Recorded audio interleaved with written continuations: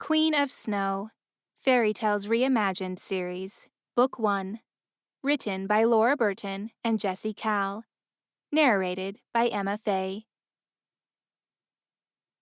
Chapter 1. Jack. Jack bowed his head and clasped his hands together as he tried to block out the mass of mourners surrounding him. He was not bothered by the winter chill in the air, nor did he notice the solemn drone from the pastor who stood at the head of the open grave. Numb. He was numb, void of emotion and entirely accepting that now his grandfather was gone, he was all alone. Jack Smith was an only child, orphaned before he could walk, and raised by his grandfather, Arthur Smith, who was a scholar and philosopher. Arthur was renowned by the whole of England for having published countless books and left behind a stately home which had an extensive library. Jack had been homeschooled and hidden in the shadow of his grandfather's achievements all of his life. For 17 years he had lived on the earth and never achieved anything remarkable on his own. And until now, he was just fine with that. Jack knew it was time to move forward and figure out who he was and what type of man he wanted to become. But none of that mattered right now. In that moment, all Jack thought about was getting through the next couple of hours. He threw a red rose into the grave. It hit the walnut coffin with a thud, and his eyes prickled. "Goodbye, grandfather," he whispered. The people jostled beside him and took their turn to pay their respects. Jack shuffled back a little, stumbling on the uneven grass, and his ice-blue eyes shot up. Standing in the distance, looking at another grave, stood a young woman, no older than Jack. Her narrow shoulders trembled, and she wore a long ivory gown. Embroidered lace covered her arms, and she had a snowy white veil covering her blonde hair. She stuck out in a sea of black, like a single white rose among a bed of thorns. Jack's gaze lingered on the young woman, wondering why she was alone and whom she was mourning. Then she looked up, and a spark of recognition fired in his brain as their eyes met. Even though they were standing at least 20 feet apart, it was as if an invisible cord connected them, and a jolt of electricity shot through Jack. He gasped and stepped away, breaking eye contact. As if it had severed the cord, his body returned to a numb state. He recovered himself and scanned the cemetery to look at the young woman again, but she was gone. "Look, it's snowing! Bob, how long have we lived here?" An old lady standing far off pointed to the thick gray clouds. A sea of heads looked up. "Good grief, you're right," an old man replied. "It hasn't snowed in Tyneham for over 60 years. Tyneham was a little town just outside of Oxford, and in all of Jack's life, he had never seen it snow. A dusting of white fell like ash from the sky and settled on the ground. Jack watched the flecks of snow fall into the open grave and allowed a slight smile to break his grimace. He knew his grandfather would have something philosophical to say about the moment, but Jack appreciated that for once the weather reflected his mood. He whipped his head back and forth, searching the faces for the young woman he had seen just moments earlier, but she had vanished. Slowly the mourners walked back to the waiting cars, and Jack followed. Many of these people had known Jack's grandfather since before Jack was born, and yet no one so much as looked in his direction as they made their way to the manor for the wake. Jack was grateful that Mr. Thomas had everything in hand. He took care of all the funeral arrangements, organized the caterers, and even booked a string quartet. It was above and beyond what any family lawyer should do. But he did it anyway. All Jack had to do was put on his suit and turn up. The tires crunched over the gravel driveway as the stretch limousine pulled up outside the manor. A door opened and Jack stepped out gloomily. As he walked to the entrance, he stuffed his hands in his pockets and kept his head bowed low. Whispers flew around the courtyard and followed him into the home, but no one addressed him. He could have been invisible for all he knew. A large stream of nosy people swarmed in and looked around the manor like they were visiting a museum.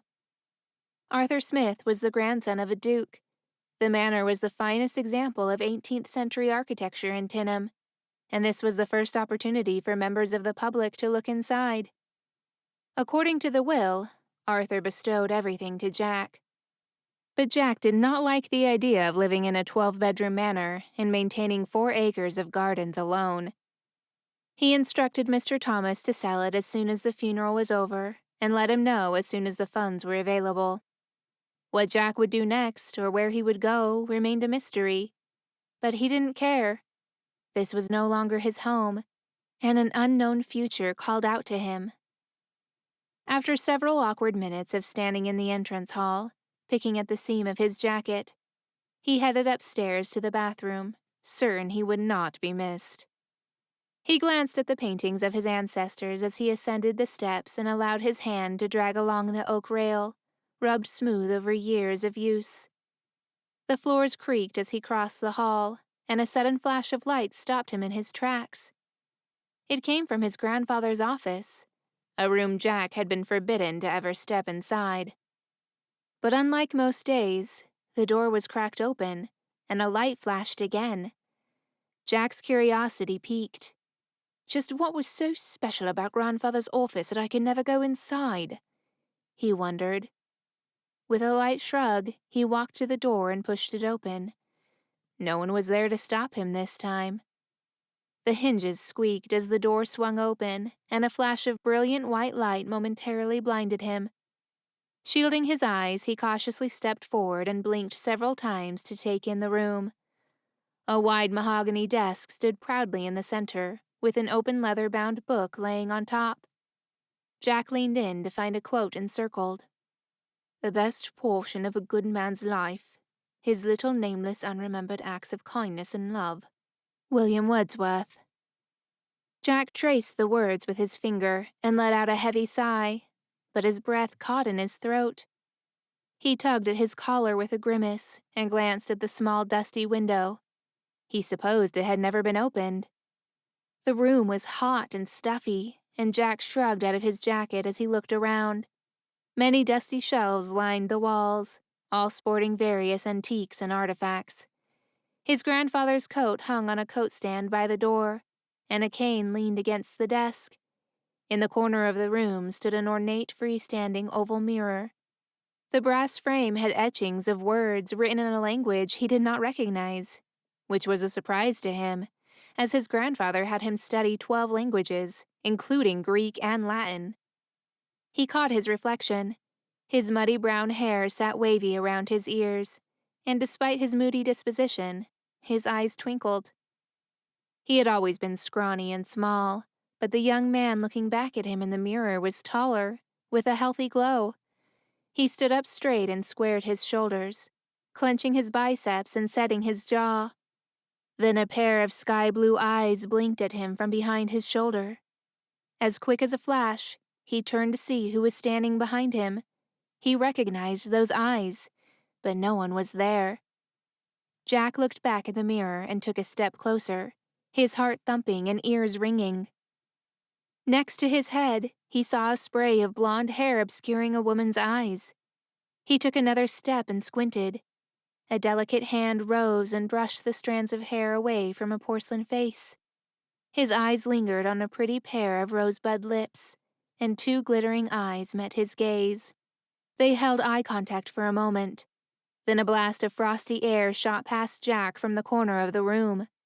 Startled, he stumbled forward, grasping the frame to find his balance.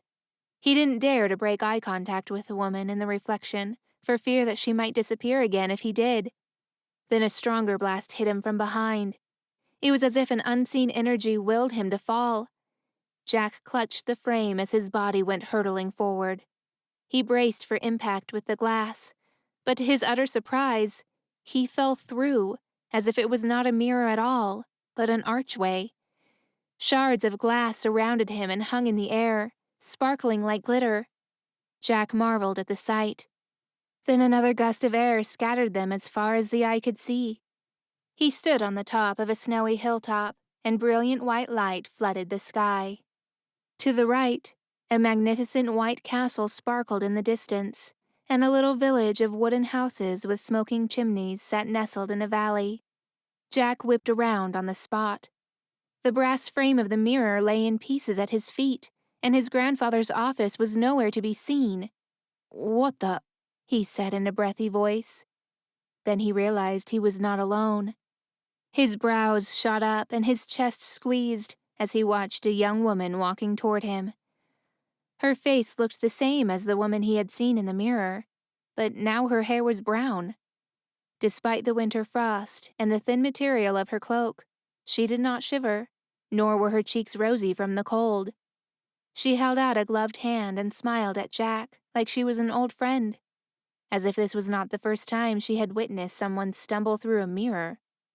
"Quickly," she said in a hushed voice, her smile fading as she grabbed his hand.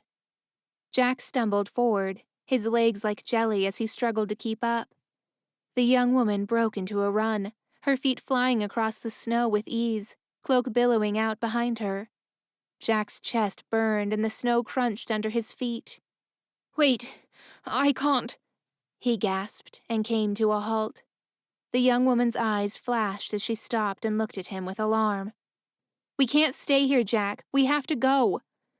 Surprised at the sound of his name, Jack began moving again, and the two of them hurried down the hilltop towards the castle.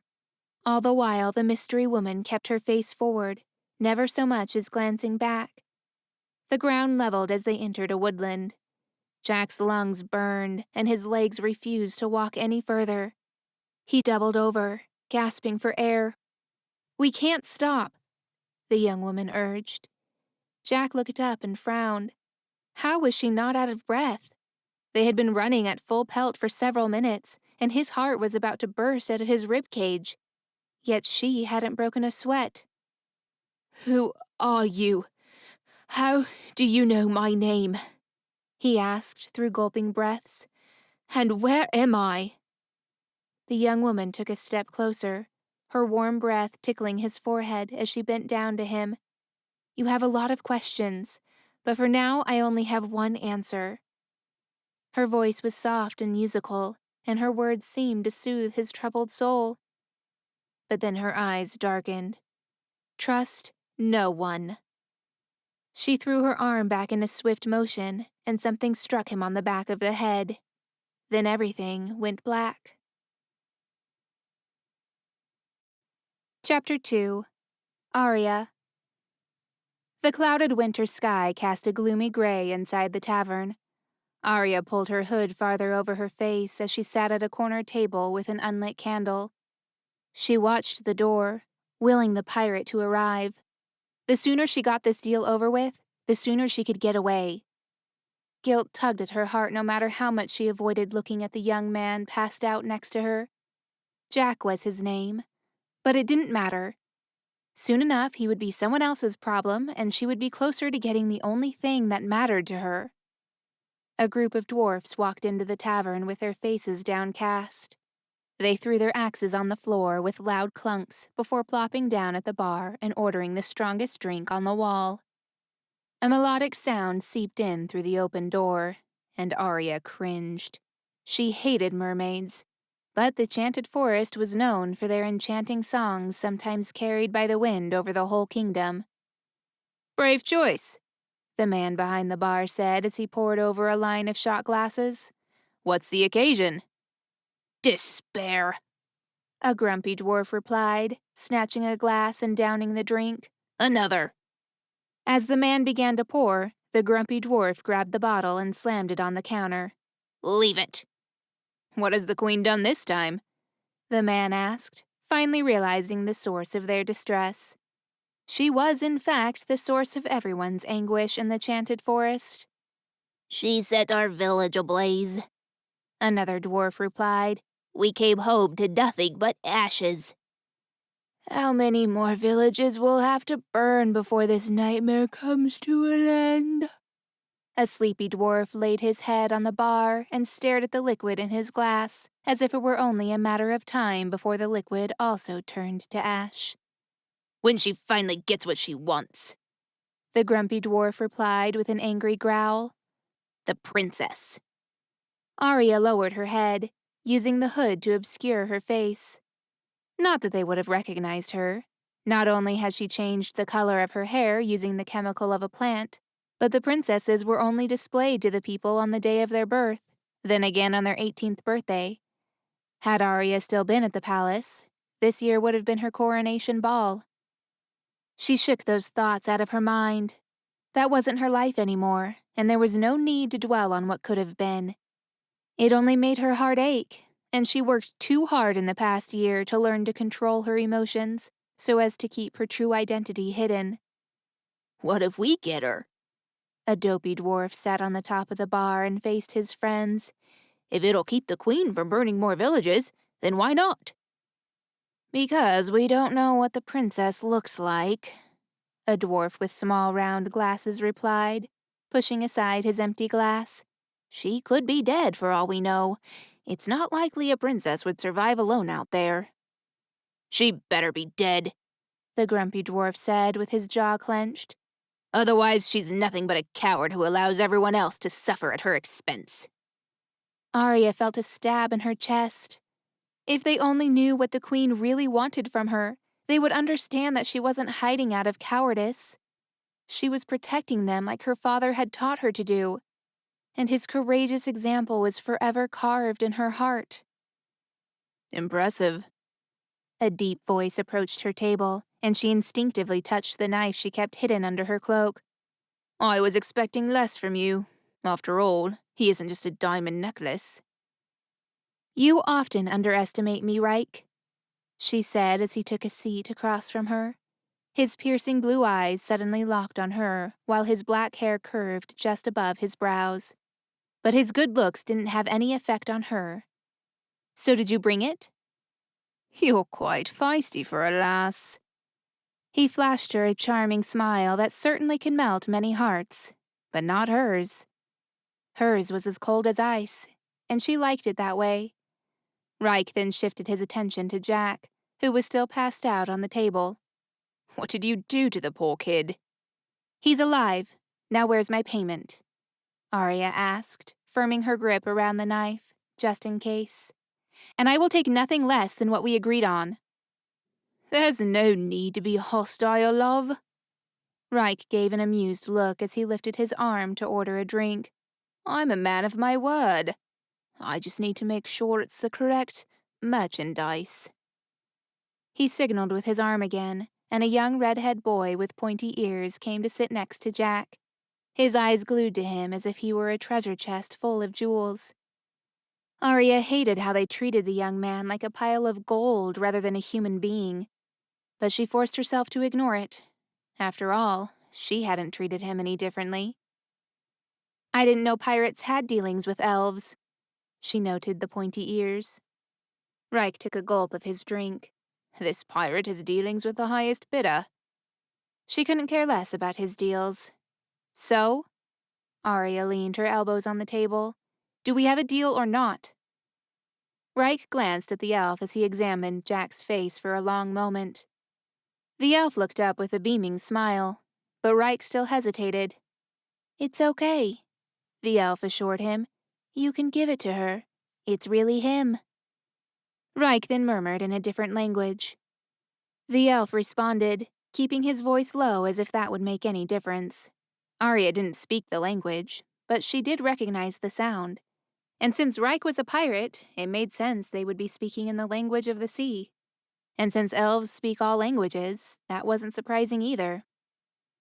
Arya focused on what the elf was saying, and all she could make out was something about espello completo.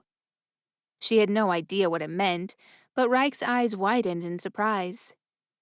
Arya wondered what in the world had the elf said to eliminate Reich's reservations. Without any further reluctance, he pulled out a crimson cloth from his jacket. It was the size of his large hand, and placed it on the table. All right, lass, you've got yourself a deal. Arya narrowed her eyes. Something didn't feel right. May I? She pointed to the crimson cloth, and he pushed it toward her. She unwrapped the cloth until she spotted a shard of the mirror. But not just any mirror. She angled it where she could see her own reflection. The girl sitting in the tavern had brown hair, but the reflection staring back at her had glistening blonde hair, and that was how she knew the shard belonged to the Mirror of Reason. She looked up to meet Reich's dark blue eyes. "Isn't that what you wanted, love?" he asked, and she nodded. "Then we are done here." He turned around to order another drink while the redhead went through Jack's pockets. Arya felt a sudden urge to stop him, but she clenched her fists and sucked in a deep breath. You got what you wanted. Get up and walk away. She wrapped the shard back in the crimson cloth, then placed it carefully inside her bag. When she stood, she couldn't help stealing one last glance at Jack's face. He looked just as young as she did. Though his eyes were closed, she remembered its royal blue color so vividly. And as glad as she was to have gotten her hands on yet another shard of the Mirror of Reason, she couldn't stop the nagging feeling that there was more to this young man than she thought. Especially in the way he gazed at her when he first saw her. It was as if he knew her. But how? He wasn't even from this realm. "Is there anything else we can do for you, love?" Reich asked, looking up from his drink. When Arya didn't respond, he grabbed her wrist and pulled her down to him. "Then I suggest you go before you end up locked in the cage with him." Arya yanked her arm free, and Reich laughed. As much as she hated backing down from a challenge, she needed to get out of there. She'd drawn too much attention already. By the time she left the tavern, the sky had grown dark, and the smell of liquor filled the air. On her way down a dark alley, she spotted a group of drunk sailors speaking the same language she'd heard Reich and the elf talking earlier. "Hey!" she called out, and they all turned to look at her. "The language you're speaking, is it the language of the sea?" One of the sailors stepped forward with a drunken grin. "I'll tell you only if you ask nicely." Arya pushed the sailor against the wall, then dug the tip of her knife into his throat. "How's this for nice?" His eyes widened like two fried eggs, and when he gulped, she traced the tip of her blade over his Adam's apple. "Now, what does espello completo mean?" He gulped against her blade. "Complete mirror?" Arya gasped as she pulled back, and the group of drunken men scattered, leaving her alone in the alley. She put her knife away, then leaned against the wall. Now it made sense why they gave her the shard. Whoever Jack was, he had access to the completed mirror. Or at least that was what it sounded like. Whatever the case, she needed to get Jack back. And in order to do so, she was going to need her bow and arrow. And her horse. Chapter 3. Jack. Jack stirred, blinking against the throbbing pain behind his eyes, and rubbed the back of his head, remembering the strangest dream. A beautiful woman knocked him over the head and carried him to a bar. Some sort of exchange was made, and he was dragged into a carriage. What followed was a wildly uncomfortable ride where his captors rambled on in Portuguese about a mirror. The rest of the details were hazy, but he was pretty sure someone forced a cloth over his mouth as he wrestled to break free, and then everything grew dark again. He sat up and frowned at the uncomfortable bench he had been sleeping on. It was certainly a far cry from the orthopedic mattress he had in his own room. The logical side of his brain concocted a story that he had consumed too much alcohol at the wake, the devastation of loss all-consuming, and collapsed in one of the dining rooms at the manor. Jack was not one to drink, but it would definitely explain the crazy dreams and his headache. He shuffled off the bench and his shoes landed on a hardwood floor. He wrinkled his nose at the moldy aroma of his surroundings and squinted into the darkness. He cleared his throat, and the sound echoed. His heart sank. Perhaps it was not a dream after all. As his eyes adjusted to the darkness, a faint outline of his surroundings came into view. He was still in the carriage. Flecks of snow flurried through a pair of iron bars and landed at his feet. Jack coughed against the thickness in the air and tried to make sense of his predicament. If he was truly awake, then Jack fell through the mirror in his grandfather's office and landed somewhere very cold. But where exactly? He staggered over to the bars and grasped the cold iron with shaking hands. The roughness of the surface grazed his palms, but Jack welcomed the sensation. It reminded him that he was alive, at least for now.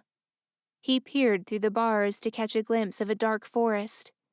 Did his grandfather know about the magical mirror? Had he ever used it as a portal to another world? He cast his mind back and remembered it was not unusual for his grandfather to barricade himself in his study for days, weeks even. Why didn't he tell Jack about it? And now that the mirror was broken, he did see billions of glass fragments scatter after all. How would he return home? Then he remembered the beautiful woman's face, her porcelain skin, almond-shaped eyes, and flowing hair. But in a flash, her ice-blue eyes darkened and her expression soured. Trust no one. It had been almost a growl, a stark contrast to her warm and musical voice. It had caught Jack by surprise. Before he had known what was happening, he was being sold. All for what? He hadn't seen. He had thought it best to keep his eyes shut and pretend to be unconscious. Who was this woman, and what did she want so badly that had driven her to kidnap him? He inwardly reprimanded himself for falling so easily for the girl's charm. Had he not known better than to blindly follow a woman to his doom after venturing into the beyond? He slammed a fist against the bars and then winced as the deafening twang rang in his ears at full volume. The squeal of a rusty hinge drew his attention, and the steady thud of boots hitting the cobbled path had him on edge. "Where does the master want us to take him?" For now, to the ship. He stepped back as the stench of stale sweat and liquor wafted his way. What did these men want with him? And who was their master? Jack swallowed as he listened to the jingle of keys, then a click. The carriage door flung open, revealing a man wearing black leather boots, a pair of breeches, and a gray waistcoat over a cotton shirt. He had a short beard and wore a hat to complete the look. Though Jack had never seen the man in his life, he knew what he was: a pirate. "Tie him up," the pirate said gruffly. A redhead appeared and shuffled forward, grabbing Jack's arms. Too bewildered and frozen to move, Jack didn't fight back. "Keep your mouth shut." The pirate leaned into the carriage and growled into his ear. Were these people here to save him? His situation was so far beyond logic and reason, he figured at this point anything was possible. He gave a curt nod and the pirate sneered as the redhead tied his hands. A scratchy sack was forced over his head, and then the carriage door slammed. Moments later, the carriage moved forward, and all Jack could hear was the steady clip-clop of the horse's hooves. The chill of the air had a bite to it. Yet a distant howl grew into a ferocious roar as an icy cold gust of wind hit the carriage. Despite the jostling and frosty weather, Jack was calm. He had always been fond of the cold. He heard the cry from a far-off bird and set his jaw. If only he could have transformed into a bird and flown away to freedom. The carriage came to an abrupt stop, and the whinny of the horses had Jack's heart racing. He caught the sound of a whistle in the air, followed by a grunt and a heavy thud against the door, causing the carriage to jolt sideways. "What in the blazes?" a man outside muttered. Then the man cried out and the carriage lurched to the side as something heavy collided with it. Jack's senses were on high alert.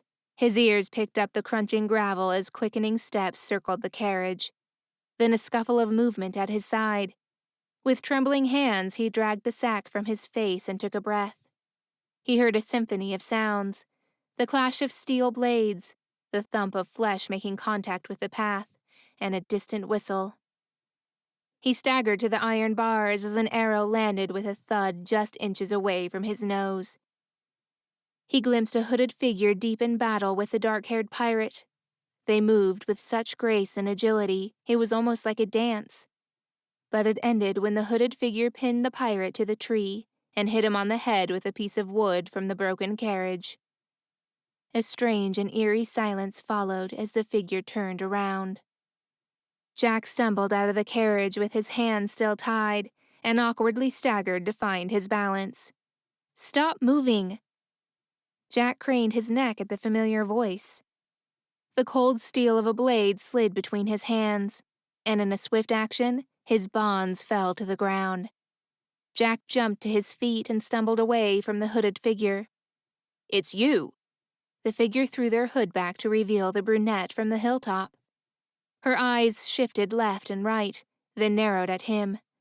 "We have to move," she said, putting away her knife, then shrugging a bow onto her shoulder as she looked at the immobile bodies on the ground. "It's not safe. There could be more of them." She grunted as she tugged at the arrow embedded in the flank of one of the bodies and wiped it on her cloak. Jack folded his arms. You sold me to them. The young woman glared at him. "And now I'm saving you." She whistled, and a gray gelding galloped out from the tree line. "Besides, I have a horse, and you won't get far on foot." Jack was just about to argue that he could take one of the horses from the carriage when he noticed they had bolted. He sighed heavily as he considered his options. It was bitterly cold. He had no idea where he was, nor where to go, and it seemed like an age since his last meal. The woman was right. He wouldn't even last a day. Will you at least tell me who these people are? What do they want with me? Jack asked as he rubbed his wrists and rolled his shoulders. The young woman mounted the horse and held out a hand for him. "I'll tell you everything I know, but we have to go now." She gave him a look so pleading he almost didn't recognize the fighter he'd just seen beating up his captors.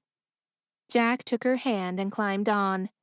The horse neighed, and without another word the woman kicked and they charged into the forest. Jack was inquisitive at the best of times, but now the inner workings of his mind were doing overtime. So many questions burned within him that if he did not have answers soon, he might burst into flames. Growing up in his grandfather's shadow, no one had had any time for Jack. He had lived a somewhat solitary life. When he was a small child, the only company he had day to day was a small fly that lived in his room. He escaped into new worlds, reading all of the books in the library, Jack's favorite place in the manor. He was particularly fond of the classic fairy tales. He knew even the most obscure ones by heart. As William Wordsworth had said, "Dreams, books, are each a world." And Jack had many dreams and read many books, so he argued that he had traveled further than most. Yet if he took his recent experiences and applied them to the books he had read, his conclusion was that he had somehow stumbled into the stories. Had there not been dwarves at the pub? But the thought was implausible. Perhaps he was still buried deep in a drunken sleep. The latter made more sense. The horse sped up and darted into the woodland. Jack sucked in air between his teeth as they raced through the overgrown trees, narrowly missing claw-like branches from all sides. The woods had a mystical and unearthly atmosphere under the moonlight. Yet the woman remained quiet and confident, murmuring the horse instructions as if the horse was not an animal, but a comrade. Jack held her narrow waist. Are you talking to the horse? "It's a little trick my sister taught me." Jack silently thanked his grandfather for insisting on years of horse-riding lessons. Otherwise, this bumpy ride might have been much more of a challenge. The horse galloped faster, and the wind howled in Jack's ears. His questioning brain froze as the sculpture-like trees blurred in his peripheral vision, and the wind ruffled his hair. Every atom in Jack's body buzzed as if they had become the winter storm. He did not know where they were headed, nor if they were going to ride all night. But Jack was determined to get answers, and somehow he knew that this mystery woman was the key to finding them. After all, she was the reason he fell through the mirror. Chapter 4. Aria. Other than the fire crackling in front of them, the night was fairly quiet. The light of the flames revealed the charred black trees. The once bustling village of taverns and homes was now a desolate land dotted with piles of ashes. Aria broke a loaf of bread in half and handed it to Jack. He grabbed it from her like a famished animal, and she suddenly felt bad for not waking him up at the tavern to eat something. "I'm sorry there isn't much to eat," she said, pulling off her gloves and leaning closer to the fire. "I thought there would still be a village here." Jack studied her as he leaned back against a thick log. "What happened?" Arya looked around, taking in the scattered ashes, the distinct smell burning the back of her throat. But before her eyes could fill with tears, she turned her attention back to the flames. Seems that she burned it down. "Wait, a whole village? Who would do such a thing?" Jack's eyes darted left and widened, as if only now taking in their charred surroundings. "The Queen," Arya replied, with a distaste in her mouth. "That's usually how she gets what she wants." Jack was silent for a long moment as he stared into the burning fire. Arya studied the intense expression as the reflection of the flames danced across his thoughtful face. "And what does she want?" he finally asked. Arya hesitated. She didn't like talking about it, but she could see Jack was a deep thinker.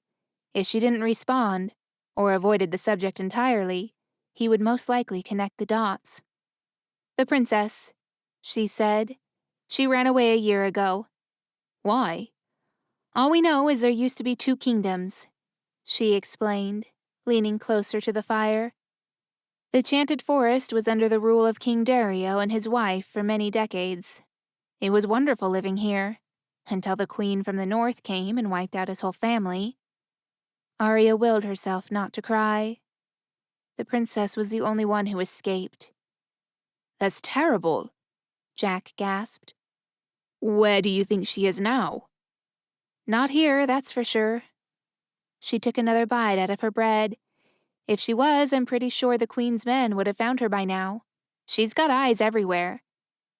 "Maybe those men who took me work for her," Jack said, suddenly alarmed. But Arya let out an unconcerned chuckle.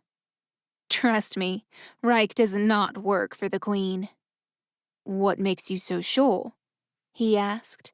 "Reich is too arrogant and quite mouthy," she said, still chuckling. "The queen would have him killed in no time." "Well then, who do they work for?" "I don't know." And that was the truth. The extent of Arya's business with Reich was meeting at the tavern and selling stolen goods. That was it. Arya had never even been to his ship. "Then tell me something you do know," Jack pressed. "Why did you save me back there? What do you want from me?"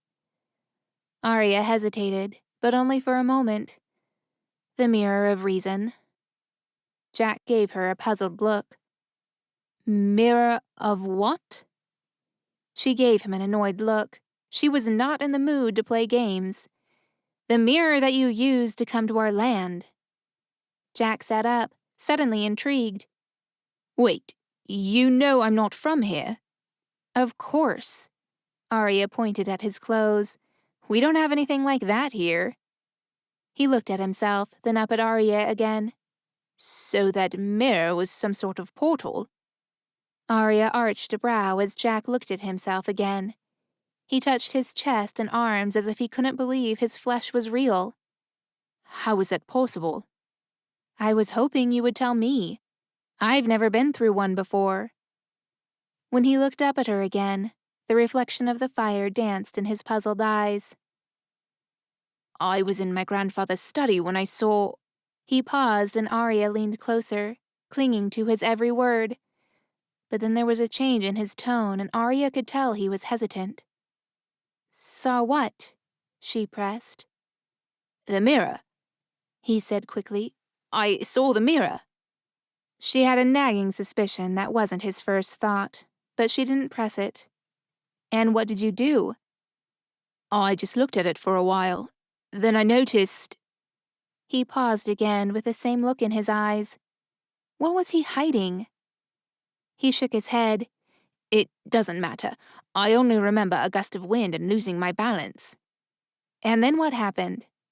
Though she'd read much about the mirror in the last year, there was much still unknown. Sure, she was collecting shards to put one together, but she had never actually seen or used a completed one before. The mirror shattered, and I was at the hilltop standing in front of you. He held her gaze for a long moment. How did you know where to find me? I mean, you were there the moment I fell through. Reich, she whispered to herself, then shook her head. But it doesn't make any sense. If you fell through the portal by accident, how did he know you were coming? He told me exactly where you would be. Jack, he even told me your name. The softness in his eyes stirred up a sense of familiarity, as if they had known each other all their lives. The sense of calm she got from his presence bothered her. She wasn't used to feeling comfortable with anyone. You still haven't told me your name, he said, catching Arya by surprise. She broke her gaze abruptly and pulled back. We should get some sleep, she said, slipping her hands back into her gloves, then turning away from him. It's going to be a long day tomorrow. Arya. His voice was barely above a whisper, but it landed on her ears like a thunderstorm. She jumped to her feet and moved away from him. How did you do that? She asked, but he seemed just as surprised as she was. I have no idea, he muttered. I just knew. She pulled her knife from her sheath and Jack jumped to his feet. You just knew? Hold on a minute. He raised his hands defensively, a look of genuine concern on his face. I have no idea what is going on here, but I'm not a threat. If anything, I have more questions than answers. He let out an exhausted sigh, then dropped his hands. I just need to find a way to go back. And as crazy as this may sound, I have a feeling you're the only one who can help me. Why is that? When he opened his mouth but didn't respond, she could tell there was more he wasn't letting on. But it wouldn't do any good to beat it out of him. Reasoning seemed like a better tactic to get through a guy like Jack. I need to know what happened to that mirror, he finally said. And you seem to know a lot about it. So what do you say? Will you help me? The honesty in his voice pulled at her heartstrings. She knew the ache of missing home, and the hollow look in his eyes took her back to a year ago when she had no choice but to leave her family behind, especially her sister. Okay. She lowered her weapon. I'll help you, but I'm going to need something in return. You name it. I also want to use the mirror to leave this realm. Deal. He stretched out his hand and she took it. You have my word. Scout's honor. What's that? Jack smiled. I think the more pressing question is, how do we find out what happened to my grandfather's mirror? Right. She released his hand and sheathed her knife. I have a friend who has read pretty much every book ever written. If there's anyone who would know how to get you back home, it would be her. Now. Arya grabbed a bag from off the horse and pushed it into Jack's chest. Get some sleep. We'll leave at sunrise. They clung to Arya's gray horse as they galloped toward the manor, only slowing to a canter when they crossed the stone bridge. Is that where we're going? Jack asked, mesmerized by the beauty of the dark gray structure. It made her smile since that manor was not even half the size of what her palace used to be. But she shook the thought from her mind. That life wasn't hers anymore. We're going to see a good friend, Arya said, guiding the horse into the woods and around the side of the manor. Her name is Belle, and if she's here, she'll be in the library. Belle? Jack sounded surprised. She lives here? No, she just takes care of the place while the owner is away. But the beast had a castle, he mumbled to himself. What beast? Arya asked with an arched brow. And how in the world would you know anything about Belle? I don't, he said quickly. I was just thinking of a book I read growing up. Fascinating story. Sure sounds like it. She stopped the horse under a tree, but before she could dismount, Jack jumped down, then turned to face her. He stretched out his arms like a gentleman to catch her, and the gesture caught her off guard. Since we're working together, it would be good to start trusting each other, Jack said, keeping his arms outstretched. Go on. Fine. She jumped into his arms, and he caught her effortlessly. But when his deep blue eyes met hers, something flipped in the pit of her stomach. All right. She pushed him away, then smoothed down her cloak. Happy now? Jack smiled, but she couldn't understand what was so amusing to him. Could he sense how vulnerable he made her feel? She couldn't let her guard down. She wouldn't. She turned away from him and reached for her bow and arrows. After strapping the quiver securely around her chest, he stepped in front of her. Shouldn't I carry a weapon? He asked. Why? The corner of her lips lifted in light mockery. Are you afraid there's a beast in there? She teased, checking to make sure her knife was still in her sheath. Seems these tales you've read in your kingdom have scared you quite deeply. Worry not, things are a lot simpler here.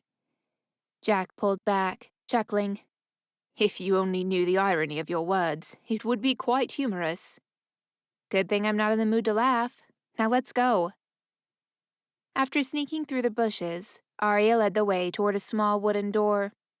She wasn't surprised to find it open. She peeked inside and spotted a petite woman with light brown hair tied into a braid, sitting with her back to them at a large table in the center of the room. Every inch of the walls around her was covered with books. Gotcha, Belle, Arya said loud enough for the maiden to hear as she stepped inside. Arya! Belle flashed a beaming smile as she rushed around the table to wrap Arya in a tight hug. It's so good to see you. And who's this? Her hazel eyes rested curiously on Jack, who was gazing up at the bookshelves. Arya pulled back and stepped aside to introduce Jack, but he was too distracted to notice. His whole face beamed like a child with candies. Jack? Yes. He came over to them, his face radiating with joy. I was miles away for a moment there. He offered his hand and Belle took it. Pleasure to meet you, Belle. I'm Jack.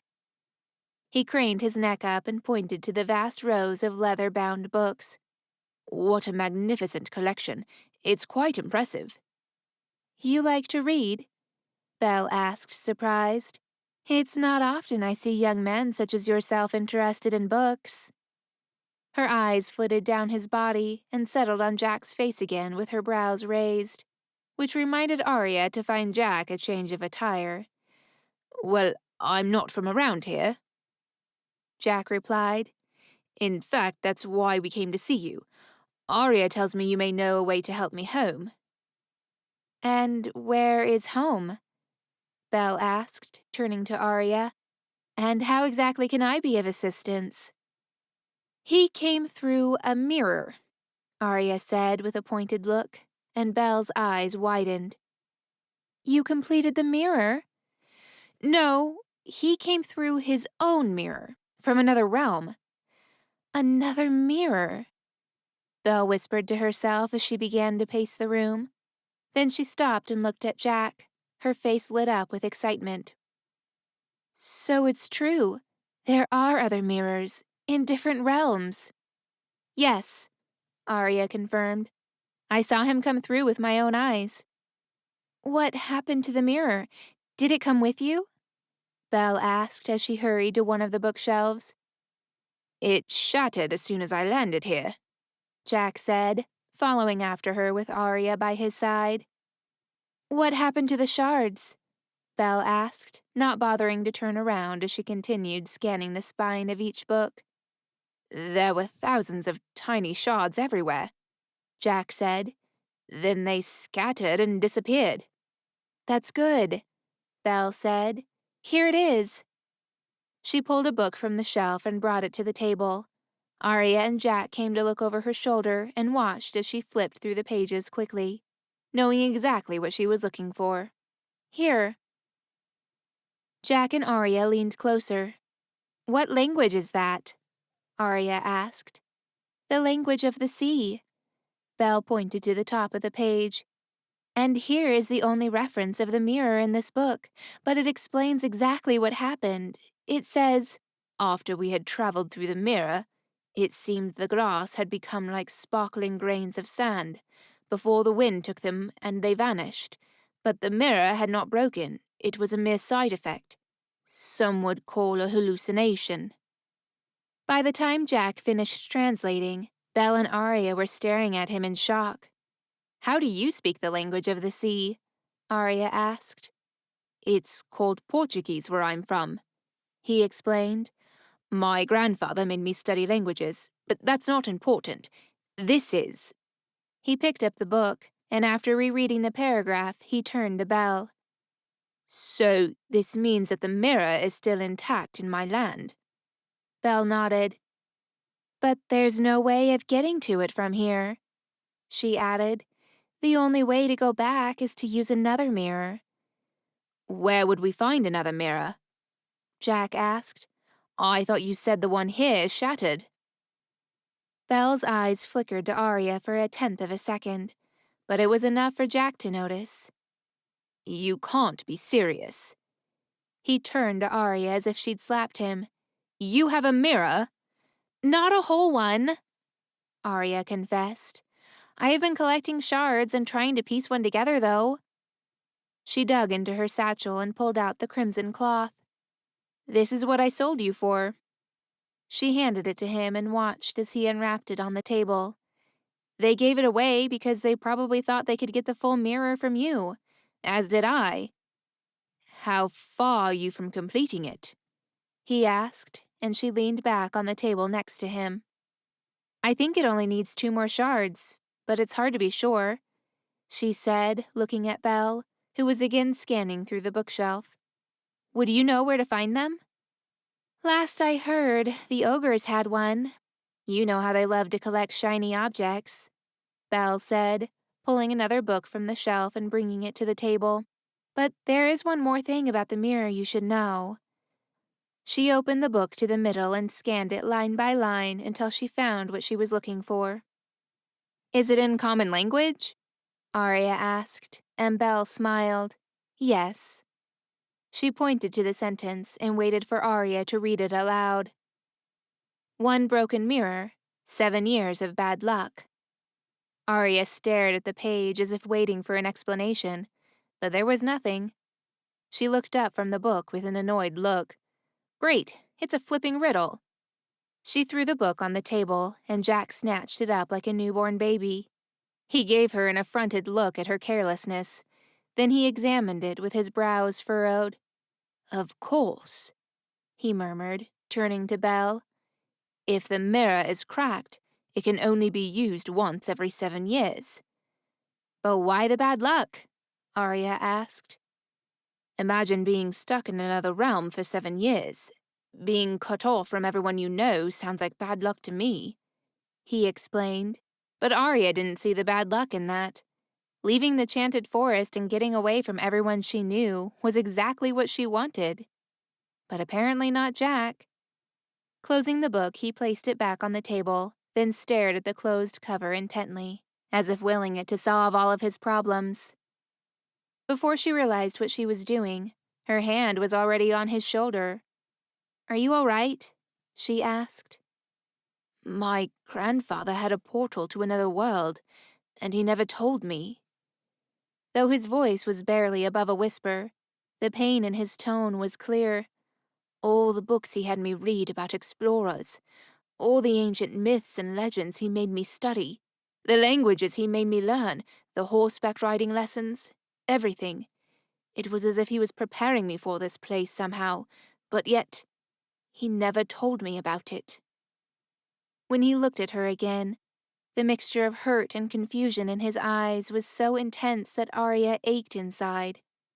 Why didn't he tell me? Did he not trust me? She cupped his face in her hands, and when she held his gaze, her heart squeezed for him. "My mother always told me that we are the authors of our own fate, so you can sit here and try to understand why your grandfather kept things from you, or you can write your own fate. Maybe there's something here for you after all." "Maybe there is," he whispered. "After all, with grandfather gone, there's not much for me in England." When his eyes dropped to her lips, she felt an explosion of butterflies in her stomach. Belle dropped a stack of books on the floor, and both Jack and Arya swung around to see what was wrong. She gaped at Jack like a fish out of water. "Did you say England?" she asked, her fingers resting on her collarbone. Yes, He said, giving Belle a quizzical look. have you heard of it? "Once," she said, picking the books from the floor. "Years ago, I met a man who said he'd come from England.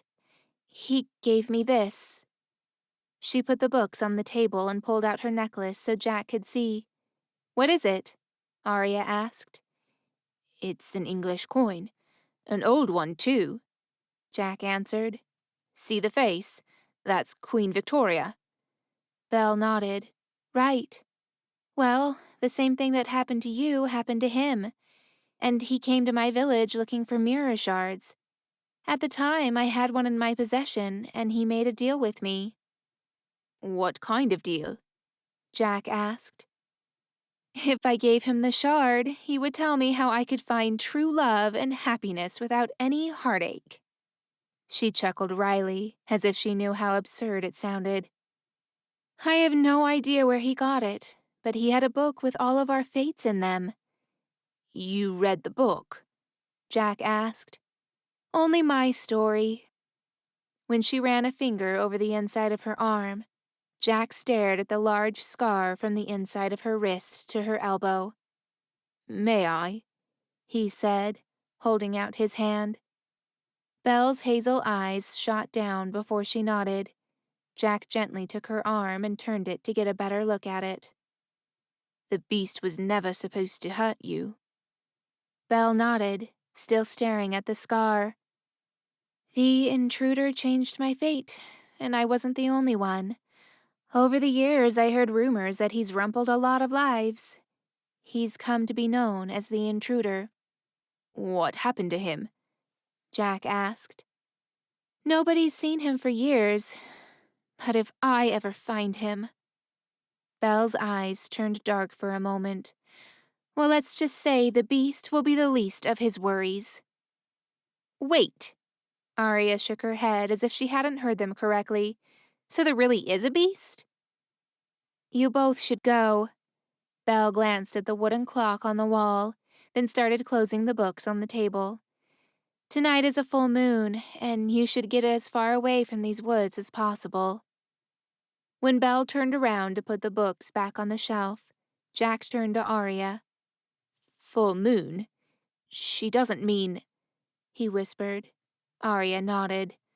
"Wolves," she whispered back. "During my stay with Robin and his cousin Riding Hood, I've been on the receiving end of those attacks, and it's not pretty." She walked over to Belle and pulled her into a hug. "Thank you for all your help. Any time." "May I wash up for a second before we go?" Arya asked, taking the crimson cloth with the shard and placing it back inside her satchel. "Sure, I'll prepare a basket of food for you both," Belle said. "It's a 2-day journey to the ogre's swamp."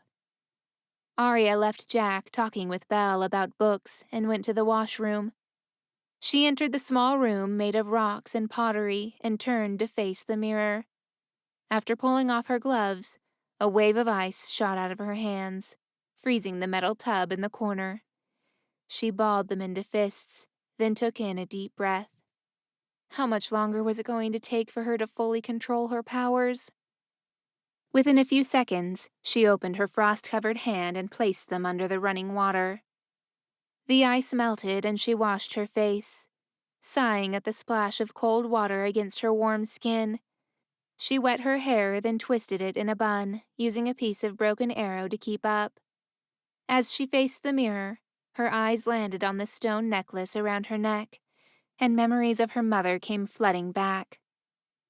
Her heart squeezed so tightly she grabbed onto the basin. It froze within seconds, and she pressed her eyes shut. Tears threatened to break through, but she clenched her jaw and willed herself to hold it together. As she stared at her reflection in the mirror, it was hard to recognize the person looking back. So much had changed in a year. So much had been lost in so little time. She had everything.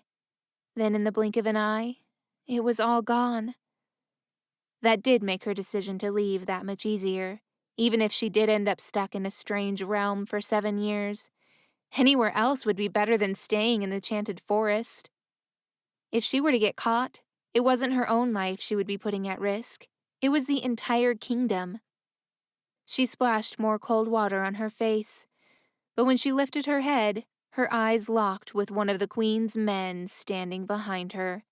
Before she could react, he grabbed her by the neck and pressed her back against his black-armored chest. "Hi there, princess," he hissed into her ear. "Going somewhere?" Chapter 5. Jack. "Thanks for the change of clothes, Belle." Jack returned to the kitchen wearing thick cotton pants and a shirt. He shrugged on a sheepskin jacket and wriggled his toes in his new leather boots. He tossed his funeral clothes in the burning fire, happy to see them go up in smoke. "So, what happened to the beast?" he asked, still staring into the flames, looking at the clothes.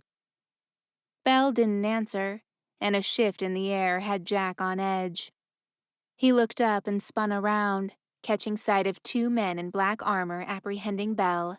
"What the—" Before he could collect his thoughts, a metal hand punched him in the side. He doubled over, dropping the book on the floor. Then 2 more men grabbed his arms. "Let's take a walk," one of them snarled in his ear. The men frog-marched Belle and Jack out of the library and down the hall. Jack thought it best not to fight since they were outnumbered and he was unarmed. The only weapon he had was his mind, and it started to work overtime. Who were these men, and what did they want with them? He glanced at the oil paintings on the stone walls and suits of armor lining the hall. He wondered how quickly he could grab one of their swords and how many men he could fight at once. It would most certainly be different from his fencing lessons, but could he pull it off? He inwardly shook himself. No, he was no action hero, and he couldn't risk Belle getting hurt if he failed. They entered a ballroom, not dissimilar to the one illustrated in the book he had read about Belle. It had a painted dome ceiling and extravagant chandeliers, twinkling like stars in the night sky. Silver moonlight poured through the stained glass windows from above. They descended the large staircase. The sound of boots thudding against the cold floors echoed around the room as they reached the center. "Get on your knees," one of the men barked. Jack made eye contact with the terrified Belle and gave her a reassuring nod. They lowered themselves to the floor at the same time, and the men stood around them like guards, as if they were waiting for something. A distant scream made Jack tense up. "Arya!"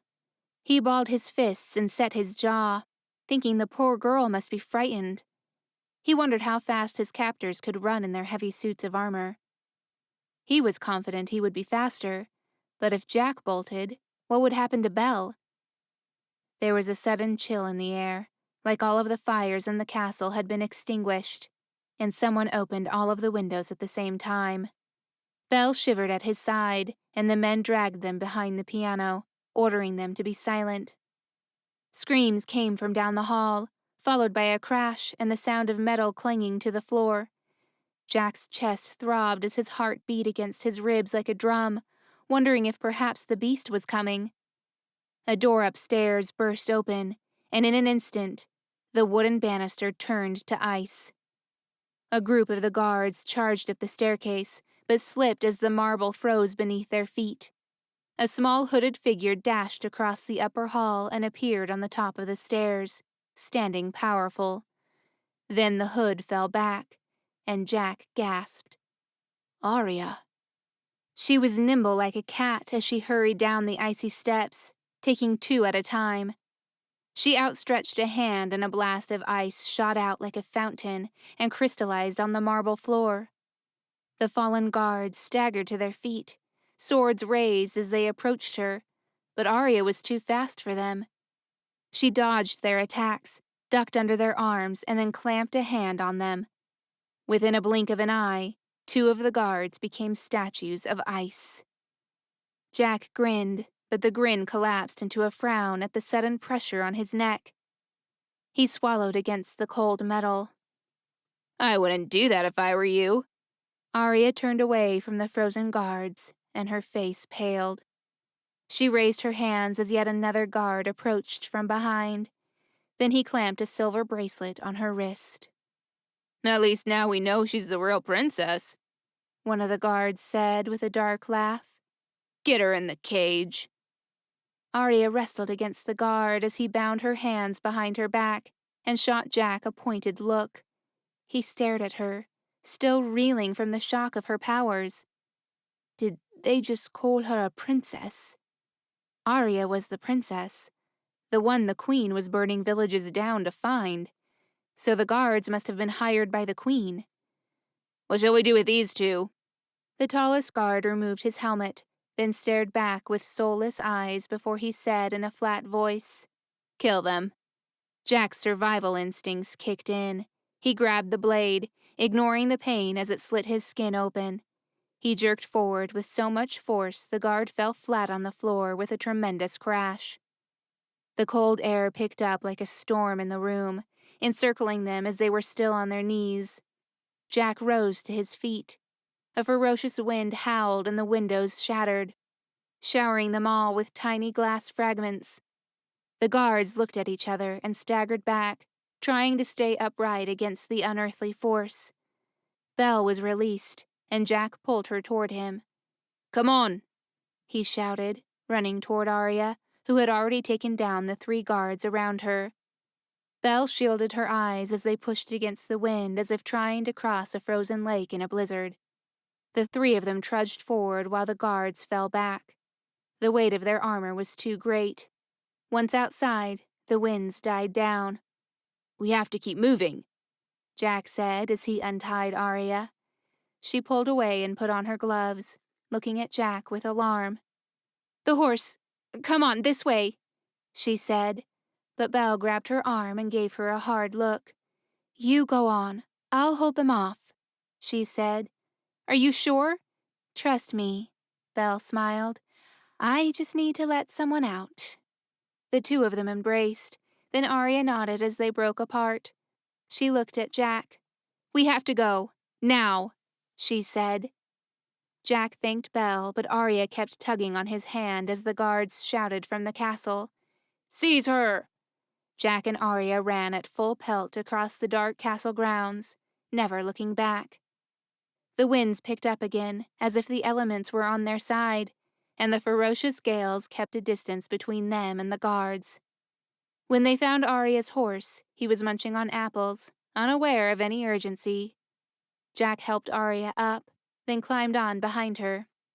Suddenly, the howling of a wolf echoed in the distance, and they looked at each other in fear. When the guards screamed, Jack grabbed the reins from Arya and willed the horse to move, galloping back into the woods. A long time had passed when they finally slowed and Jack's breathing returned to normal. They stopped by a river, and Arya climbed down, hurling her knife on the ground with an angry grunt. She'd been trying to remove the bracelet from her arm all night, but with no luck. We'll rest here for an hour, she said, still avoiding Jack's eyes. Pepper needs a break. She stooped down to the water with a sheepskin flask. Jack jumped down and led the horse to the river's edge. Then he sat on the bank and looked at his hands, while Arya removed the saddle from the horse. Now that the adrenaline was gone, an uncomfortable burning sensation took hold. The knife blade had slid open his palm, and the wound had clotted with congealed blood. He pressed it and winced, prompting Arya to finally look at him. You're hurt, she muttered. Taking her flask, she poured water over the wound. He winced. Wait here, she said, hurrying off into the tree growth. Jack stared at his wound, now bleeding fresh blood again, but he didn't really see it. Instead, his mind replayed the events back at the manor. The mirror, Belle's altered fate, Arya's powers. She's the princess. His mind spun and he shook his head. It was too much to take in at once. He needed time to process, but Arya had already returned. She appeared to be empty-handed, but she was chewing on something, like she had found a gumball machine and got distracted on her way back. Then she spat into her hand and rubbed a green and brown ball of what Jack only could describe as mush between her finger and thumb. "Give me your hand," she said. Jack hesitated, not sure where this was going, but Arya grabbed him by the fingers, and he grunted as pain shot all the way up his arm. "What are you doing?" he asked. Arya didn't reply, but began smearing the mushy mixture onto the wound. Jack expected it to sting, but oddly, a cooling sensation took over instead. "What is that?" A poultice. When you've lived in the woods for a year, you learn a thing or two about survival. Jack stared at Arya in wonderment, seeing her in a new light. "So, you're the princess," he said carefully. "the one who the queen is after." Arya dropped his hand and returned to the riverbank. "I don't want to talk about it," she said, refilling the sheepskin flask. "And you can shoot ice from your hands," Jack pressed. Arya huffed and turned back to him. "Listen, we need to keep moving." Jack followed her to the horse. "Because of the wolves. Got it," he said with a smirk. Everything was so surreal. Arya looked at him with furrowed brows. "You think it's funny?" She stretched out her arm, showing him the genie bracelet the Queen's men had locked on her. "My powers don't work with this thing on, and without them, there's no way we would win a fight against a wolf. And had they taken this," she gestured to the rock pendant hanging on her neck, "even without the bracelet, my powers wouldn't be the same." Jack wasn't trying to make light of the situation, but the thought of a powerful ice princess on the run from wolves had him tickled. Why wouldn't it? Especially after having a visit with Belle and an epic battle with the Queen's Guard. It's like I've jumped into a fairy tale," he said finally as they climbed back on the horse. Arya shook her head. "What the heck is a fairy tale?" Jack laughed again. Arya sighed. "Well, you better hold on tight. We're in for a bumpy ride." "We go on foot from here," Arya said, tying the horse to a nearby tree. Jack's eyes narrowed at the blackened bark. Just how much of the forest had the queen already destroyed? They had traveled for 2 days in the wintry woodland. If Arya had not given Jack her spare cloak, he would have frozen. But nothing took away the constant hunger pains. They trapped a squirrel in a snare, but it had barely enough meat to qualify as a meal. And the trees that had escaped the wrath of the Queen's inferno were deciduous. Their naked branches hovered above their heads, taunting him. Jack's stomach growled. What he wouldn't give for a juicy red apple. At least the cuts on his hand were practically healed, thanks to that mixture Arya put on it the night before. "The swamp is just over the crest of that hill." Arya's voice snapped him from his thoughts. He followed with his jaw clenched, trying not to wince as his feet throbbed with every step. "Of course they live in a swamp," he said through gritted teeth. Arya turned and her eyes flashed as she studied him for a moment. "You're not scared, are you?" Jack stopped and frowned at her. "No." Arya folded her arms as if she was cold, then cocked a brow, prompting Jack to finally tell her what had been plaguing his mind. "Don't ogres eat people? I'm just curious what the plan is here," he said, trying to sound more concerned by her lack of foresight than the thought of their impending demise. Arya pointed to the moon. "Ogres sleep after sunset," she explained, blowing into her hands as she shivered. "We'll be in and out of there in no time." Jack reached for her hand. It was stone cold. "You're freezing." She shivered again, then pulled away. "Yes, well, without my powers, I become more sensitive to the cold." "Then shouldn't we be trying to get that bracelet off?" "No." She lifted her hands as if they were some kind of weapon. "They took my gloves, and without it, I have a hard time controlling it. It's better this way." "Arya." "Enough about me. We need to get that shard." She turned on her heel and continued up the hill, while Jack thought it over. Sneaking around a bunch of sleeping ogres sounded less risky than awake ogres. but he was still not entirely sold on the idea. However, there was no turning back now. They walked over the crest of the hill to find a snowy cave sat in the center of a marshy swamp. Jack frowned at the muddy waters, which took up much of the floor. He turned to ask Arya how to navigate the situation, but she had already darted forward. "Arya!" he hissed, going after her. He gingerly tiptoed as the ground sucked on his boots and squelched beneath his feet. He kept his eyes down, focusing all of his energy on staying upright. Arya hissed back, "What's taking you so long?" Jack looked up. Arya was already at the mouth of the cave. She lowered her hood and dabbed the sweat off her brow with the back of her hand. Jack picked up his pace. Mud spilled into his boots and dripped down his calves, and it was oddly soothing on his blistered feet. "Let's make this quick, okay?" She unsheathed a small knife and gave him a pointed look. "Got one of those for me?" Jack whispered. Arya's brows raised as she seemed to think about it. Jack pointed at her. "Don't look at me like that. I know how to fight. I was fencing champion 3 years in a row, after all." Arya rolled her eyes. "No, I don't have another knife, so you better keep quiet and stay close." She hurried farther into the cave without another word. Jack followed, deep in thought.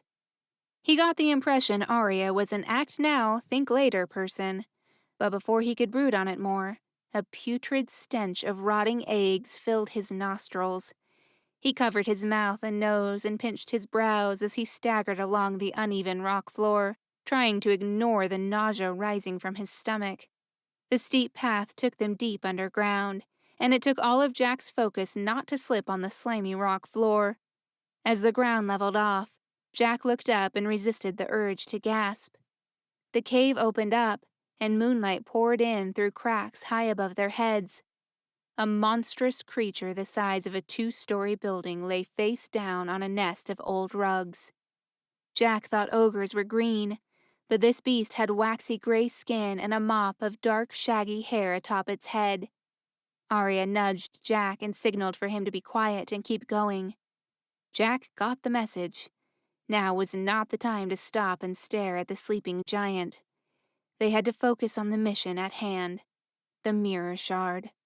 Jack looked around. It became clear that this ogre was a hoarder. Heaps of brass ornaments littered the floor, and a large oak table riddled with woodworms sported a whole pile of clothes. They took care to pick through the items in the cave without making any noise. If it weren't for the rotten stench, and that an ogre might wake up and devour them at any moment, Jack would have considered the steady inhale-exhale from the beast to be relaxing. He chewed his lip, searching through the stacks of books, looking for the mirror shard. The moon offered the only source of light in the dark cave. Jack squinted and used his other senses to help him on his search. He held the objects in his soft hands and ran his fingers across every surface so not to miss anything. Arya had done this before. She was nimble and fast, darting in and out of corners of the cave and tiptoeing back and forth like a ninja. In comparison, Jack was slow and lame, and after what seemed like hours, his search was fruitless. "We could look through all this for weeks and never find it," Jack whispered. Arya's eyes glowed back at him. She raised a piece of glass, and the moonlight flashed in his eyes. He raised a hand to shield his face and stood up. "Is that it?" Arya held the broken shard out and pulled out a necklace from under her clothes. But as Jack edged closer to take a better look at it, his shoe caught a jagged piece of rock. He stumbled, and in an attempt to regain his balance, he grabbed the rug on the table, taking a pile of brass plates with him as he fell. The loud crash echoed through the cave, and Jack's blood turned cold as he shakily got to his feet. "Careful!" Arya hissed as he stumbled forward. He knocked into her, and the mirror shard smashed onto the floor. Arya's eyes grew wide as she looked at him with a silent scream. "We have to move," she whispered, tugging on him. But Jack couldn't move. The snoring had stopped, and the sleeping ogre sat up, staring directly at him. He pointed to it, and Arya dropped his arm with a gasp. Jack had read about ogres before, but nothing could have prepared him for the sheer magnitude of horror at being in the same space as one, and so close. The ogre's beady eyes hovered above his head, and a gaping mouth opened with an almighty roar. "This is it. We're going to die." A strange sense of calm washed over Jack as his brain froze on the thought. Then he said the first thing to enter his mind. "Sorry for waking you." The ogre closed its mouth and stared at Jack like he was from outer space. "Run!" Arya grabbed Jack's arm and they dashed for the mouth of the cave, but the ogre was faster. 2 thunderous strides had him standing right where they needed to go. "I'd like a midnight snack," he said. The vapors of his breath could be a weapon in themselves. The stench had Jack's stomach rolling again. He was just about to apologize to Arya for waking the ogre and getting them in this mess, but she had already leapt into action. With a flick of the wrist, something sailed across the cave. And the next moment, the ogre howled. Jack looked away from Arya's triumphant face to see the ogre had fallen to his knees with a thud, cradling his face. "I can't see, you nasty little vermin. Who do you think you are?" The ogre roared. He slammed his fists against the wall of the cave and rocks plummeted from above. "Wait till I get my hands on you. I'll crush your bones and gobble you up whole." The ogre's good eye swiveled left and right before it settled on Jack, and a sickening grin invaded his face. With a snort, he stepped forward and reached for Jack, but Jack lunged to the side, narrowly avoiding the ogre's grasp. Arya raised her bow and aimed at the ogre. Just as he took another swipe, the arrow sailed through the air and landed in the ogre's good eye. The monster howled and stomped his feet, prompting the ground to tremble beneath their feet like an earthquake.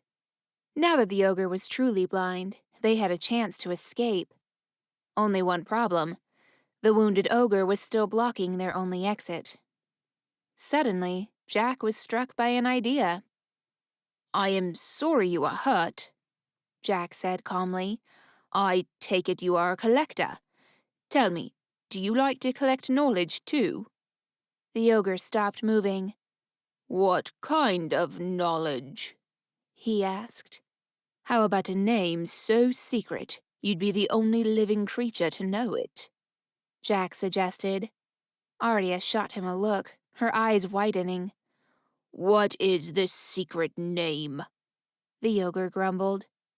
Jack took a few steps forward, confident he'd piqued the ogre's curiosity, that he was not going to be dinner. "The name of your attacker, that is. The most wanted thief in the whole forest." He glanced back at a horrified Arya, who had lowered her bow and stared at him like he was a traitor. He turned back to the ogre. "Is that a name you want to know?" The ogre thought about it and mumbled something inaudible. Then he lowered his hands a fraction. Arya raised her bow again and aimed. "The name is No One," Jack said firmly. The ogre was quiet for a moment, contemplating this lie.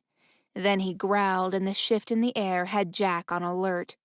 He narrowly missed a swipe from the ogre, who clawed the air with fingers like boulders, desperate to grasp his attackers. He roared with so much ferocity it sent chills down Jack's spine. Arya and Jack darted side to side, evading his clutches. Frustrated and annoyed, the ogre roared again. A rancid smell like gas in a hot furnace filled the cave. "Brother, are you being attacked?" The distant roars from outside of the cave made Jack and Arya exchange looks. How could they deal with more of them? And did she even get her knife back? "Brothers, no one is here!" The ogre cried out, staggering farther down the cave. Jack and Arya pressed against the edges, hiding behind the rocks and careful not to make a sound. "Then who is attacking you?" Another ogre asked. "No one is attacking me." The ogre stomped away, causing the ground to tremor. "Go back to sleep, you daft old cod." The blinded ogre moaned out of frustration, but turned around and headed for Jack and Arya. They hurried back into the cave and hid in a pile of rugs, daring not to breathe, as the ogre felt his way back to bed. Are you still here? He asked. No one. Is no one here? Arya reached for another arrow, ready to finish the ogre off, but Jack touched her hand and shook his head at her. Why was killing her first instinct? The ogre crashed back onto his bed of rugs and rolled over, turning his back to them. Snoring soon followed, with intermittent whimpering. Now was their chance. Without hesitation, the two of them crept out from their hiding place. As they hurried for the mouth of the cave, Arya picked up her knife from the ground and wiped the blade on her cloak before sheathing it again. "I can't believe what just happened," she said as they re-entered the swamp. Jack took greedy gulps of fresh air, relieved to be out of the cave. "That was clever, calling me no one." She looked at him as if she was only seeing him for the first time. "I thought you were going to sell me out and make a run for it." Jack touched her arm and gave it a light squeeze. "I would never do that." They walked in silence across the boggy floor, reeling from their narrow escape. "It was like you knew the other ogres would come over," Arya said, scratching her wrist thoughtfully. Jack grinned. "I can't take all the credit. You've got Homer to thank for that trick." Arya gave him a puzzled look. "Who?" Jack cocked a brow at her. "The Odyssey. Come on, that's a classic. What kind of books do you have in this world?" Arya looked at him blankly and shrugged.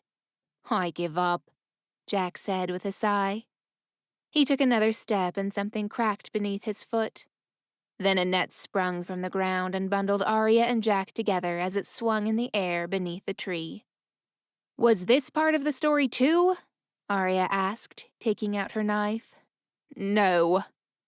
The rope creaked above their heads, and Arya wasted no time, already cutting the net with her knife. But heavy footsteps announced the return of the ogres, and Arya stopped. Her eyes glued to Jack with a mixture of disbelief and regret. "Well, what do we have here?" A giant ogre's face appeared, his eye pressed up close to the net. He flicked the net with his finger, sending them swinging towards the tree trunk, and Arya dropped her knife. "Monty, stop that. Didn't Mama teach us not to play with our food?" The net tightened, pushing Arya's body up against Jack. She leaned into him, letting out a long, defeated breath. Jack couldn't remember the last time he had been so close to a girl, or anyone for that matter. He hugged her back and squeezed, taken by how natural it was to have her in his arms. "It's okay. We're going to get out of this, I Before he could finish, the rope snapped, and the two of them crashed to the ground. Jack hit his head on a rock as roars echoed in his ears. Arya's scream was the last sound he heard before he drifted into nothingness. Oh boy, I can't wait for this. How long has it been since we've eaten humans, Moogle?" "Humans, you fried turnip!" "Manny, get over here. Tell us why you lied to your brothers." "I was telling no lies." "There it is again. Lies. You said no one was here. You wanted to eat the humans all for yourself, didn't you?" "Greedy Manny, now look at you." "I'm not lying." Jack blinked as his eyes adjusted to the darkness. His nose hovered an inch above the boggy ground, and his hands and feet were tied to something. He cocked his head and saw that it was a piece of log. "Help me light the fire, Monty." Arya was tied next to him in the same downward position, and his heart sank when he realized what was about to happen. "Got any ideas?" she murmured quietly. "Not exactly," he said. 3 giant ogres sat together, fumbling with boulders that were like pebbles in their hands, attempting to start a fire. But despite their clumsiness, the kindling sparked and set alight. Jack's forehead perspired as he wrestled to free himself from his bonds, but his legs and hands were tied so tightly his efforts were fruitless. "Well, it was nice knowing you, Jack," Arya said glumly as the ogres stoked the fire with a branch. The orange flames danced in the air, and Jack's stomach knotted. I never pegged you as one to give up, he muttered, straining his grip, still trying to loosen the rope. I guess being killed by them is better than by the queen. Time to cook the humans. The announcement was greeted by the most unexpected sound. Angry roars and cries. But they were coming from the ogres. They gnashed their teeth and stomped the ground ferociously, but Jack couldn't see what was happening, until a pair of boots appeared under Jack's nose. I can't believe it, Arya said. A rough pair of hands grasped the rope and began to cut them free. Moments later, Arya hopped down and threw her arms around their rescuer. Jack's feet, now free from their bonds, fell to the floor, and he wriggled his hands out of the loose rope. Nice to see you again, princess. He knew she was the princess. I thought she kept her identity a secret. Jack stood up and looked at the tall, slender young man with dirty blonde hair. He could not have been older than 25. He had a stubbled chin, deep-set eyes, and a wicked grin as he looked at Arya like an old friend. A finely carved bow sat on his shoulder, and he carried a sword painted in blood. A group of men chased off the last ogre, then celebrated by the fire with a dance. Robin, you don't know how glad I am to see you, Arya said, her face flushed with color. He patted her on the shoulder with a gentle look. I'm glad we weren't too late, he said, nodding to his friends by the fire. Why don't you warm up and say hi to the boys? They've missed you. Arya took off with a run to greet her old friends, picking up her knife on the way. Jack watched her, still stunned by the unexpected turn of events. Just seconds ago, he was certain they were going to be ogre food. He turned to Robin Hood and offered his hand. Robin Hood, thank you for... He didn't finish, because in a flash, Robin's face darkened and he took out his bow, aiming an arrow right between Jack's eyes. I'm going to kill you for what you've done. Chapter 6. Arya. Arya curled up in the corner of a stable and hugged her legs, shivering.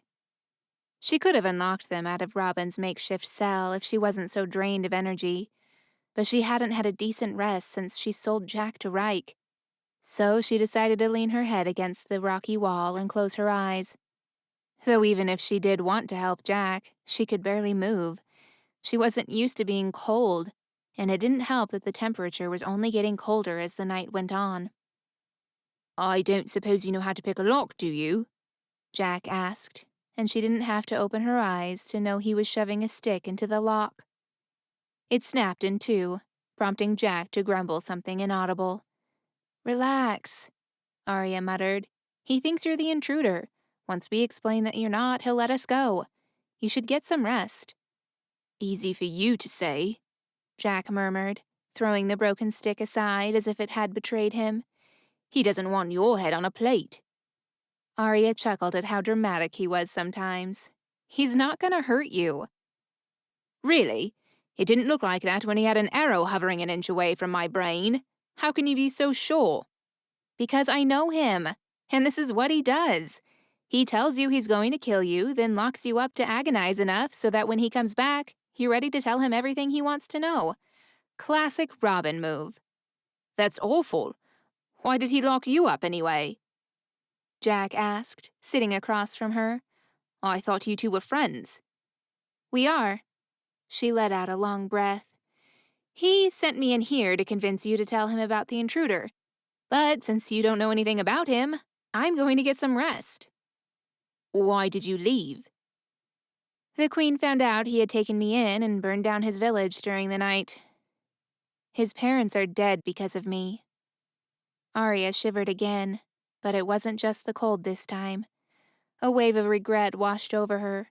But when she opened her eyes, Jack was at her side, removing his cloak and throwing it over her shoulders. What about you? She asked, almost stuttering as her teeth chattered. I feel fine. You look frozen, he said, sitting next to her. Would you like me to try to get that genie bracelet off of you? You can't even pick a lock, she teased. But when the cold rushed to her head, she became serious. It's not safe. Without my gloves, it's harder to control my powers. Jack wrapped his arms around her, and she gave him a quizzical look. What are you doing? Keeping you from getting hypothermia, he said, ignoring her reluctance and pulling her into him. As soon as she pressed against his chest, an unexpected wave of heat washed over her. It was as if she were sitting in front of a fire, and before her brain could process anything else, she melted into his arms. Oh, the warmth radiating from him was just what she needed. But what caught her mostly by surprise was how natural it felt being in his arms. She focused on the slow rhythm of his breathing. She couldn't think of anything more soothing. Is that better? He asked, his voice gentle in her ear. When the warmth of his breath brushed her cheek, she buried her face in his chest. Much better, she whispered. So why isn't it safe to take this thing off? He asked, running his thumb over the metal. Arya found herself wondering how his touch would have felt against her skin instead, but then shook her head and focused on the bracelet. The longer my body goes without releasing power, the stronger the urge becomes, she explained, turning her wrist. And I can feel it. As soon as I get my powers back, it's going to burst out of me. I won't be able to contain it. She bit her lip against the bubble of emotion rising in her chest. As the force of her powers intensified, her ability to shut off her emotions weakened. If you're stronger than the queen, why don't you fight back? Jack asked. Arya let out a defeated breath. Because if I lose and fall under her control, she'll turn me into a weapon. Not that I can blame her. She has every reason to hate me. Why is that? Arya's heart ached at the memory. Because she believes I killed her son. Did you? A few seconds passed. Yes. She was expecting Jack to loosen his embrace, but he didn't. Well, I'm sure you had a good reason. She pulled back and studied his face, scanning for any sign of sarcasm, but found only kindness. Anyone else would have thought of her as a monster, but his gentle nature was endearing. He reminded her so much of her sister. How can you be so trusting? She asked. Because you didn't have to come back for me, he said, pushing a strand of her brown hair from her face. And because I have a feeling the only reason you don't want to fight the queen is because you don't want to kill her. He held her gaze for a long time, and something in the pit of her stomach fluttered. Caring for people isn't a weakness, Arya. It makes you stronger. That's why I'm certain you will learn to control your abilities. Arya stared into his blue eyes, his words stirring up intense feelings like a whirlwind. The confidence in his voice infused her with more hope than she ever thought possible. She glanced at his lips, and a strong urge to kiss him flooded her. No. She ripped herself from his arms, and the freezing cold whiplashed her body almost instantly. How can you possibly know that? She snapped, jumping to her feet and moving away from him. Because I can feel it, he said, calmly standing. But before he could follow her, she turned to him with a glare. You know my story too, don't you? She wanted to be angry with him. Anger was safer than all the other emotions swirling inside. Forbidden emotions. And for that, she needed to push him away, to put as much distance between them as possible. You've been manipulating me this whole time.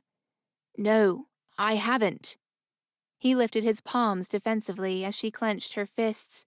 How could she have dropped her guard with him? I never read about you, I swear. Robin! She yelled, turning toward the iron bars. She needed to get away from Jack, or there was no telling what temptations she would succumb to. Robin! Arya! A young woman's voice called out from across the cave. Her red hood shone in the faint moonlight. Rye, thank goodness! Arya let out a sigh of relief, her breath thick in the cold air. Tell Robin to quit playing around and get us out of here. He's not playing around, Rai replied, her expression serious as she pulled out a set of keys from under her hood and looked for the right one. He really does want the intruder dead, and I have never seen him so determined. Why? Jack asked, approaching the bars. His warmth enveloped Arya, and she thought about curling up in his arms again. Then she stepped away from him in an attempt to clear her head. What's getting into me? Open the flipping door, Arya barked, snatching the keys from Rai's hands. She didn't like snapping at Rai. They were friends, but she could no longer control her irritation, and her mind needed a distraction from the whirlwind of emotions that kept wanting to overtake her, just like her powers did.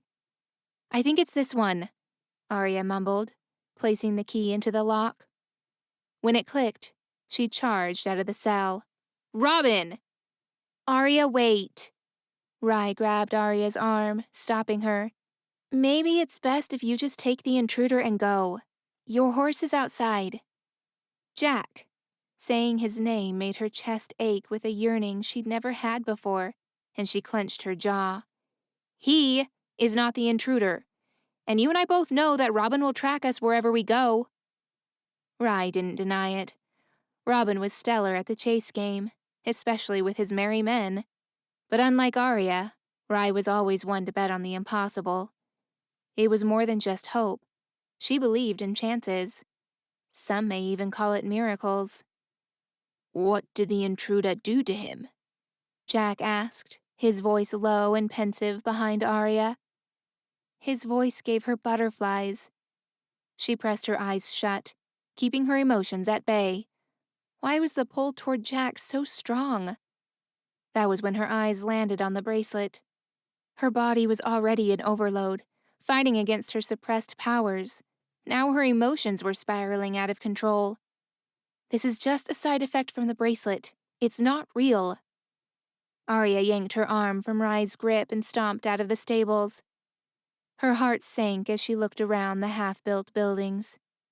Robin had taken them back to his village. They seemed to be rebuilding it. She walked across the deserted village to what looked like the square. Though it was empty, she recognized the small well in the center, surrounded by the remains of what used to be shops and homes. Robin! She yelled, her voice echoing in the night. Show yourself! So bossy, he responded from a rooftop. You can get the girl out of the castle, but you can't take the princess out of the girl. What do you want? She asked. I want the intruder to die, he said simply. No anger or pain or sadness in his voice. He was simply stating a fact. But Arya would need more than that. What did he do to you? Me, Robin chuckled, adjusting the quiver strapped to his back. He didn't just ruin me. He ruined everyone's fate. That wasn't news to Arya. She'd heard about the intruder from Belle, and she was very much aware of the mess he'd made. But none of that was Jack's fault. Well, Jack isn't the person you're looking for. He came from the same mirror, did he not? Robin asked. And as much as Arya wanted to deny it, she couldn't. She bit her lip. Robin had eyes and ears in the whole forest. Of course he knew about Jack's arrival. Robin was good at reading people. Then who's to say he won't rumple people's lives all over again? He's been with me since the moment he arrived, Arya assured him. He's not the intruder, and he's done nothing wrong. Not yet. Arya stepped in front of Jack, who had slowly made his way toward her. Rai stood far off, watching. I won't let you hurt him, Arya said firmly, clenching her fists. Oh, I won't be hurting him, Robin said, pulling out an arrow and knocking it on his bow. You will. He loosed the arrow, and with his flawless aim, it hit the small hinge on Arya's bracelet. The metal fell in the snow with a soft thud, but the release of power that erupted from Arya's hands was like a bolt of lightning. Jack dropped to the ground as ice spewed from her palms, freezing everything in its path. The whirlwind she had inside transformed into a howling blizzard that circled the square. The blackened trees turned white, as did the forest as far as the eye could see.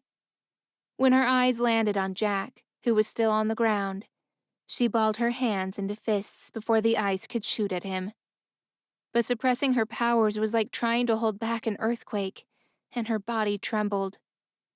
She dropped to her knees in front of him, her veins bulging as her muscles strained, and when their eyes met, she saw her reflection in them. Hers had already turned gray, and she was running out of time. The moment they became white, she would be blinded and lose all control. "Run!" she spoke through gritted teeth. But when Jack didn't move, she realized there was nowhere he could go. She had frozen them in an ice dome. "No!" She punched the ground, sending a frozen shockwave through the snow until there was nothing but ice. Arya shoved her closed fists into her cloak, and then curled into a ball. She rocked back and forth, barely able to breathe. Keeping the raging force of her powers from devastating everything around her was impossible. But she knew that the second she let go, her powers would hit Jack with an immense force, and he would never survive the impact. "You can control it." Jack's voice landed softly in her ears, the warmth of his breath brushing her cheek. "I can't," she said, almost apologetic. "You need to get away from me. I don't want to hurt you." "You won't hurt me," he said firmly, and she looked up to meet his eyes. "You don't know that." "I can feel it," he insisted. "Let me show you." "Jack, don't." "Do you trust me?" he asked. With eyes full of tears, she nodded. He reached around her neck and removed her necklace. She gasped as a sudden wave of relief washed over her, fueling her soul with a strange sense of control. "Your powers are strong," he whispered, touching her shoulder. "But your heart is stronger." She sucked in a deep breath as the weight of 1,000 seas lifted from her shoulders. By the time her unclenched fists dropped to her sides, the howling blizzard had faded and the ice dome melted, creating a puddle of water around them. But they were too engrossed in each other to even notice how drenched they had become. "How did you know that would work?" she whispered, out of breath, her heart still racing. Jack smiled, his hand still pressed against her skin. "I didn't, but I trusted you." "Why?" Her muscles throbbed. "Why are you so sure of me?" "Because." He held her gaze for a long time, as if contemplating whether or not to tell her his secret. "I saw you," he finally said, "at the cemetery, and in the mirror. Before I fell in, you were the person I saw. You drew me here, and now it's all starting to make sense." He cupped her face with his warm hands and peered deeper into her eyes. "I don't know how or why, but I don't think me coming here was an accident." Arya had no idea what Jack was talking about, but her heart soared at the thought of having pulled him into her life. How was that possible? And for what? They could never be together. Arya spotted a swift movement from her peripheral vision, and in the blink of an eye, she stretched out her hand, shooting a wave of frozen crystals at Robin, pinning him to a wall of ice. "Hold that thought," she said, pulling away from Jack's affection, only to turn toward Robin with the darkest glare. Robin didn't seem fearful as Arya marched toward him, balls of ice forming above her open palms. It was as if he no longer cared whether he lived or died. Arya stood in front of him with eyes like that of an angry wolf. "Give me one good reason why I shouldn't freeze your heart and shatter it into pieces." "Go on," he said, his voice void of all emotion. "As you wish." "Arya, wait!" Rai yelled, running toward them. "Please don't do it." "I'm sorry, Rai." Arya shifted her glare back to Robin. "But there is no excuse for what he just did." "Robin, just tell her," Rai pleaded, but Robin didn't move a muscle. Not that he could with how much ice Arya had thrown at him. "Fine, then I will." "Rai, don't." Finally, There was some emotion in Robin's voice as he watched his cousin grab his quiver from the ground and turn it upside down. His arrows clattered to the ground, along with a piece of parchment. Rye threw the quiver aside and picked up the paper from the snow-covered ground. "Here." She handed it to Arya. She unfolded the paper and Jack came to stand at her side. "What is this?" Arya asked. "It's a page from his book," Jack muttered, taking the paper from Arya to examine it further. "Where did you get this?" "So you do know our fate," Robin spat out. Jack looked up from the page to meet Robin's glare. "Back in my world, I read a story about you, your past. But here, everything is different." "Not everything," Robin hissed. "What is that supposed to mean?" Arya asked, turning to look at Robin again. "The wolf's got Marion." Robin said her name, as if it left a bitter taste in his mouth. "And I shouldn't care since she's engaged to be married to that stupid prince. But since that cursed page appeared in my quiver, I can't get her out of my head." "That's because she's your true love," Jack explained, looking at Robin. "She's your happy ending, or at least she was supposed to be." "It's not too late," Rye chimed in, turning to look at her cousin, who was still pinned to the wall by ice. "You just need to save her." "I can't." "Why not?" Arya asked. "Because I'm the one who delivered her to the wolf," Robin said. "Why did you do that?" Jack asked. "Because he was offering a nice reward," Robin said, looking around the square. "And we need money to rebuild the village." Arya turned to Robin again. "It still doesn't explain why you did what you did to me." Robin softened his gaze, and for the first time that night, he resembled the friend who had taken her in and trained her as a little sister. "You are stronger than you know," he said, looking her in the eyes. "You need to stop running away and fight for your kingdom before she kills us all." "And how would killing Jack accomplish that?" she asked. Robin shrugged. "I figured that would just be an added bonus." Another ball of ice formed over Arya's open hand, but then Jack touched her shoulder, and a wave of warmth washed over her, filling her with a sense of calm. "Let him go," Jack said. The ball of ice kept spinning over her palm. "Not until he promises he won't lay a hand on you." "I promise," Robin said. "Or an arrow," Jack added, and Robin rolled his eyes. "Fine, if you want to take away all my fun," he grumbled. "I promise. Now get this thing off of me before I lose a limb from frostbite." At the turn of Arya's finger, the ice block melted, and Robin was finally free. She then leaned against Jack's warm chest. "So now what?" Rye asked, watching as her cousin picked up his arrows from the ground and placed them back into his quiver. "Now we go get Marion back." Once Robin had his quiver safely strapped to his back, he looked at Arya. "We could use the help." "We can't," she said, her voice tired more than anything. "We need to go find the rest of the shards." She left out the fact that this was so she and Jack could leave that realm and never look back. "Which shard are you referring to?" Robin asked, curious. "The Mirror of Reason," Arya explained. "We had stolen a shard from the ogres, but we lost it." "Not the right one, you didn't."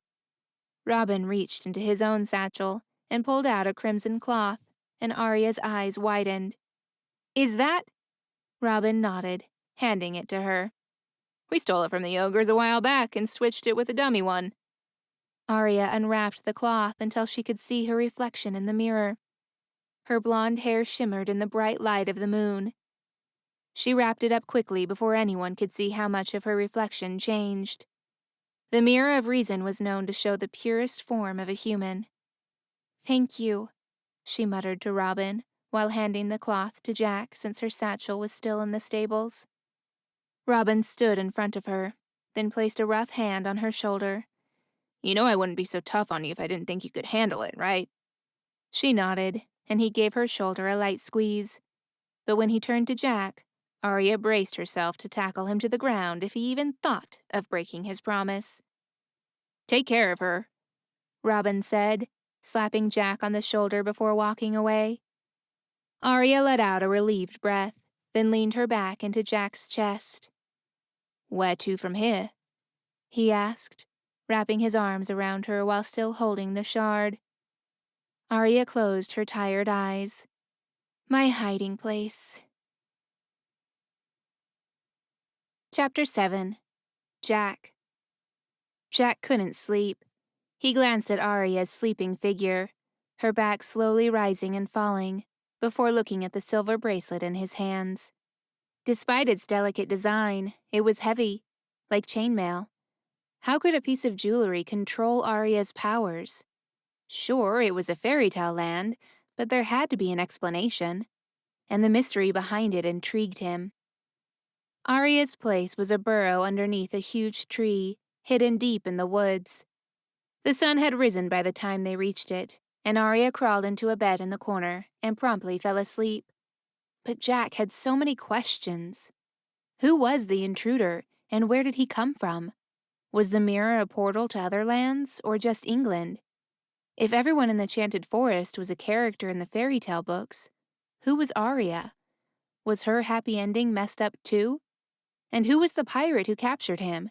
How did he even know who Jack was? Jack looked up at the sound of Arya talking in her sleep. He chewed his lip, conflicted as he debated if he should get a better listen. Part of him wanted to respect her privacy, but if he was to keep putting his life in her hands, he needed to know more about her. Back in the stables, he had thought things were going well, considering the unfortunate circumstance. She even let him hold her, which he'd been longing to do again ever since. But her reaction to his affection was very unexpected. At first, he thought it was because she didn't like being vulnerable, but then she became almost panicked. That was when he realized there was more she wasn't letting on, and it wasn't just her inability to control her powers. Arya mumbled again, and Jack craned his neck, trying to understand her soft murmur. George. Her whisper was light as a feather, but it landed on Jack's ears like a thunderstorm. She was dreaming of George. Who the heck is George? Could that have been the reason she kept pushing Jack away? The burrow was dark with only a few weak beams of morning light peeping in through thick undergrowth, and the woody scent made his throat dry. Jack frowned as he rubbed his neck and set the bracelet down. With so many unanswered questions, he pulled out one of the mirror shards from the crimson cloth and lifted it to his eyes, as if this magical mirror might solve all of life's mysteries. As he shifted closer to the faint light, he glimpsed his reflection. What are you doing? Jack jumped and almost dropped the shard. He fumbled with it and set it down as he looked up at Arya. Her eyes were like slits, and her face broke into a yawn. For the first time, Jack had a wave of sleepiness wash over him as he yawned back. I was just looking. He didn't even know what he was looking for. I'm sorry to wake you. Go back to sleep. Back to dreaming about George, he wanted to add. Are you okay? She asked. Jack shrugged. Just tired, I guess. Then you should get some sleep, she said, moving toward him and taking both shards from his hands. I'll put these away. She stared at them longingly, and her soft expression made Jack wonder whether she was really running away from the Queen, or if her plan was to go wherever this George guy was. Hey, she flashed him a soft smile. Want to see the mirror? Jack's eyes widened. It's here. She stood and Jack scrambled to his feet, following her further into the burrow until she stopped in front of a wall of ice. Arya waved a hand in the air and the ice evaporated, revealing a large oval mirror propped up against the wall. He inspected the elaborate designs on the brass frame. These markings, I recognize them from the mirror in my grandfather's study, Jack said, tracing the foreign language etched into the frame with his index finger. It's Elven, Arya said, setting the 2 shards in place. She hovered her fingertip over the joins and sealed the glass in place with ice. Jack's brows rose. You mean like elves? Arya gave him a puzzled frown. You don't have elves where you're from? Jack shook his head. No, we're all pretty normal where I'm from. Nobody has powers or pointy ears. Arya studied the mirror, deep in thought. Jack liked seeing that thoughtful expression on her face. It was better than her glare or scowl. Or worse, sorrow. Sounds boring, she said after a long silence. Jack shrugged with a smirk. Compared to the Chanted Forest, Oxford was entirely dull. Tyneham even more so. He had been on more adventures in the last week than he had his entire life at the manor. But he still needed to go back. His entire life was there. He shook the thoughts out of his mind and watched Arya staring in silence, chewing her lip. A strand of dark hair obscured her cheek, and Jack longed to sweep it aside. But he resisted. Last time they got close on their own, she freaked out and practically ran away from him. His thoughts replayed the events at the village. The ice dome, the flurries of snowflakes dancing around them, forming frozen spheres. How the winds threw her hair back and her eyes turned gray. She was a force of nature, or something completely unnatural. This mirror is beyond anything I've ever seen, she whispered, still deep in her own thoughts, but by thinking aloud, it was as if she was inviting Jack into them. He listened attentively as she continued. The corner of her lips lifted a little. They should have called it the mirror beyond reason. She chuckled at her own joke, and Jack found himself smiling with her. Want to see something interesting? Jack arched a brow. Sure. She turned the mirror toward him, and Jack followed her line of sight. Her reflection looked back. Only the girl in the mirror had ash blonde hair. Arya, he said, finally breaking out of his thoughts. She didn't respond. She just looked at him, her round eyes blue as a summer's day once more as she waited for him to process what he was seeing. Your hair. Arya's eyes glistened. I dyed my hair so the queen won't find me so easily. That's right. You were blonde when I first saw you. Why don't I look any different? Jack glanced at himself with a slight smirk. This was the first time he had seen himself in the clothes Belle had given him. He looked like a prince, although a bit disheveled. I never showed anyone that before, Arya said, looking away as she bit her lip. Then why share it with me? He asked, genuinely curious. It took her a few seconds to answer, but to Jack they were the longest seconds of his life. I'm just tired of hiding the real me. She turned around and met his eyes for the first time since they left the village, and Jack broke into a smile. He reached out to cradle her cheek. Just as his fingertips reached her face, she jumped back, leaving Jack with his hand frozen midair. Okay, now I'm really confused. It's best if you don't touch me, she said, backing away from him and rushing to a small bundle of clothes. She rummaged around and pulled out another pair of gloves. When she said nothing else, he let out a tired sigh, then gave her a pointed look. Is this about George? Arya's eyes widened in shock. What? Is he the reason you keep pushing me away? How do you even know about him?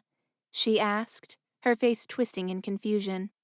You said his name in your sleep, Jack confessed, surprised at the tightness in his chest. So, who is he? Arya paced the room with a deep sigh. It doesn't even matter.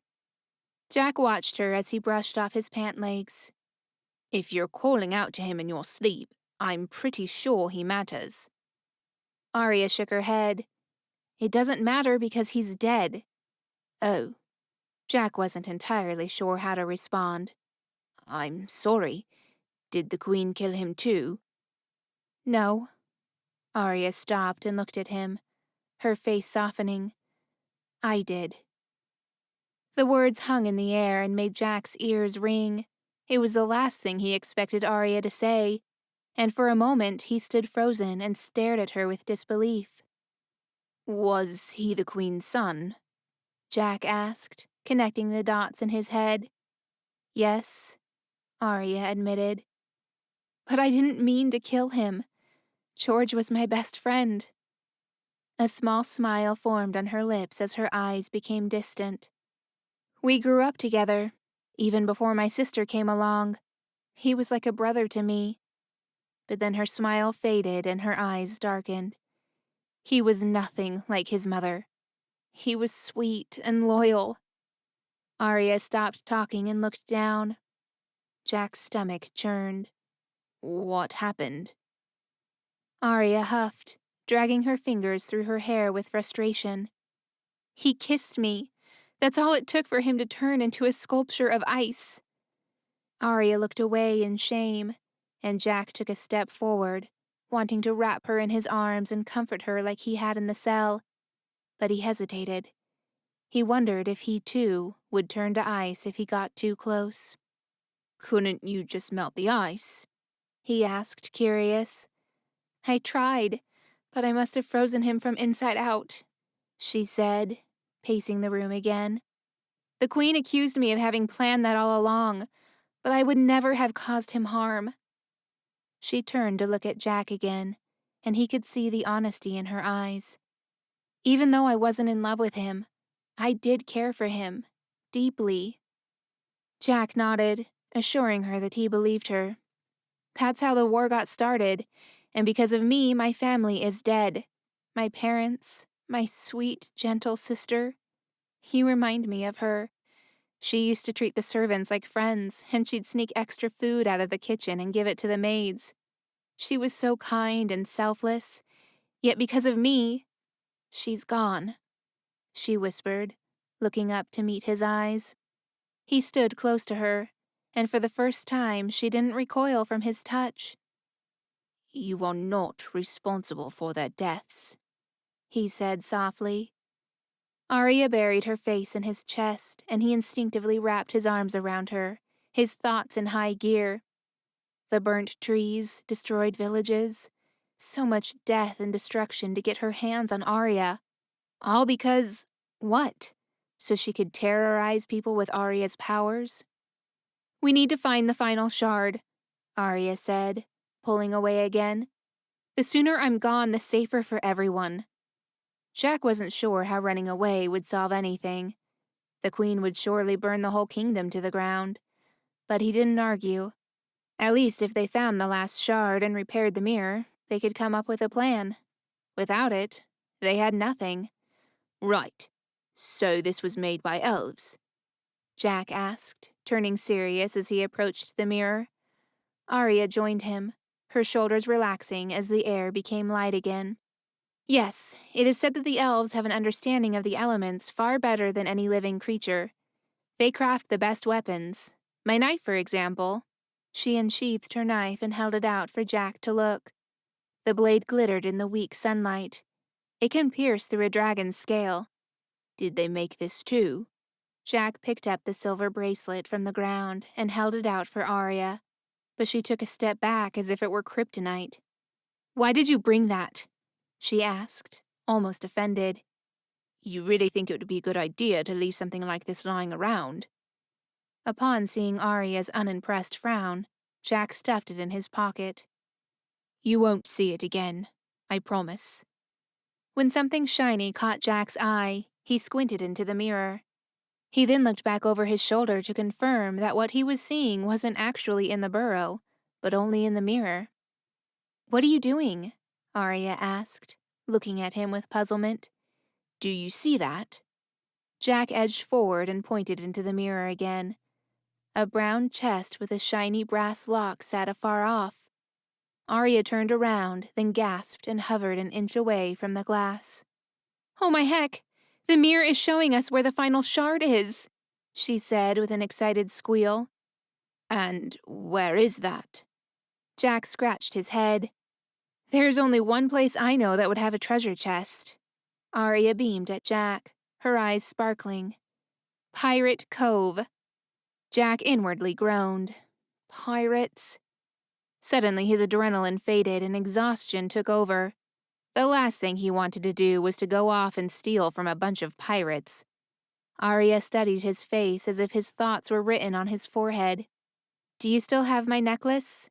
she asked, stretching out her hand.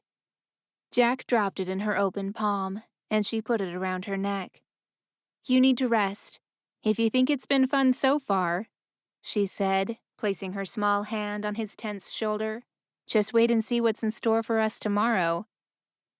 Pirate Cove was a full day's walk, and the forest was eerily quiet. They did not cross paths with another living soul, much to Jack's relief. Even after a full day and night's rest, he didn't know how much more drama he could handle. Arya explained that Pirate Cove was on a small island just off the northern coast. The island was surrounded by jagged rocks and thrashing waters. When Jack asked how they could possibly cross such a treacherous passage, Arya just looked at him blankly. "Oh, how convenient it must be to have powers." "We're close." The horse slowed and they jumped down. Arya took confident strides to a nearby tree and fastened the reins. As Jack dismounted the horse, he noticed the dull ache in his hands had gone. He inspected his palm to see his wound had already scarred.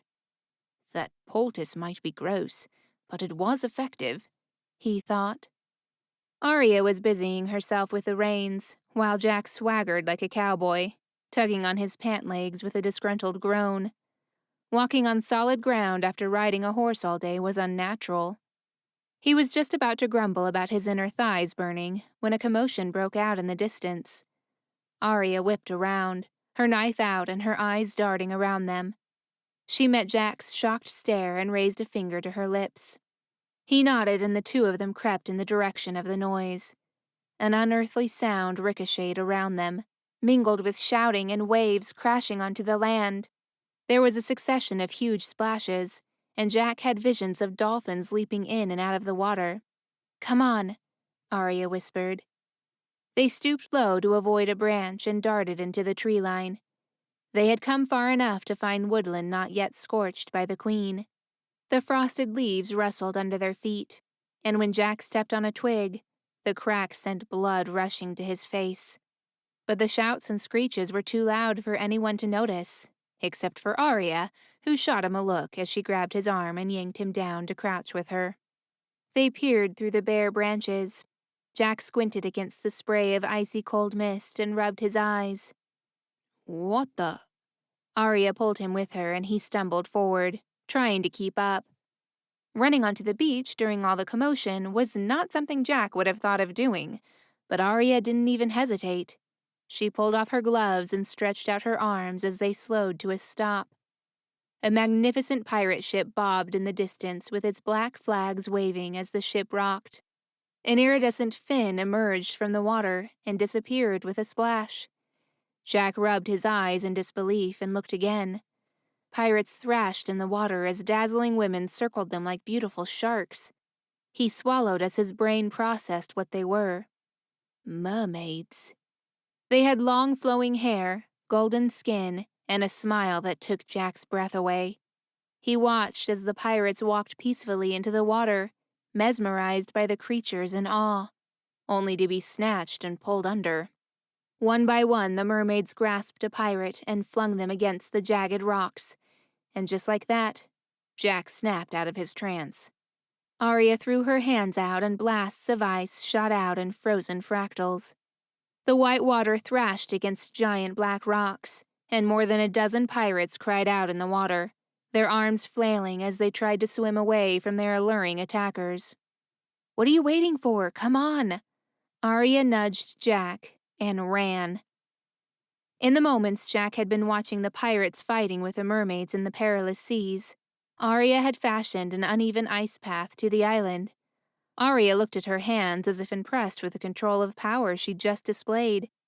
The bridge of ice she built looked steady enough, but given her history with her powers being unreliable, he studied the structure hesitantly. "Are you sure this will hold?" he asked, stepping onto the frozen plank. Arya dashed forward, her dark hair and cloak billowing out behind her.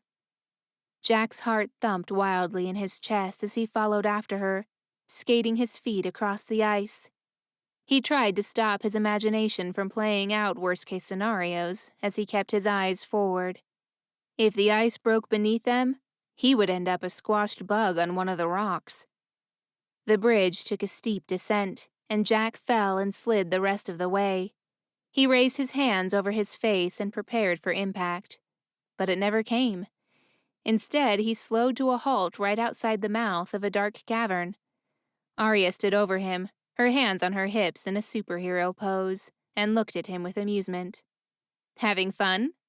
Jack's cheeks burned as he got to his feet and marched forward, ignoring the question. As they entered deeper into the cavern, the noise outside became dull, but the pirate's screams still echoed in Jack's ears.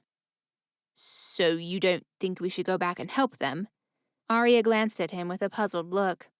Them who? I don't save pirates, especially not in mermaid-infested waters.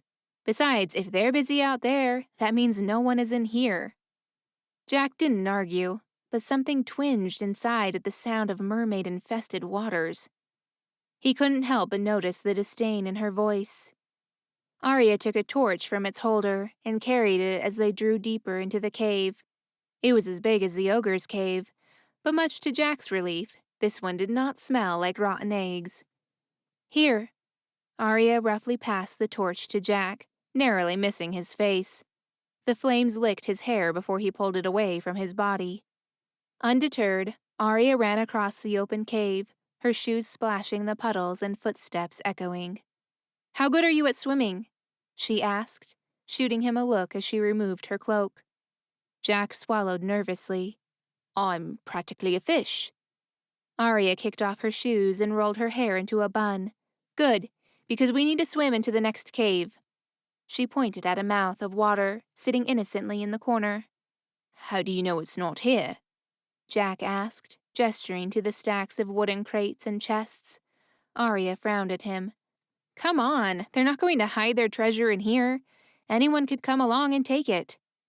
She rolled up her sleeves as Jack set down the torch and removed his own cloak. How do you know where we're going? Have you been here before? Arya didn't answer, but her face said it all. Wow, you really are the greatest thief in the forest. For a second, Jack caught a glimmer of pride wash over her face, but it quickly settled into a focused stare as she disappeared beneath the water. Jack looked around to check he was still alone, then crouched and took a deep breath. He expected the water to be bitter cold, and the logical part of his brain insisted that it was, but when he immersed himself, it was like bathing in a bath of warm honey. He had lied to Arya. He was not that fond of water, or swimming into the unknown, but the thought of being left behind gave him worse chills. He pushed through, following the ethereal light coming from ahead. Not too much longer now. His lungs protested. He was never very good at holding his breath. The manor had a swimming pool where Jack spent many nights close to tears. His grandfather insisted on pushing Jack to swim faster, hold his breath longer, all while Jack hated being in the water. Bitter memories came rushing back as Jack slowed his pace. The water grew heavy, pushing him down as his heartbeat flooded his ears. Don't stop now. You're almost there. The sound of his grandfather's voice startled him, and the water around him began to freeze. His body twitched as his muscles screamed in agony. Air. He needed air. Arya's face appeared in his mind, and with renewed strength he pressed on, reaching out and fanning his hands back like a frog. His ears were ringing, and for a split second, he thought that this was it. He wasn't going to be killed by ogres, mermaids, or a revengeful storybook character. No, he would drown trying to catch up to Arya. But just as the thought crossed his mind, the light flooded the water above him and he pushed upwards. Then his head broke the surface, and he took the most glorious breath of fresh air. A pair of hands grabbed him under the arms, and he stumbled out onto the rocky floor. I was wondering what was taking you so long. Arya stooped down and looked at him with worry. Strands of damp hair stuck to her temples, but she didn't seem to notice. You know, I can't help but think you're going to be the death of me. Jack said, getting to his feet, still taking greedy gulps of oxygen. Arya smirked and gave him a shove.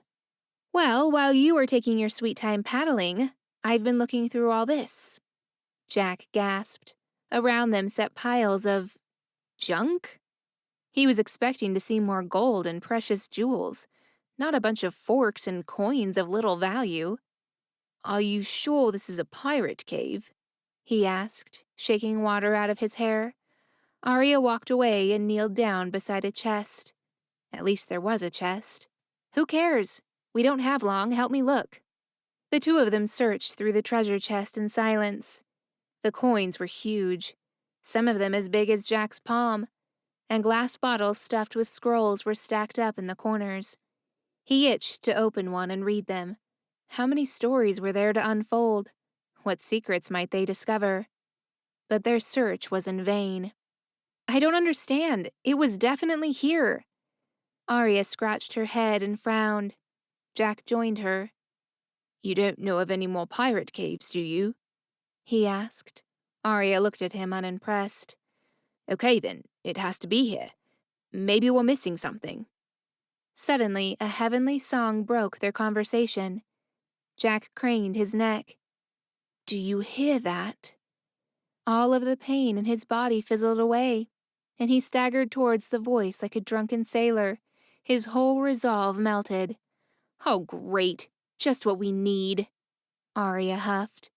She grabbed Jack's arm and shook him, but the irritation in her voice had Jack confused. How could the enchanting sound annoy her? How is Arya not in a bubble of eternal bliss? It's beautiful, he whispered, his face breaking into a goofy grin. More voices joined the song in a transcendental symphony of melodies. As he drew closer to the sounds, Jack could just make out the words. Still and quiet always, fill our hearts with wonder, never knowing pain or sorrow. Arya smacked Jack's face and he snapped out of the trance. Don't listen to it, she said, waving a finger at him. Let's keep looking. He could still hear it, but it was faint. He walked toward the water's edge. Something shined underneath. Could it be the shard? He thought, focusing his eyes on the iridescent reflection coming from under the water. Jack, get back! Before Jack could react to Arya's words, a mermaid grabbed him by his shirt and pulled him in. He held his breath as the water washed over him. Her arms locked him in a strong grip. He kicked, searching for the ground, but there was nothing. He was going to drown. Suddenly he was thrust back to the surface and took a deep, gasping breath. He blinked furiously, wiping water from his face and looking around the cave. His silver hand mirror was propped up on a pile of junk, and he could see the reflection of a mermaid holding him from behind. He inwardly gasped. Let him go, Arya barked, creating a ball of ice in her hand. I wouldn't do that if I were you. The unnaturally perfect-looking young woman bobbed in the water behind him. Her dark hair covered her slender shoulders, and while holding him like a hostage, she looked at Jack through the mirror with deep, penetrating eyes. Her rosy lips curved upwards, and his stomach flipped. You don't want him to end up like your betrothed, do you? Betrothed? Don't look at her, Jack!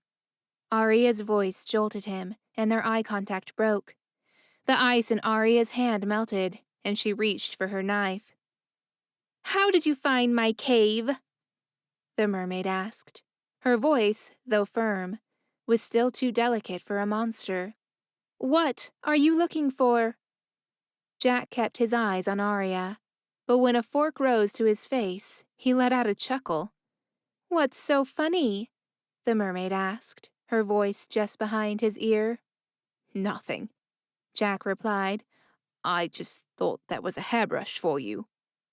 When neither girl laughed, he realized they wouldn't understand the reference, and he cleared his throat.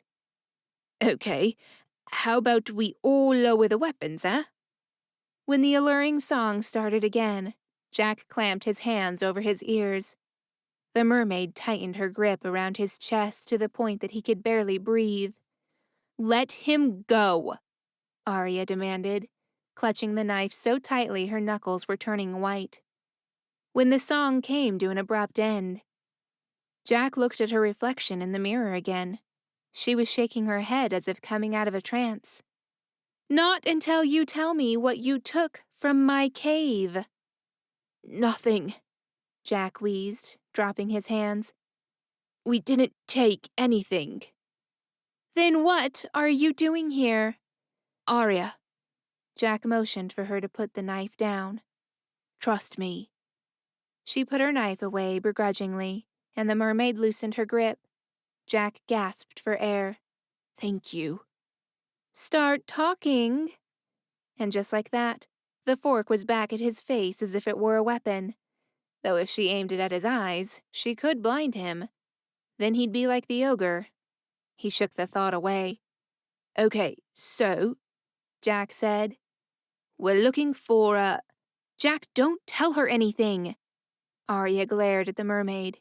It's okay, Jack said to Arya. she can help us. "How could a mermaid possibly be helpful?" Arya hissed. If the shard were here, she would know where it is, Jack reasoned. Besides, if she wanted to kill me, she would have done it already. Jack looked at the mermaid's reflection in the mirror as she held him from behind. Isn't that right? The mermaid didn't respond, but she did let him go. Jack swam and grabbed onto the rocks. Arya hurried to his aid, pulling him out of the water. By the time he turned back to the mermaid, she was sitting on the rocks, looking at them with narrow eyes. "So you're looking for the shard?"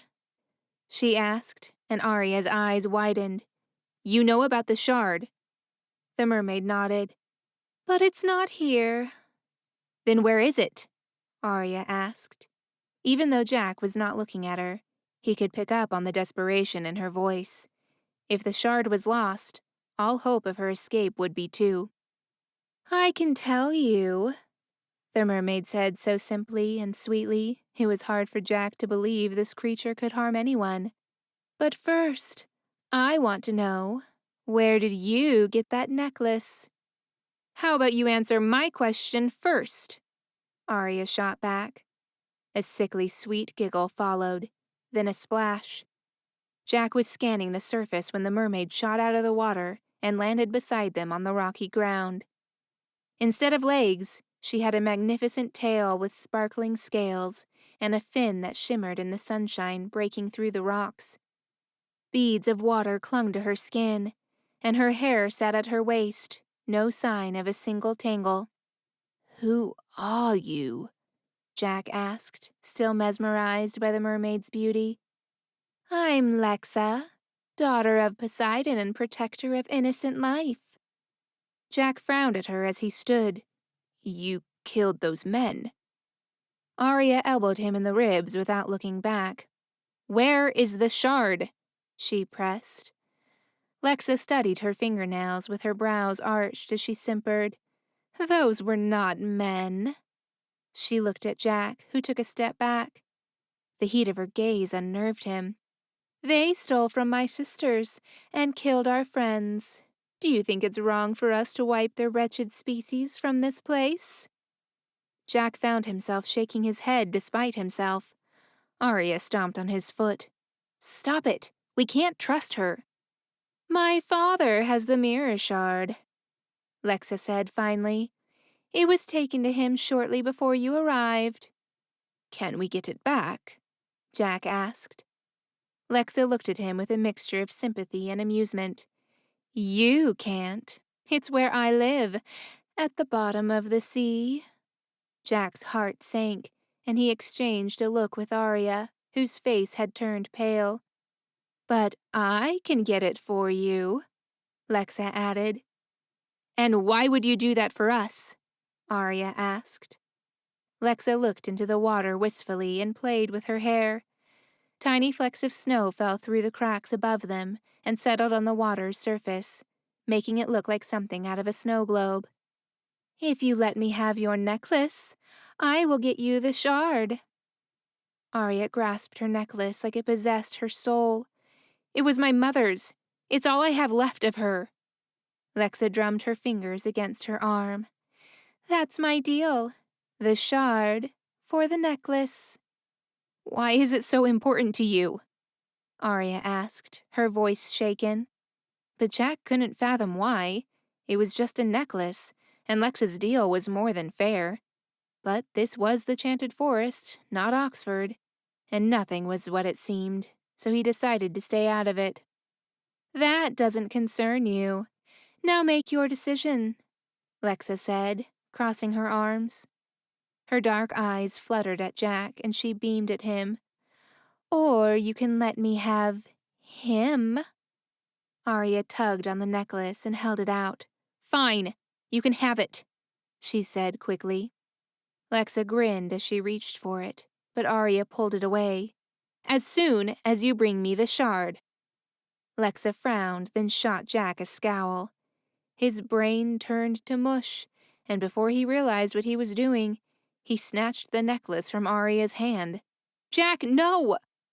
He threw it to Lexa, and she caught it with a smile, studying it in her hands. Her fingers grazed the rock pendant, and she smiled at it, as if looking at an old friend. Arya grabbed her wrist and pointed the knife to her face. You better bring me that mirror. Lexa nodded and disappeared into the water. What just happened? Jack asked, puzzled. Mermaids happened, Arya hissed. It's what they do. When Arya said nothing else, Jack turned to face her with a nagging thought. You were engaged? He asked as she rubbed the back of her neck and sat on the rocky floor. It was George, wasn't it? I thought you said he didn't mean anything. It was an arranged marriage, she explained. It was the only way to bring peace to our kingdom. At 17, that's a lot of pressure. Arya sighed as she hugged her knees. Enough about me. Tell me more about your land. Jack shrugged, taking a seat next to her. It's different, I guess. Not that I've seen very much. Grandfather kept me in the manor for most of my life, and he was not a fan of technology. I didn't even own a smartphone until I was 14. Arya looked at him with her brows furrowed. A what? It's a device where you can communicate with people, or find out anything you want to know. Jack had barely thought about his home since he fell through the mirror. It was funny how little he missed his phone and gadgets. You always talk about your grandfather. What happened to your parents? The question nipped at Jack's heart. His parents were a sore topic. I was very young when they died. I hardly remember them. I'm sorry, Arya said, looking away. She didn't have to say it. He knew she'd also lost her parents. Jack's stomach knotted as a blanket of sadness washed over them. He had an urge to wrap his arms around Arya again, as if the action would somehow soothe his own troubled soul. But just as the thought crossed his mind, an unearthly scream shot into the air like a cannon. Jack's blood drained from his face. Lexa. Arya scrambled to her feet, her knife out already, an expression fierce. The shard! She dashed across the rocky floor, jumping over a puddle and disappeared in a small opening in the cave wall. Jack edged sideways through a narrow passage and joined Arya back on the sandy beach. Why couldn't we have gone in this way? He asked, looking around the deserted shores. The alluring song started again, but this time the song was filled with sorrow, like orcas crying. Arya shot him another look, but then their eyes locked on the massive ship that had been innocently bobbing in the distance. There she is. Jack pointed at the glittering fin splashing in the distance. A large net appeared from beneath the water, and a mermaid thrashed about beneath a crane. Jack and Arya exchanged a look as deep roars of delight and celebration filled the air, amidst the mermaid's screams. Arya darted toward the ocean without a word, but Jack grabbed her arm. Wait, we can't just go at them without a plan. The plan is to get the shard from her before they do. Arya ran toward the shore, then stretched out her hands, creating yet another ice bridge on the water. When she skated on top of it, Jack followed. But the ice stopped forming out of her hands, and the ice bridge began to thin. Jack slipped and stumbled forward, crashing onto Arya's back. They fell and spun on the thin ice until they lost momentum. Sorry, Jack said, pushing himself to his knees. A crack split the ice in front of him, and he looked at Arya. "Jack," she breathed, as she watched the crack slowly grow between Jack's legs. He looked up at her again, blood draining from his face. "Don't move," she mouthed, and he gulped, barely breathing. She stretched her hand toward the crack to try to mend it, but nothing happened. She looked at her hand as if something was wrong, then tried again. Her brows furrowed. What's wrong? Jack asked. "I don't know," she said, turning toward the ship in the distance and waving her hands with a frown. "My powers are gone." What? Jack grabbed her hand to take a closer look. Her palms were frozen, so her powers were still there, but before he could register another thought, the same beautiful melody overtook his thoughts again, and Jack lifted his head toward the blissful sound. "Do you hear that?" "Jack, don't!" As soon as he turned his body, the ice cracked under their weight, and they crashed into the water with a loud splash. The impact jolted him out of the trance. "Jack, swim!" Arya screamed behind him, and when he turned around to find her, all he saw were the iridescent fins charging after them. "Hurry!" A wave of adrenaline shocked him like a defibrillator, and he started flailing his arms against the icy water. A whistle echoed behind them, perhaps a mermaid call, and it pushed him to swim faster.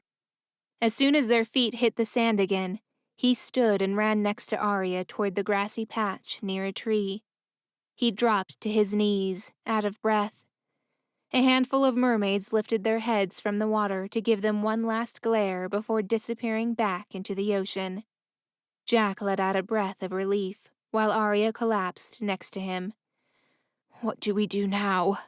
he asked her, exasperated. Arya grunted as she narrowed her eyes at the ship, already shrinking in the distance. "Looks like we're going fishing." Chapter 8. Arya. Arya pinned Reich against the wall of the tavern, holding her knife to his throat. Jack touched her shoulder, but she didn't loosen her grip. "And what makes you think I'll help you after you double-crossed me?" Reich asked. There was no fear in his eyes when he met Arya's scowl. "Just answer the question," she hissed, pressing the blade to his scruffy skin. "Who are those pirates, and where would they take a mermaid?" Reich arched a brow. "Since when do you care what happens to a mermaid?" By the disdain in his tone, he didn't like them either. At least they had that in common.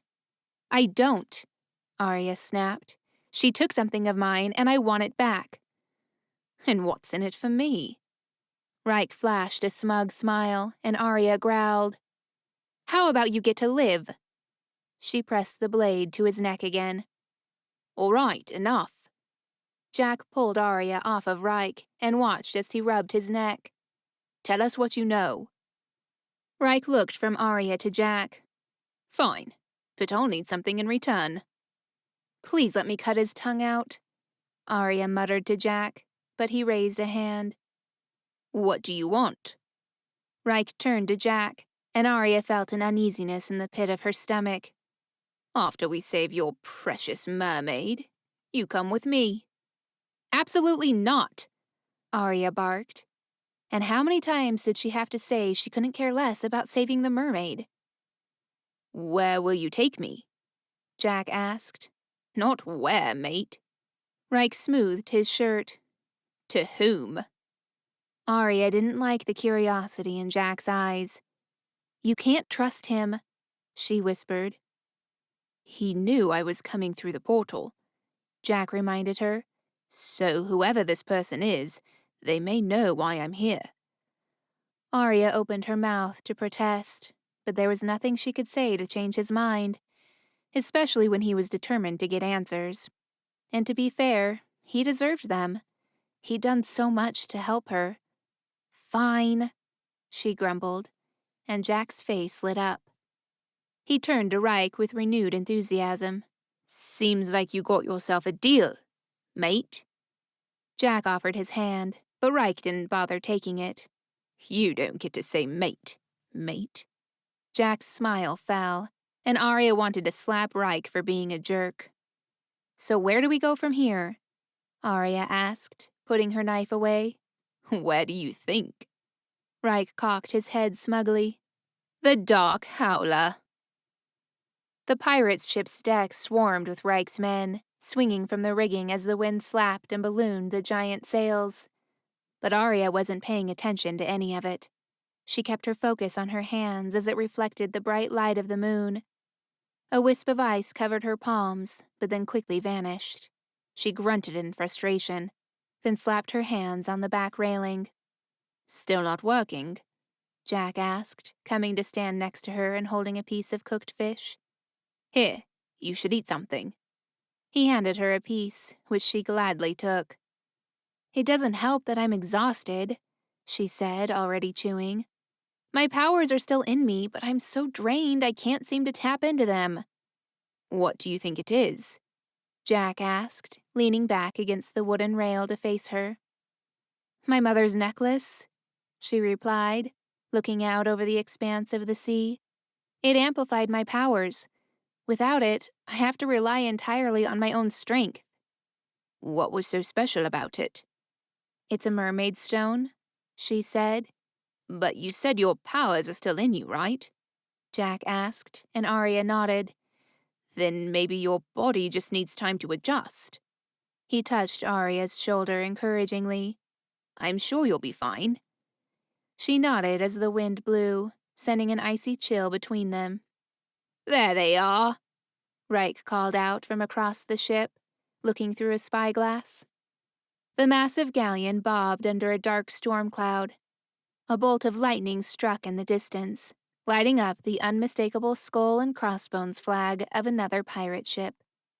Arya's heart nearly burst through her chest when an ear-splitting boom lit up the sea a few feet away. She crouched, pulling Jack down with her, and covered her head. A cannonball careened into the water mere feet from where they stood. The ship's floorboards groaned, followed by a raucous thud and a shout. Fire! A roaring boom shook the galleon. Hurried footsteps clamored around them as Reich bellowed commands, his voice high-pitched and quick. She didn't trust the man, not one bit, but his confidence was enough to fill her with a strange sense of ease. He commanded that ship like he owned the world. Another boom erupted from the cannon, lighting up the night sky as it crashed into the enemy's galleon. Arya jumped to her feet, then stepped up on the rail and stretched out her hands toward the dark waters. Ice structures shot from her hands and began to form an ice plank across the space between the ships, but then it stopped and the plank hung unfinished. Another cannon blasted from the enemy's ship, shattering the only piece of ice she was able to form. She grunted in frustration. I guess I'll have to do this the regular way. She removed her cloak, which she had retrieved from the cavern, and let it drop behind her. Arya, wait! Jack called out, but she didn't want to waste any more time. She dove into the water, which muffled the sound of the explosions above, as well as Jack's voice as he called out to her. She held her breath and swam toward the pirate's ship as quickly as she could manage. By the time she surfaced out of the water, she had reached the enemy's ship. Grabbing onto the rope, she looked back to find Jack watching her, wide-eyed. She smiled. He looked cute when he worried. More blasts rocked the ship as Arya climbed to the deck. As soon as she jumped on board, Lexa's melodic voice came from across the boat. She hung, tangled in a net above a tall man with dirty blonde hair who looked like the ship's captain. Fire! He yelled again, and Arya hid behind a wooden barrel. The floorboards shook under her weight, and when she peeked out, her eyes locked with Lexa's, who was hanging on a net over the captain's head. She was holding a bag in her hands, and Arya knew the shard was in there. But what she needed the most was the necklace. Arya wouldn't be able to fight those men without her powers, even if she did get her hands on a sword. The wind suddenly picked up with greater force, and the men on the galleon had to anchor themselves down so as not to be blown away. Arya grabbed the rope she'd used to climb and pushed against the icy gust of wind that rushed over the ship.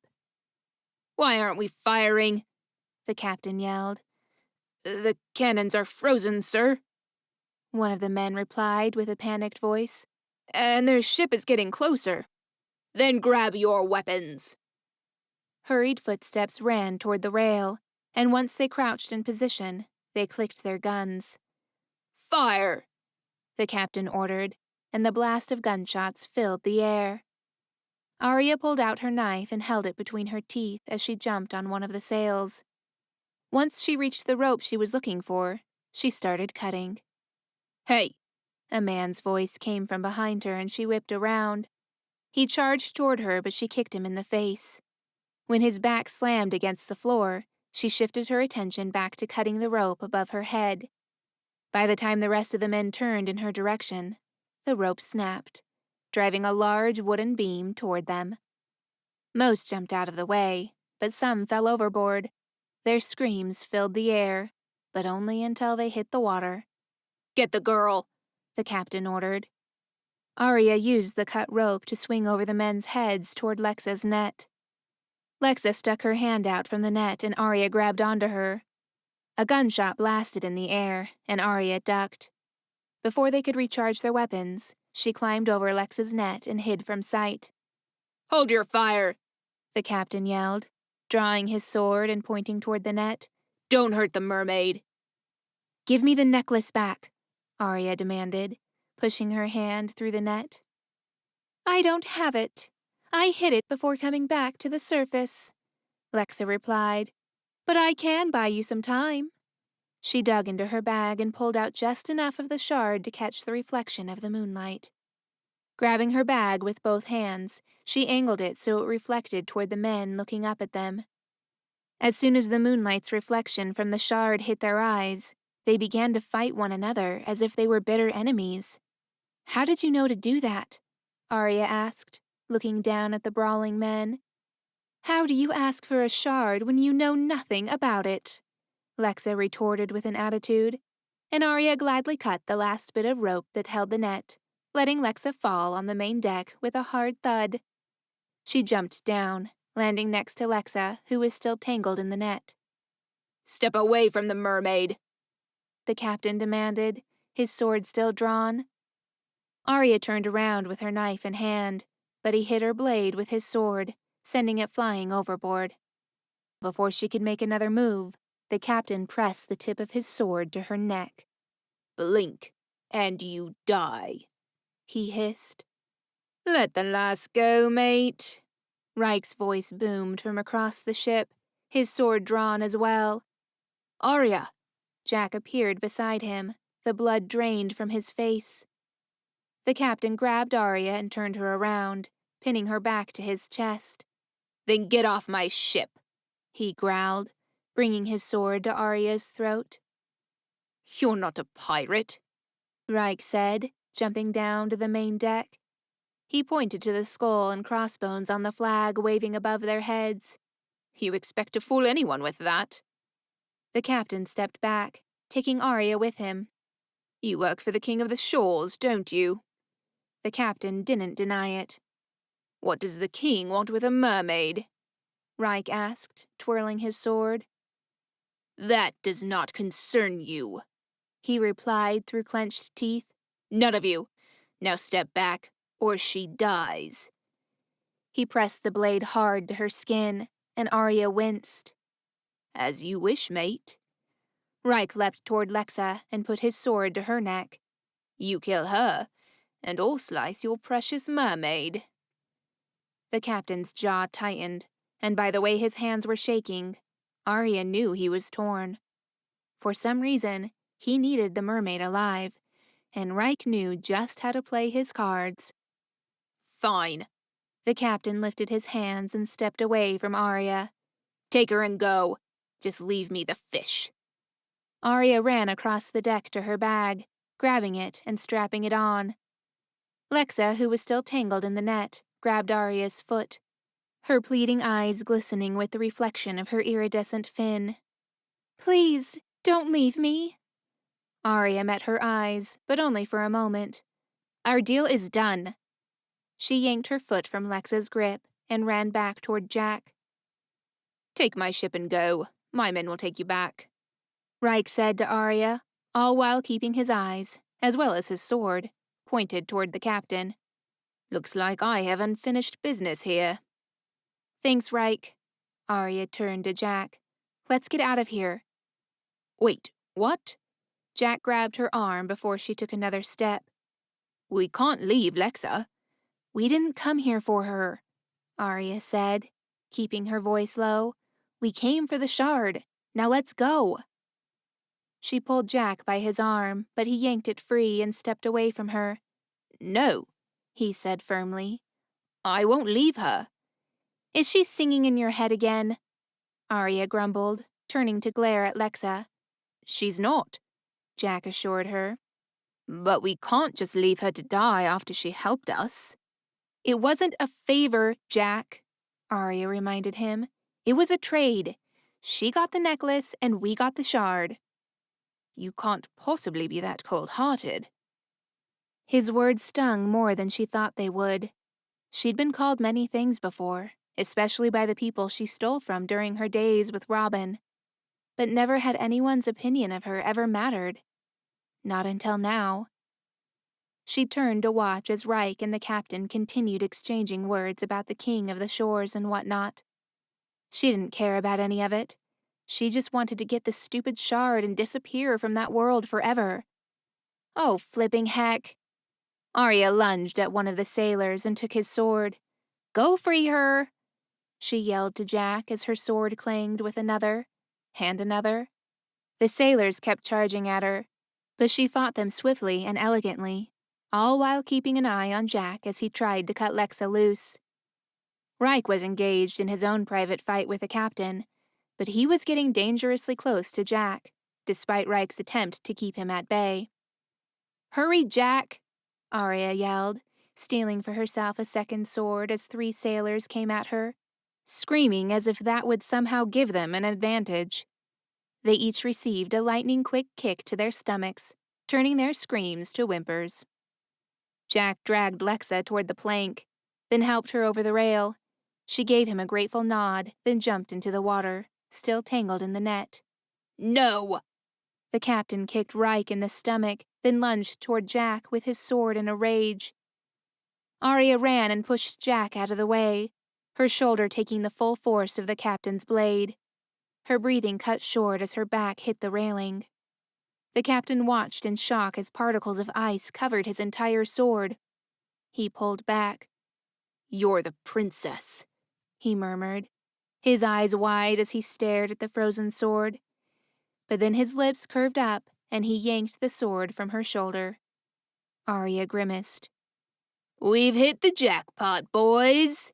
He grabbed Arya in a firm grip, then turned around to his sailors. "Throw them overboard." The men who had been watching the commotion grabbed their weapons with renewed determination and charged at Jack. Reich threw him one of his swords as he jumped to his feet, and Jack caught it mid-air. Arya tried fighting the captain off as he dragged her toward the lower deck, but the pain in her shoulder was so excruciating it made her head spin. Her eyes locked with Jack's as he helped Reich fight off the sailors. "Jack!" Her voice was cut off as the captain pinned her to the wall. "Why are you doing this?" she breathed, biting back the pain. "The queen has a very generous bounty on your head." He flashed her a steely smile. "Turns out you're worth more than 1,000 mermaids." He dragged her down the steps, then pushed her into a small room. She fell to the floor, hitting her injured shoulder on the small bed in the corner, and cried out in pain.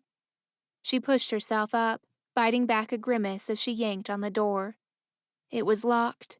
The boat rocked, throwing her off balance, and she dropped to the floor again. She stretched out her hand toward the door, but there was nothing, not even a wisp of ice. Jack. She crawled toward the door and banged on it with the little strength she had left. But then she closed her eyes and whispered, almost like a prayer, I need you. Chapter 9. Jack. Jack's body buzzed with adrenaline. Swords clashed, men grunted, and the ship rocked to the side so suddenly it threw several sailors off their feet. Screams of agony flooded the air, but it was all just noise. Nothing could distract Jack from the blaze of energy bubbling under his skin. He kicked his attacker, then turned to the next one. Meanwhile, Reich dealt with the men on the other side of him. Where's Arya? Jack shouted over his shoulder to Reich. An overly eager sailor slammed his blade against Jack's and groaned as he leaned in. He was barely older than a boy. His mop of blonde hair was damp with sweat, and his eyes were full of fear. Jack grit his teeth and pushed him back, then swiped his legs and the boy fell with a thud. He glanced back at Reich just as he beat a sailor with the handle of his sword. They took her below deck, Reich grunted. Go. My men will handle these fools. Jack didn't need to be told twice. He charged across the deck, hopping over wounded sailors, and balled his hands into fists. The sky grew darker, and the supernatural winds howled around the ship like a cyclone. He halted and ducked as a sailor flew past him, picked up by the wind. The ferocious sea tossed the ship, sending it flying into Reich's vessel with a crash. Screams and shouts were muffled by the crunch of the collision, and Jack jumped back just as a piece of timber fell to his feet. The ships are sinking! Someone yelled. The sailors and pirates stopped fighting and turned their attention to their own ships. Quick, get back aboard! Reich yelled. Jack watched Reich gather the rest of his crew, and they scrambled over the edge and disappeared, while the remaining sailors ran around like headless chickens. The captain reappeared from below deck, his face free of color as his beady eyes took in the disastrous sight. Jack's chest burned, and every muscle in his body tensed as he charged for the captain, ready to impale him with every inch of his sword. But the howling wind knocked the captain back. He dropped his sword, and the back of his head struck the mast, sending him to his knees. He fell on his face and lay motionless on the sodden deck. Water lapped at Jack's feet as the boat leaned on its side and descended into the sea. Arya! Jack's heart raced as he dropped the sword and scrambled over the bodies, then ran below deck. Once his feet touched the floor, the water reached his thighs. He covered his mouth and nose with a hand to stifle the dank scent, then dragged his legs forward as he trudged through the rising water, looking for Arya. At the end of the narrow hall was a door with a window. The elaborately carved iron lock told Jack it must have been the captain's quarters. By the time he reached it, the water was at his waist. He slammed his fist against the window. Arya! A moment later, Arya's pale face appeared, and her eyes grew glassy as she shouted back to him. But her voice was too muffled through the thick door. Hold on, I'm going to get you out of there, Jack shouted as loud as he could. He grabbed the handle and shoved, but the door didn't move. He dragged a hand through his hair in frustration. Why didn't I bring the sword with me? He considered going back for it, but the water was rising so fast he knew there wasn't time. Instead, he looked around him. A small lantern hung on the wall. He took it off the hook and shouted again. Stand back! With a smash, he hit the glass with the lantern and beat the glass fragments away. Are you okay? The window was just big enough for Jack to reach through. He waved around until his arms collided with something solid. A hand grabbed his and gave it a squeeze. Jack, you need to go, Arya said in a firm voice. She thrust a bag in Jack's hand. Take the shard, use the mirror, and get away from this place. I'm not leaving you, Jack said as the water crept up to his chest. He pushed the bag back in Arya's hand and cradled her face, grazing her cheek with his thumb. There's no way out, Jack. I'm done for. Arya's voice broke, and Jack stooped down to see her wide eyes through the window. No one is dying today. He held his breath, withdrew his hand, and crouched under the water, bracing as he leaned back. Then he plowed all of his weight into the door. But the force merely sent a dull pain through his shoulder. He tried again, and again, but it was no use, and he was growing dizzy as his lungs screamed for air. He floated and gasped as his face broke the surface of the water. Arya, hold on! He gurgled as the water hovered barely an inch from the ceiling. He took a deep breath and dove down, reaching through the window. He grasped her hand and caught sight of Arya's face. She looked at him imploringly, mouthing the word, "Go!" But Jack shook his head and squeezed. He couldn't leave her. Just when he had resigned to their twisted fate, a movement from behind caught his attention. A flash of sparkly light flooded his vision, and he wondered if this was the heavenly light people talked about. But then a face came into view, and Jack gasped, choking on the water. He let go of Arya's hand and lurched back as his body jerked, begging to break free of his watery cell. Then the most transcendent sound filled his ears, the same unearthly song he had heard back at the cavern. Only in the water, it sounded 1,000 times more enchanting. Jack's body grew limp, and he relaxed, all pain and struggle gone. The door wrenched open, and Jack smiled serenely as he watched the mermaid reach in and retrieve Arya, who floated unconscious. The mermaid turned toward him, her dark hair waving in the water in a whimsical fashion. "Lexa." Suddenly filled with an unknown energy, he dragged his arms and legs through the water. Once he used the base of the stairwell to propel himself upwards, he looked back to find Lexa behind him, carrying Arya in her arms. Happy that Arya was in good hands, he turned back and climbed the ladder.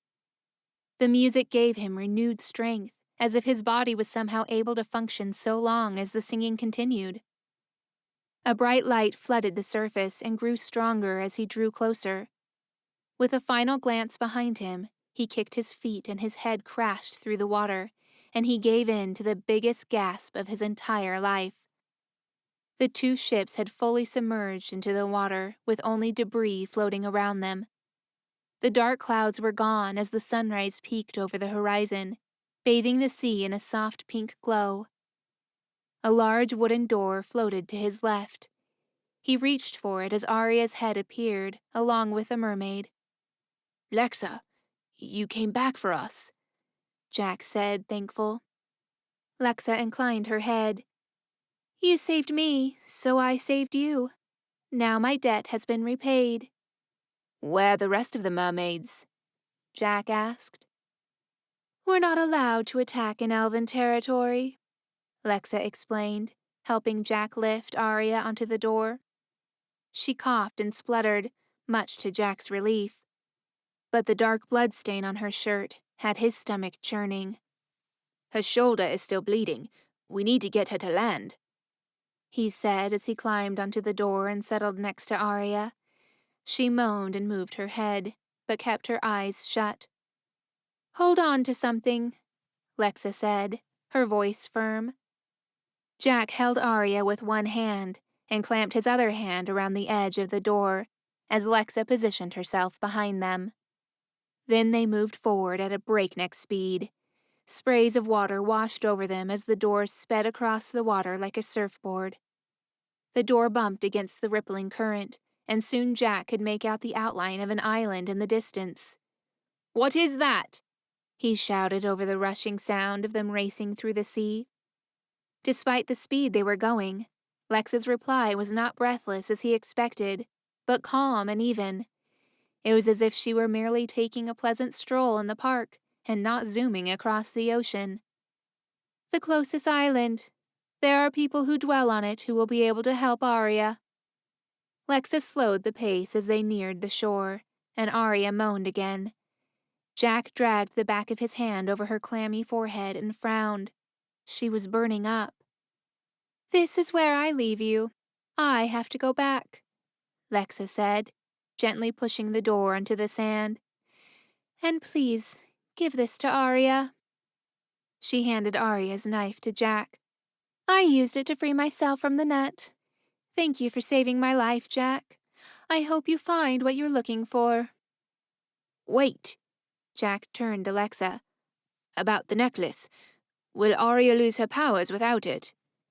No, Lexa replied. The stone simply recharged her powers. She'll just need to pace herself and save her energy. And with that, Lexa backed away. Thank you, Jack said with a nod. A small smile crossed her face, and then she disappeared with a splash. Jack scooped up Arya in his arms and staggered along the beach, looking for any sign of life. Tall trees towered over them, their lush green leaves providing shelter from the sunshine. But the sea air had a bite to it. Arya shivered in his arms and mumbled something incoherent. It's all right. I'm getting you some help, Jack said soothingly. Arya buried her face in his chest, and his heart squeezed. Her body grew limp when she lost consciousness again as Jack stumbled away from the sea and deeper into the woods. Can somebody help me, please? Jack set his jaw and ignored his aching muscles as they protested with every step. Sticks snapped beneath his feet, and he left a trail of water leading all the way back to the shore. A squirrel scarpered up a tree trunk and looked at him with curiosity. Somewhere in the distance a bird called. Jack followed a path that had light footprints. They were shallow, but recent. Please, my friend is hurt. I need someone to help her. A snap of a twig to Jack's left had him halt and on high alert. With Arya's unconscious body in his arms and no weapon to hand, he was vulnerable. Who's there? A bush rustled, and a fluffy white rabbit hopped out and scampered away. Jack sighed and turned. Then he almost dropped Arya with a gasp. 3 tall women wearing white cloaks and with hair as golden as the setting sun stood in his path. Their eyes focused on Jack with such intensity he couldn't help get the feeling that they knew who he was. But that was impossible. Excuse me, I'm sorry to intrude on your land, but my friend is awfully wounded and requires assistance. Jack tried to sound polite and gentlemanly, but his voice shook. One of the women raised her hands and lowered the hood of her cloak. The tips of her pointy ears peeked through her hair, and her face radiated light as she smiled at him. Pointy ears? Are they elves? All is well, Jack. We have been expecting you. Her voice was light as a feather, but the words rang in his ears. Is Reich with you? Reich? Is this where he wanted to take Jack? No, he's not. And how do you know me? He stuttered. 2 of the women walked forward and reached out for Arya, but Jack stepped back. Who are you people? Come, let us take your friend. The woman's voice was heavenly. The healer can help. The healer? I'm not leaving Arya. Jack stepped back, holding Arya closer to his chest as he stared at the elegant women walking closer. One of them laughed softly. Then let us take you to him. Jack followed them deeper into the woods. His mind raced with questions, but he got the impression that these elves would talk in riddles. Birds sang from the treetops and glimmers of sunshine peeped through the leaves like spotlights. The air on this island seemed to breathe, as if the land was also a living thing. With every inhale, Jack was flooded with a sense of peace and tranquility. The sensation of all is well impressed itself on his mind. They reached a wooden hut nestled in the trees, and Jack stopped. He is waiting. One of the women gestured for Jack to enter, but he hesitated. Walking into the unknown had him on edge. What if he was being lured into a trap? Arya stirred in his arms, and he cradled her close. Her face was pale and soaked in sweat, and her lips were turning blue. There was no other choice. Arya needed the healer, whoever he was. So despite the fact he may well be an enemy, Jack knew he had to save Arya, whatever the cost. He took a deep breath, inhaling the calming air, and allowed it to flood his senses. Then he walked inside. The hut was much larger on the inside than it looked from the outside. A wooden table sat in the center of the room, and stacks of shelves with glass bottles and leather-bound books lined the walls. Parchment papers littered the desk. All manner of interesting trinkets filled the hut, but none of it mattered. Jack just stared at the man cloaked in white, standing beside a bed. His face was engraved with fine wrinkles, and his wiry blonde hair had little gray to it. But Jack could never mistake those clear, penetrating eyes. "Grandfather?" he whispered. "Hello, Jack," he said fondly. His face broke into the warmest smile Jack had ever seen. This was surely not the cold, standoffish grandfather who had raised him. Though he was older than Jack, he was still younger than when Jack last saw him, but with a caring demeanor that threw Jack off balance. "You're the healer," he whispered. The older man smiled for a brief moment. Then his gaze settled on Arya and his face turned to a frown. "Bring her to the bed." Jack did as he was instructed and laid Arya on the small bed, wet clothes and all. Jack's grandfather picked up a wooden bowl of water and dipped a rag into it. "Bring me the brown bottle from that shelf," he instructed as he moved to Arya's side. Jack stood, biting back his tongue against the million questions racing through his mind. His grandfather was dead. How was he here? Had Jack died when he fell onto the mirror? Was this place a sort of afterlife? Suddenly it all made sense. The fairy tale characters, the magical powers, and being reunited with his grandfather. "You're not dead," Grandfather said firmly, as if he were able to read Jack's mind. Jack returned with the bottle and held it out with a shaking hand. "But you are," he whispered back, eyes wide. Without responding, the man ripped the linen to expose Arya's shoulder. Then he took the bottle from Jack, unstoppered it, and poured a golden liquid over her wound. "What is that?" Jack asked, edging closer. "Elderflower," Grandfather mumbled. Then he glanced at Jack and shrugged. "Not the same flower you know back home. Here it has strong healing properties. The women who found us, are they elves?" "Yes." A silence followed as Grandfather mopped Arya's forehead with the damp rag and tutted. "We need to keep her body temperature down, otherwise the tonic won't do its job." He handed Jack the dripping rag. "How is this possible?" He watched his grandfather intently. "I didn't bury an empty coffin." "I know. Then how can you be here? And yet—" "I haven't returned to England yet," Grandfather explained. "But when I do," he turned to look at Jack, "you will still be a baby." Jack looked at his grandfather in puzzlement. "I don't understand." "When I left to come here, you had just been born. So when I return, it will be as if only moments passed." "Wait." The thought suddenly came to Jack. "You're the intruder, the one who rumpled everyone's stories?" Jack asked as he dabbed Arya's face. Grandfather sat in the chair behind his desk and sighed. "That was a mistake. I was only meant to come here for a day, but alas, I cannot go back."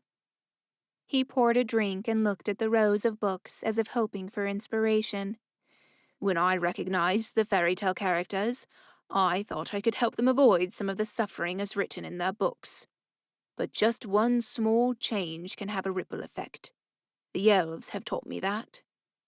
"The mirror? It's elven, right?" Jack asked. Grandfather looked at him, startled, and a glimmer of pride crossed his face as he gave him a nod. "The elves are a peaceful folk. They are wise and have means to see into the future. But they have a saying that I have learned to live by." Jack leaned forward, clinging to his grandfather's every word. "What is that?" Grandfather took a swig of his drink. All things must be. Arya stirred. Jack dipped the rag into the water again, then squeezed out the excess liquid before patting her neck. So they don't interfere at all? Jack asked. Then why did they help me? They were helping her, because it was foretold that they would, Grandfather said, nodding to Arya. Jack frowned. They've seen Arya's future. Does she have a book as well? You aren't asking the right questions, Jack. Jack was taken aback by yet another lesson. Fine. Then why did you keep the mirror a secret from me? And when raising me, why did you have to be so cold and distant all my life? Grandfather looked at Jack in surprise. Raising you? Yes, you raised me after my parents died. Grandfather pinched the bridge of his nose. Jack, I have not yet lived through that. When I left, your parents were well. But nothing. You cannot tell me any more about my future. All things must be, Grandfather repeated as he pointed at Jack. They stared at each other in silence for a moment, and Jack frowned. Was he not even sorry for everything he put him through? The lonely days surrounded by dusty old books, forbidding him from making friends or going to school, only sending him on trips to camp in the outdoors, hike up mountains, and sleep in a tent during a rainstorm. But Arya's heavy breathing pulled Jack back out of his mind. He looked at her face and swept her dark hair away from her temples, and his heart warmed. All of his thoughts and worries melted away, and Grandfather seemed to know it. He chuckled and gave Jack a knowing look. You have many questions, and I will endeavor to answer all of them. But right now, you need to rest. You two have been through quite an ordeal, I gather. He walked over and placed a hand on Jack's shoulder. The warmth of his touch sent a rush of emotions flooding his whole body, and it took every ounce of his control not to weep. I can't believe you're here, Jack said in a strangled voice. Grandfather took the rag from Jack's hand and sighed. I know. Ah, the fire is almost out. There's a woodshed outside. Would you? He gestured to the door, and Jack nodded, rising to his feet. Of course, I'll be right back, he said. He strode to the doorway and glanced back at Arya as she slept, his grandfather gently dabbing her face. His heart squeezed so tightly, he worried it would burst out of his chest. Arya was going to be okay, and his grandfather was not dead. All was well. He couldn't stop the grin from overtaking his face as he marched outside and headed for the small woodshed sitting to the side. Perhaps this was my happy ending, he thought. Then as he opened the doors, something hard struck him on the back of his head, and he fell to the ground. A pair of black boots from the Queen's men appeared inches from his face. Arya, he croaked as he passed out. Chapter 10. Arya. Arya jolted awake, a damp cloth falling from her forehead. She blinked several times, trying to recognize where she was. Oh, good, you're awake. An elven woman in a white cloak smiled as she brought a tray with hot soup. Arya stretched out her hand and the woman's body froze on the spot, though not her face. The tray fell from her hands, dropping to the floor with a loud clang. I'm sorry to have startled you, the woman said, though still not able to move her body. I just thought you would be hungry when you woke up. Arya thought about replying, but she was too busy looking at her own hands. Her powers were back, and stronger than ever. But then she winced as her wound stung. She touched her shoulder. It was bandaged. Who had done this? She looked at the woman again. Where's Jack? She asked. He went to get some more wood for the fire. A man's voice came from the door, and Arya swung around in a defensive position. A gray-haired man raised his hands in surrender. There's no need for that. Who are you? She asked, keeping only her good arm in front of her. And where is Jack? My grandson is fine, he said with a smile. Grandson, Arya echoed, giving the man a skeptical look. His grandfather died. Yes, I'm aware of that now, he replied, motioning to the frozen woman. Would you mind letting her go? I asked her to come and help me treat you. She changed your clothes and made you some food. Arya finally noticed the different clothes, a pair of light gray pants and a white shirt. Then she glanced at the food that had fallen on the floor. Her stomach growled, and she wished she hadn't been so hasty. Without another word, she waved her good hand toward the elven woman, and the ice melted. Thank you. The woman flashed Arya a grateful smile, though she was shivering. Would you like me to make you another plate? Arya gave the woman a quizzical look. Why was she being so nice? It creeped Arya out. Nah, that's okay. The woman bowed, then headed out the door. Everything is ready, sir, she whispered before leaving, and the older man gave her a thankful nod. Arya scanned the room again. Where was she? But the more pressing question was another. Who are you, really? I'm Jack's grandfather, he answered, coming to sit on a chair next to the bed. Arya crawled away from him. I came through the mirror many years ago. Then how could you have raised him? Though I have not yet returned to my land, I will, he explained. And when I do, I will continue my life where I left off. Arya shook her head, confused. What do you mean where you left off? She asked. When I left, my daughter was a young mother, and Jack was still a baby. So when I go back, I will return to that time. Arya wondered if he knew of his daughter's passing, but decided it wasn't her place. If Jack wanted him to know, he would surely share it. Why are you telling me this? Because I need your help. Arya wanted to laugh. What could I possibly help you with? We can't let Jack go back to England. What? Arya felt a sting of betrayal.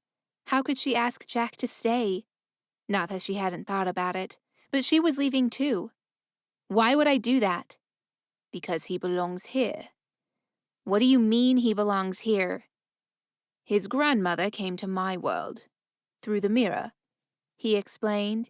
She stayed with me and we got married, but when she fell ill, she asked that her ashes be scattered on her parents' grave. That's why I came here. So she was from the Chanted Kingdom? Arya muttered, and the old man nodded. She narrowed her eyes, battling with the nagging feeling that there was more he wasn't letting on. Then why did you keep all this from him? Because I can't interfere with his story, he said. Arya's eyes widened. He has a story? Then something in her brain clicked. You're the intruder. The old man nodded. And I have learned the hard way that even the most honorable of intentions can have catastrophic consequences. Why did you rumble everyone's lives? Arya asked, shocked. I never meant to, he confessed. I was simply trying to help. But all it took was changing one thing, and the ripple effect was pure disaster. So, is that why you need Jack to stay? She asked, to restore the happy endings to their original fate? The man shook his head. Jack won't be the one to fix it, he said. You will. He reached into her bag on top of the nightstand and pulled out the shard. Arya wanted to lunge at him and snatch her bag from his hands, then demand that he explain what he meant by her fixing the happy endings. But she was too curious to know what he knew about the mirror. This is truly one of the most extraordinary inventions of the elves, he muttered, staring at the shard as if it were a picture of an old friend. I tried collecting all the shards once. Arya lowered her guarded hand and edged forward. Did you get to? No. He looked up to meet her eyes. I even tried asking the elves to make another, but they vowed to never recreate such a powerful object. In fact, they were planning on taking it high up in the sky and shattering it. But The man chuckled as if he was the only one in on the joke. That would have been a bad idea. So you want my mirror? Arya asked, glancing at the shard he was still holding. Is that how you get back home? Yes, he nodded, but I won't leave without first making sure my grandson will be cared for. I thought you couldn't interfere. I can't. That is why I'm making sure to do everything just as it's supposed to be, as hard as it may seem. And what is that exactly? She asked. You will find out soon enough. Now. He stood and Arya perked up. He was still holding her shard, and she would not allow it out of her sight. Shall we? Before Arya could reply, he turned around and walked across the room. Arya stood and followed slowly after him. He reached for a curtain and pushed it aside, revealing the Mirror of Reason, with only one shard left to be completed. Arya gasped, "My mirror!" He stepped away, allowing her to stand protectively in front of it. "How did you get it?" I hired someone to get it from your hiding place, he said with a shrug. But what's important is that it's here, and moments away from being completed. He handed the last shard to Arya, and she took it. He raised his hands and took another step back. The extra distance eased her sudden tension. "You said I would be the one to help restore the happy endings," she reminded him. "How could that be if I'm leaving to another world?" And what world is that? He asked, more amused than curious. "Well, the United Kingdom, of course. A place where everyone lives in peace."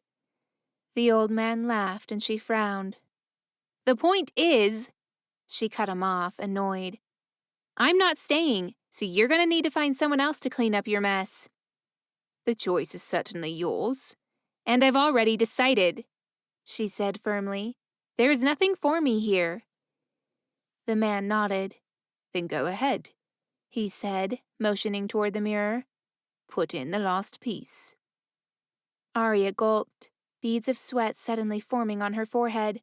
"I will, as soon as Jack comes back." He's not coming back. His words sent an icy chill down her spine, and she peered into his strangely calm eyes. "What are you saying?" I'm saying, he motioned to the mirror again, complete the mirror and see for yourself. Arya turned around and pushed the shard into the empty space in the center, then hovered her finger over the gaps, filling them with ice. Once the last shard was fused, the outer frame of the mirror began to glow a bright light, and Arya stepped back, covering her eyes from the blinding glare. Open your eyes, the old man said, and she did. Though the golden frame was still glowing, it had dimmed slightly. She shifted her attention to the mirror. It was still cracked, merged only by her ice particles.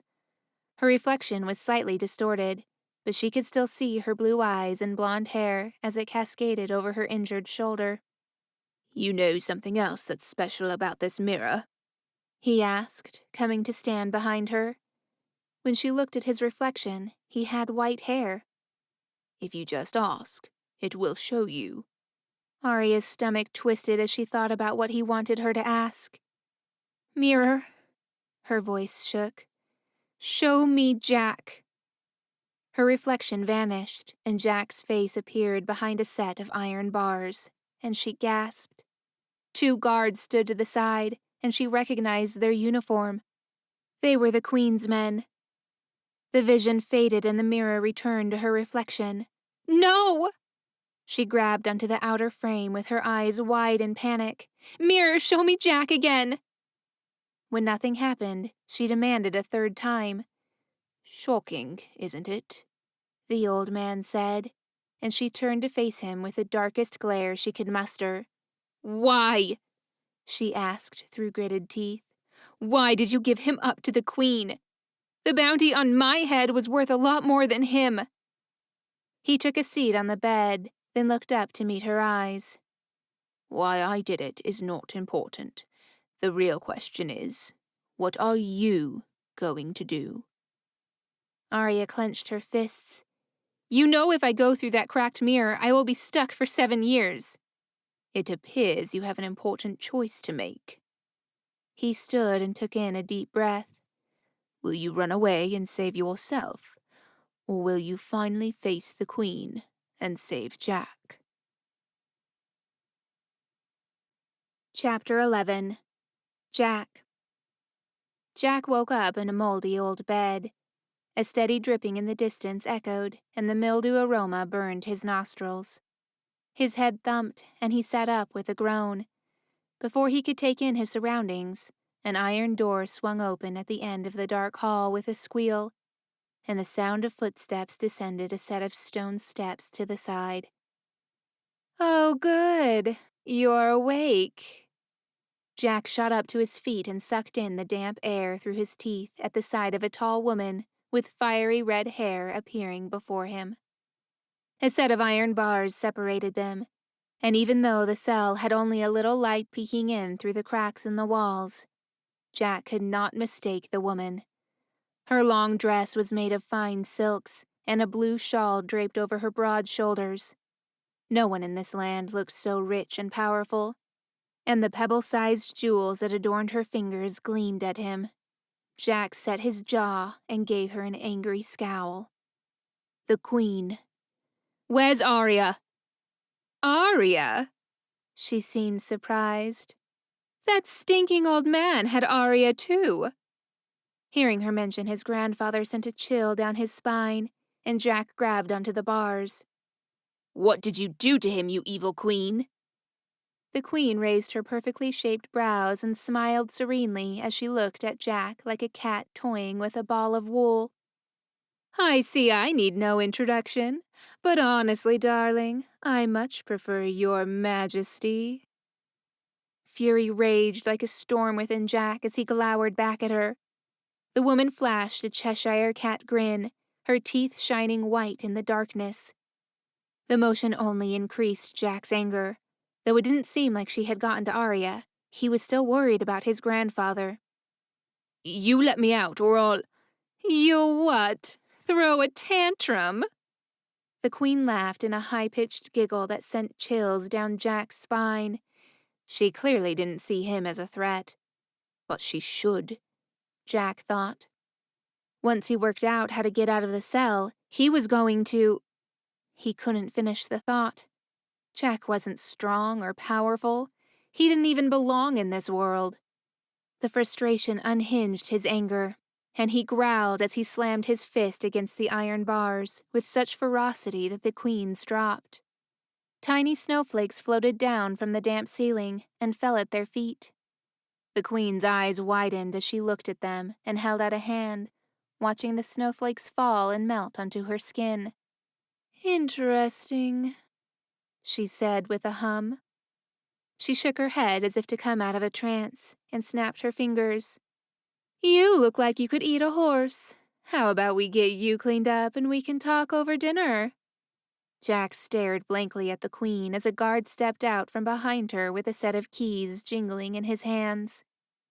The iron cell door clicked and swung open, sending a gust of chilly air. I look forward to our little chat. I do believe it will be rather illuminating. The Queen gave him another grin before she picked up her skirts and walked out. Jack was taken upstairs with a guard on each side. Their boots thudded against the stone floors, and Jack noticed that they had been shined so much that he could see his own reflection. Huge tapestries lined the walls, picturing scenes of dragons and mountains.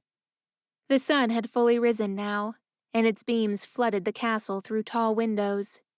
Jack squinted as they rounded a corner, and he was pushed into a small room. A tin bath sat in the center of the room, filled with steaming water, and a pile of royal attire sat on a wooden stool to the side, and Jack wondered if it had belonged to George. We will take you to the Queen when you are dressed, and don't go thinking about running. We'll be standing outside the door. One of the guards nudged Jack on the shoulder before closing the wooden door with a bang. Dipping into a hot bath never felt so luxurious. Since he arrived in the Chanted Forest, he only had lakes to bathe in. Jack took a bar of soap and scrubbed every inch of his aching body and toweled off absent-mindedly. He was tired, bone tired. Ever since he fell through that mirror, he couldn't remember a time he had been able to slow down and relax. But the relaxation was short-lived. As he dressed in royal attire and tucked his shirt in, a knock on the door made him jump. "Do not keep the queen waiting," one of the guards barked through the door. Jack combed his hair and rubbed the back of his neck with a sigh. It made sense for him to be thrown in a cell, but dinner with the queen? To what did he owe this honor? His stomach knotted, and he wondered how he could play the situation to his advantage. Could the queen have been lying about not knowing where Arya was? After all, she wouldn't give up on such a powerful weapon. And what about his grandfather? Had she any use for him at all? Or did she want to kill him just like Robin did? He shook the thoughts away as he followed the guards down the hall. Now was not the time to dwell on such upsetting thoughts. He needed to be careful, alert, and on the lookout for every opportunity to get answers. "My goodness, don't you scrub up well?" The queen sat at the head of a long oak table, laden with all manner of food. "Please, take a seat and help yourself." Jack was starving, and he was glad to have something other than stale bread. He silently ate a bit of everything. The sweetness of the berries was almost too rich for his palate. His stomach moaned with delight at the salty pork, and he downed the food with a cup of hot cocoa. Its velvety texture soothed his soul as he swallowed. The queen did not eat, but merely watched in silence, an eerie smile plastered on her painted face. "Try the apple pie. It's quite delightful." Jack stopped, suddenly struck by a thought, and dropped his hands. "It's poisoned," he said in horror. The queen threw her head back and cackled. "Good grief! Why would I poison you?" She stroked her red hair and raised her chalice to her lips. "Why would you bring me here? What use am I to you?" Jack asked, his blood turning cold. Something felt off, but he couldn't put his finger on what. "I have eyes and ears in all of the forest, and it sounds like you've been quite a busy bee," the queen explained, after she took a sip of her drink. "I was told that you've been running around with my princess." Jack balled his hands and set his jaw, but the queen continued unaware. "You evaded my guards, outsmarted an ogre, survived the wrath of Robin Hood, and you befriended a mermaid, not to mention caused 2 ships to sink." Jack frowned. Why did the queen make him sound so heroic? "Tell me, Jack, how long have you known you had powers?" The question threw him off guard. "What? I don't have powers," he said. The queen cocked a brow and raised her chalice, an elaborate golden goblet covered in ice crystals. Then she set it down. "I am told you know about the stories. The fairy tales, as I believe you call them. You know about the future." Jack shook his head. "It's not like that. Everything is different." "Thanks to the intruder, I know." She nodded. "But that only tells me these stories can be rewritten." Jack clamped his hands over his knees and stared at her. "Why do you want to do that?" "Jack, my darling, I want to offer you a role, a very special position here at my court." The queen rose to her feet and walked to him. "What kind of position?" "An advisor. I need you to tell me about these happy endings."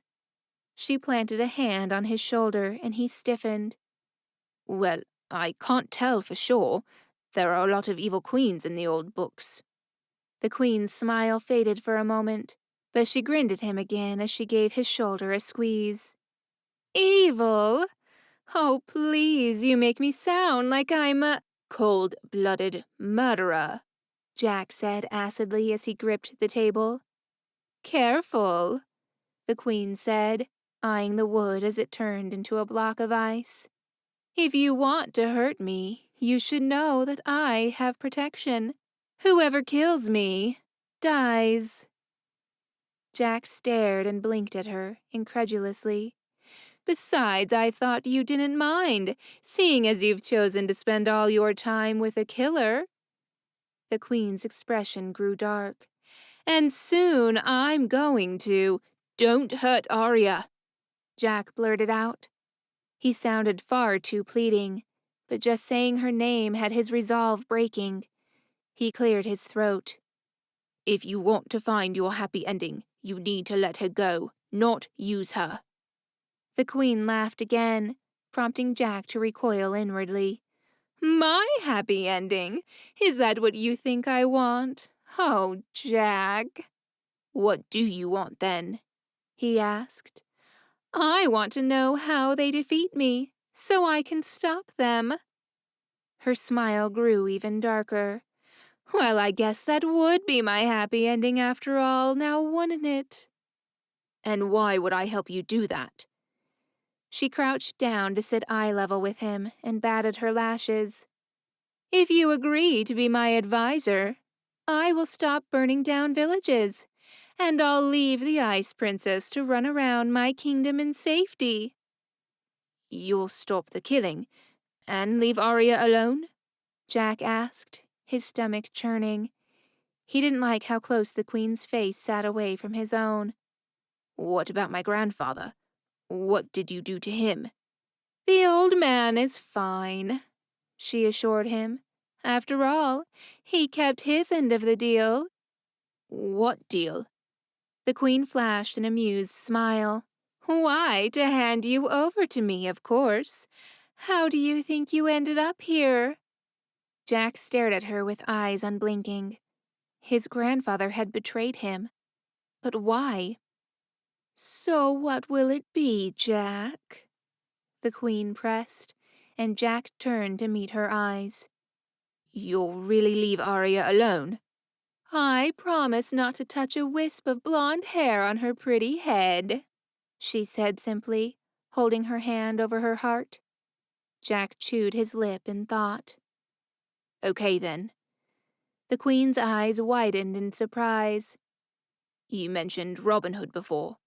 I can tell you how he's going to defeat King Richard, he said, and the Queen looked like the cat who got the cream. Does this mean you accept my offer? She asked, her eyes wide and hopeful. Jack set his jaw and studied her for a moment. If this stopped anyone else from getting hurt and gave Arya a chance at freedom, how could he not? Yes. He sucked in a deep breath. I'll work for you. Chapter 12. Arya. Yes. Arya watched Jack through the mirror. I'll work for you. The vision vanished, and she grabbed onto the brass frame so hard it turned to ice. She's going to use him as a weapon, she whispered in disbelief. And how had Arya not noticed that Jack had powers? That was supposed to have been you, the old man said from across the room, and Arya swung around with a sharp glare. It wasn't supposed to be either of us, she spoke through gritted teeth. How could you betray your own grandson? I only did what had to be done. A blast of ice hit his chest and threw him back. Before he could regain his balance, Arya had him pinned to the wall, ice traveling from her hands onto his body. If you kill me, it will alter Jack's entire childhood, he warned. A life without you in it? She chuckled, despite the anger boiling in her veins. Now that doesn't sound so bad. If I'm not there to raise him when his parents die, then he will be sent to a home away from the manor. He locked his gray eyes with hers. Away from the mirror, which means he would never have come here. You're a cold-hearted monster, she hissed. He frowned. Oh, you have no idea. She looked at him in confusion, then pressed a hand over his chest, sensing the temperature of his heart. Her eyes widened in surprise as she looked up at him again. Your heart is frozen. He cocked his head. What happened to my heart isn't relevant right now. What matters now is Jack. Arya shook her head, her thoughts spinning. That's why you were so cold and distant to Jack growing up. Now it makes sense why he was raised without warmth and love. The love is there, He said firmly. it's just not clouded by emotions. Arya looked at his stone-cold expression. Even when he talked about love, he conveyed nothing, no emotion. She shook her head again, then turned to look at the mirror for the 1,000th time. Though all she could see was her reflection, her mind was still stuck on the last image she'd seen of Jack. She had so much to apologize for, but most importantly, so much more to own up to. She clenched her fists and glared at her own reflection. The girl staring back at her had been nothing but a coward, and now the kindest boy she'd ever known was taking her place under the claws of a monster. "How does this work?" she asked, hating that she still needed the old man's help. She'd never crossed through the mirror before, and she couldn't afford to waste any more time. She needed to rescue Jack. Just think about where you want to go, he said, and hold your breath. Arya touched the mirror, and it began to glow as if reflecting a bright star. She sucked in a breath while images of Jack flooded her mind. The glass then turned into a thick silver liquid, and she held her breath as she stepped inside. Arya was deep underwater, and her injured shoulder stung as she swam to the surface. Once she reached the top, she gasped for air. The queen's castle towered above her, and she realized she was in the castle's lake. Who's there? A guard called out from behind her. She whipped around, only to see her reflection on the icy wall. Her blonde hair glistened brightly in the sun, and there was no more hiding the princess.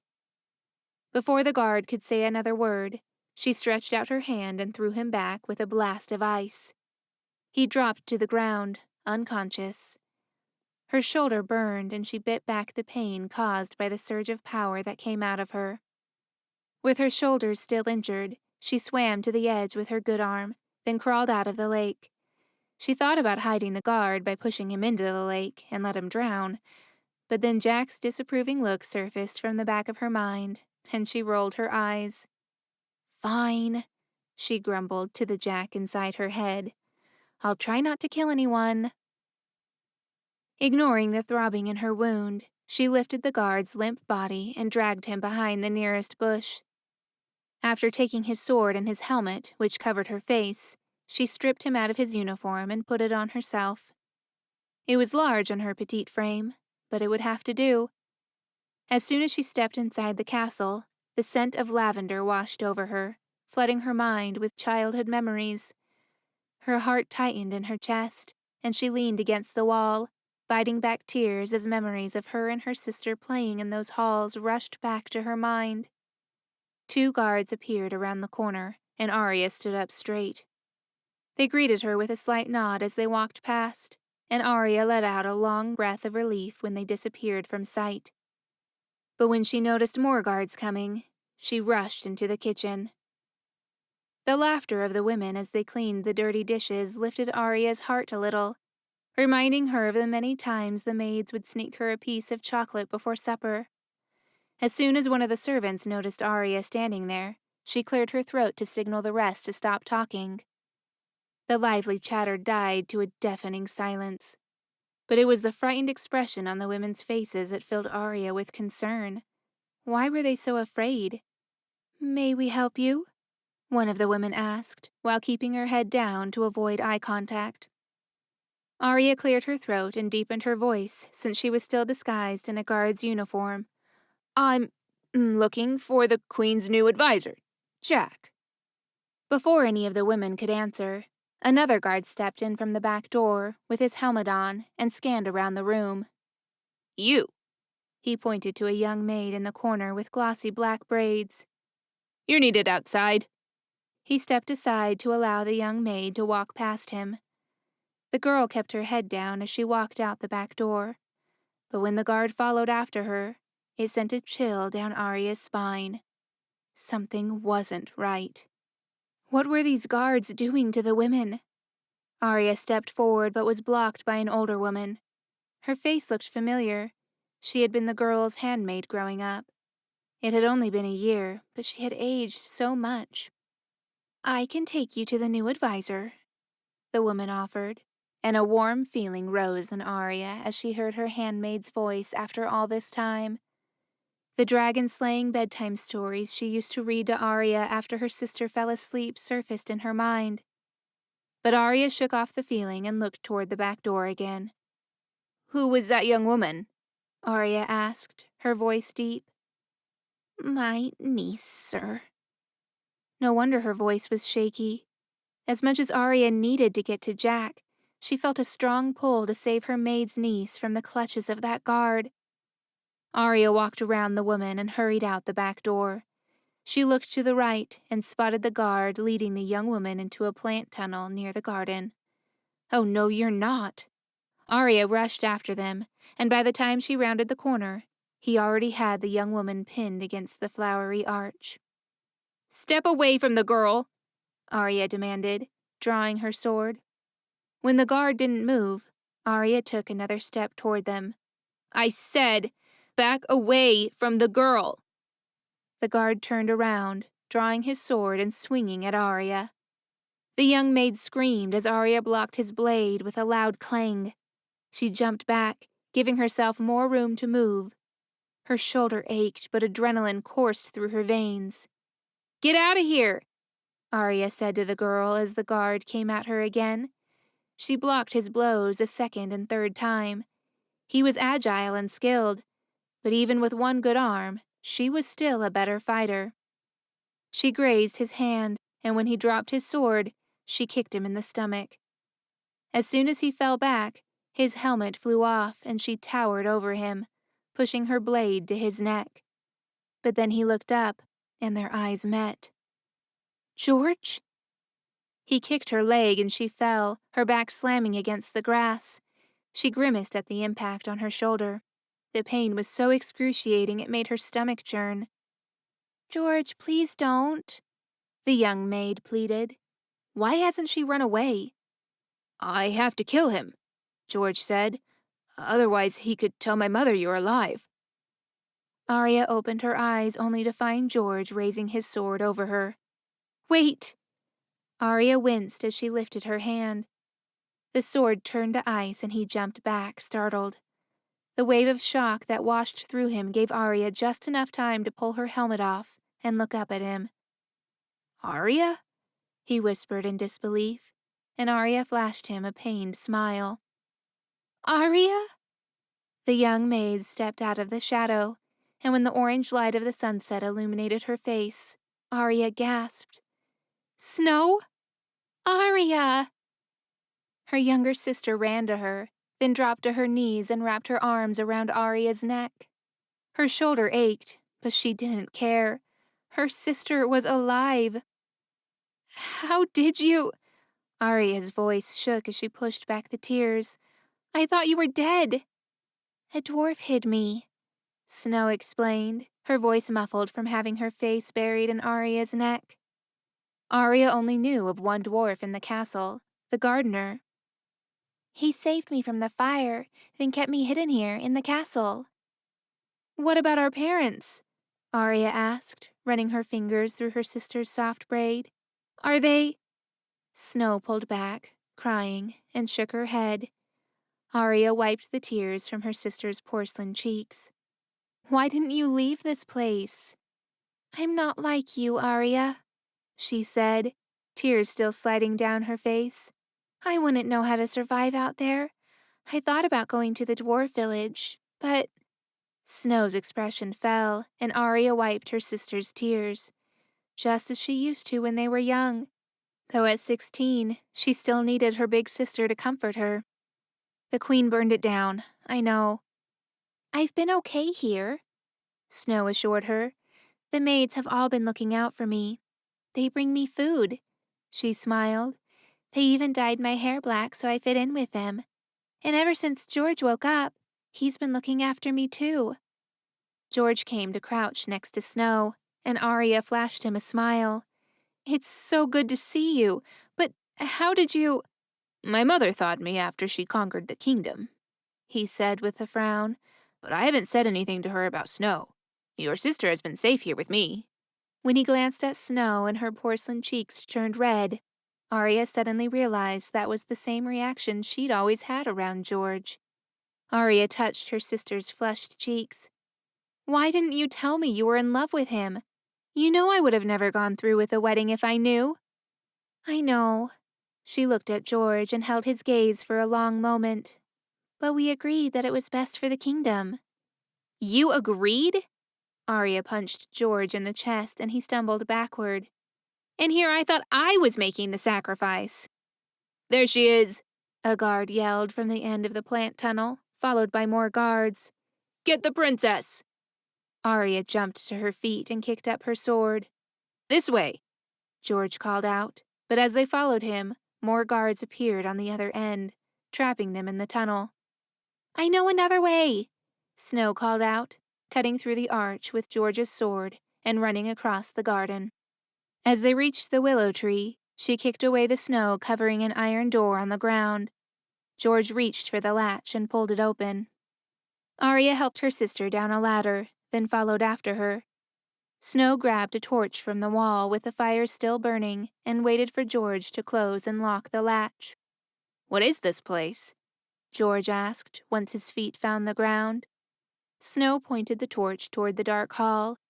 It's an underground tunnel that leads to different areas of the castle, Snow explained, starting down the dark hallway.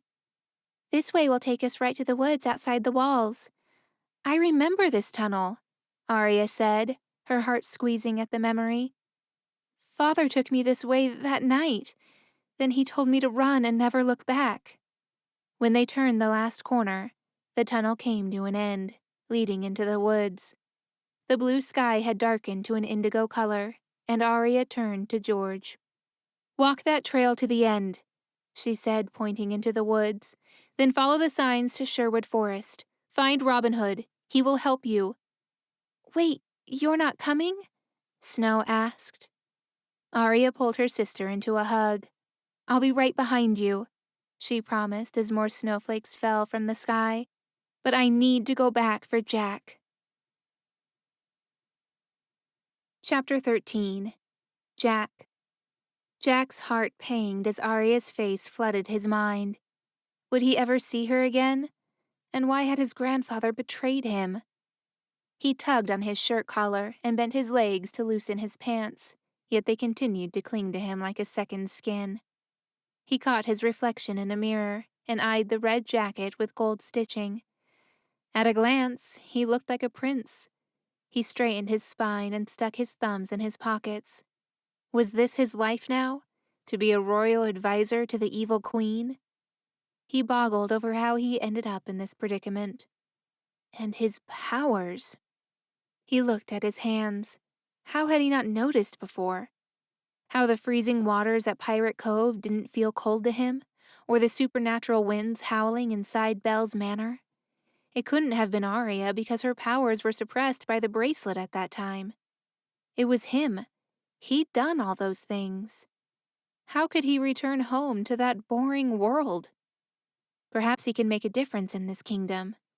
No one was waiting for him to return to the manor except his family lawyer, which was a disappointing thought. Maybe he could find purpose in the Chanted Kingdom and use his powers for good. There had been so much devastation, so much tragedy. What if he could convince the queen to rule peacefully and guide her away from violence? Ironically, a commotion outside interrupted his thoughts. He bolted out of the room and hurried down the hall, following the sound of screeching and crashes. You killed thousands of innocent lives! Did you really think I wouldn't want to make you pay? The angry shout made Jack's heart leap. He recognized that feisty voice. Arya. But what was she doing here? The queen had promised him she wouldn't go after her. He dashed out to the gardens. The clouds darkened in the sky and there was a chill in the air. But he didn't notice. He stared wide-eyed at Arya and the queen screeching at each other, the lake sitting between them with a fountain to the side. Arya! Jack rushed forward, and the queen directed a hard look at him. Seize him! she commanded. Two burly guards roughly grasped Jack's arms. Their grip tightened the more he wrestled against them. Let me go! Arya raised her hands and the fountain spray turned into icicles. She then hurled them toward the queen, who in return disappeared in a fiery blaze. The icicles melted as they crashed with the heat, dripping like rain, yet never reaching the ground before evaporating with a hiss. The queen reappeared across the lake with a fiery glare toward Arya, and when she stepped forward, her skin became shimmering scales while her teeth grew into fangs. It took several seconds for Jack's brain to process what he was seeing. He blinked hard and stared open-mouthed at a dragon, bearing down and spewing fire toward Arya. The red of the dragon's scales glistered, and it had claws the size of swords. Arya crouched behind a tall tree, which turned black on one side and blew away as ashes in the wind. The dragon crawled around, its wings flexing and nose snorting smoke. The smell was overpowering and the smoke stung Jack's eyes. "Look who's showing their true colors!" Arya shouted as she looked up at the flying creature. "No going back now, your majesty! Everyone knows what a monster you really are!" Jack craned his neck to see the castle windows were filled with shocked faces, though the guards keeping him in their grasp remained serious and unfazed. Suddenly it all made sense. This was how the villages had been burned down so completely. Whenever the queen got hot-tempered, all she needed to do was turn into a dragon, fly over a village, and spew. Talk about letting off steam, Jack thought. Arya pulled out her knife and ran around the opposite side of the fountain, scurrying unnoticed between the dragon's legs. Its mammoth head swung left and right, its yellow eyes darting around as it looked for Arya. Jack's heart dropped as he watched Arya bury her knife in the dragon's belly. The dragon roared up to the sky. A blast of fire shot upwards, and then the dragon looked down and gripped Arya in its claws. She cried out in pain, and her knife fell with a clatter to the ground. Jack's stomach lurched, and he grunted as he tried to break free from the guards, watching Arya struggle. But then the dragon whimpered and staggered back, its claws frozen solid. Arya squatted and retrieved her knife, then rose and stepped away from the wounded dragon, her chest heaving. For a beat, nothing happened. It was as if both parties were too tired to continue. But then the dragon snorted at its claws and the ice melted. Then, as quick as a flash, the dragon's huge tail swiped Arya, throwing her off her feet, and she fell with a thud to the ground. Jack clamped his jaw and glared at the guards standing by him. How can you stand by and watch this? She's your princess. Shut up, fool. We only follow the queen's orders, one of them muttered, squeezing Jack's bicep. A sprinkle of snowflakes began falling from the sky as Jack gave him a steely look. Your queen is a dragon. So what threat am I? Just let me go. The guards ignored him, and Jack's muscles tensed as anger boiled in his chest. He looked back to see Arya shooting ice out of her hands, but it melted as the dragon roared back. Arya stumbled, throwing her hands out, but less ice appeared than before. She was growing weaker, and blood was seeping from her shoulder wound. Suddenly Jack remembered what the queen had said about her protection, and it jolted all of his senses. If Arya slays the dragon, she'll die. But if she doesn't slay the dragon, she'll still die. Neither of those outcomes was acceptable. The dragon stretched its wings out wide and flapped them, sending a thunderous wind over the garden. Trees swayed violently, and the falling snow shot to the side like a blizzard. Jack furrowed his brows and focused. The snow immediately responded and moved at his will, encircling the dragon in an icy tornado. Arya staggered forward, her knife held out in a shaking hand, and the dragon broke away from the tornado with a deadly roar.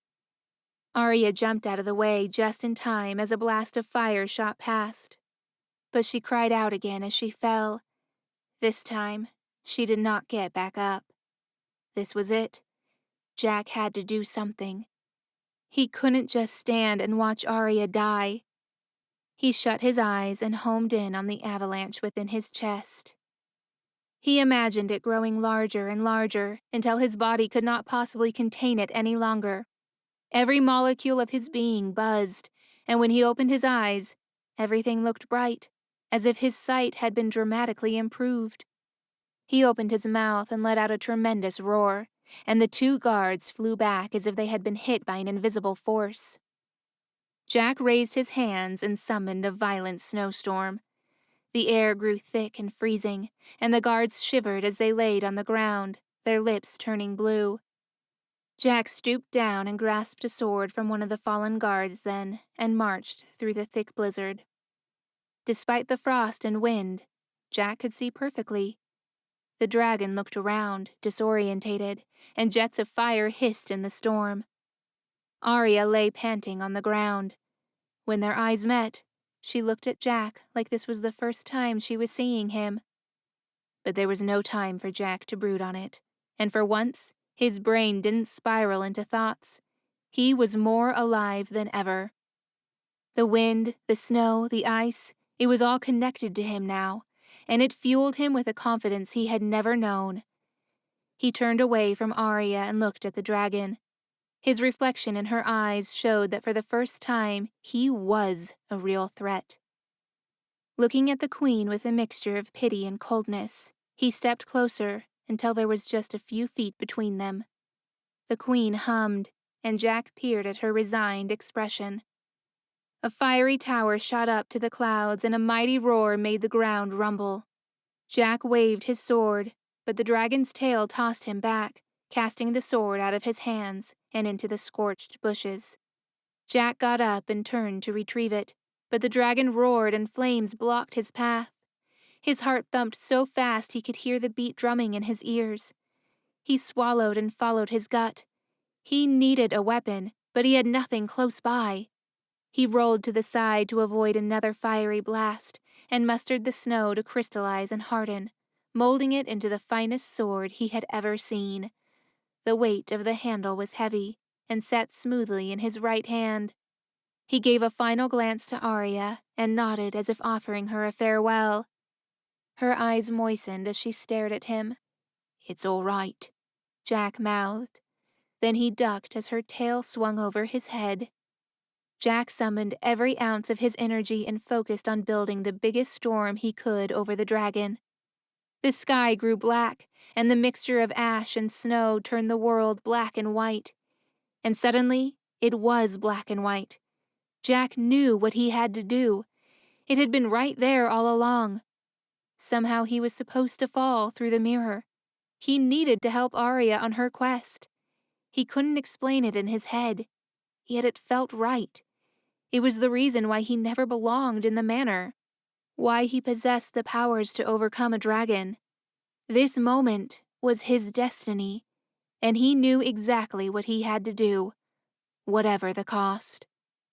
Jack stepped forward, his frozen crystal sword raised, gripping the handle so tightly that his knuckles ached. No fear took up any part of his mind, and despite the chaos of the howling winds and the extinguished roars, he walked as if in slow motion, feeling clear-headed. He was the embodiment of calm as he stepped into the smoke and walked to the underbelly of the beast.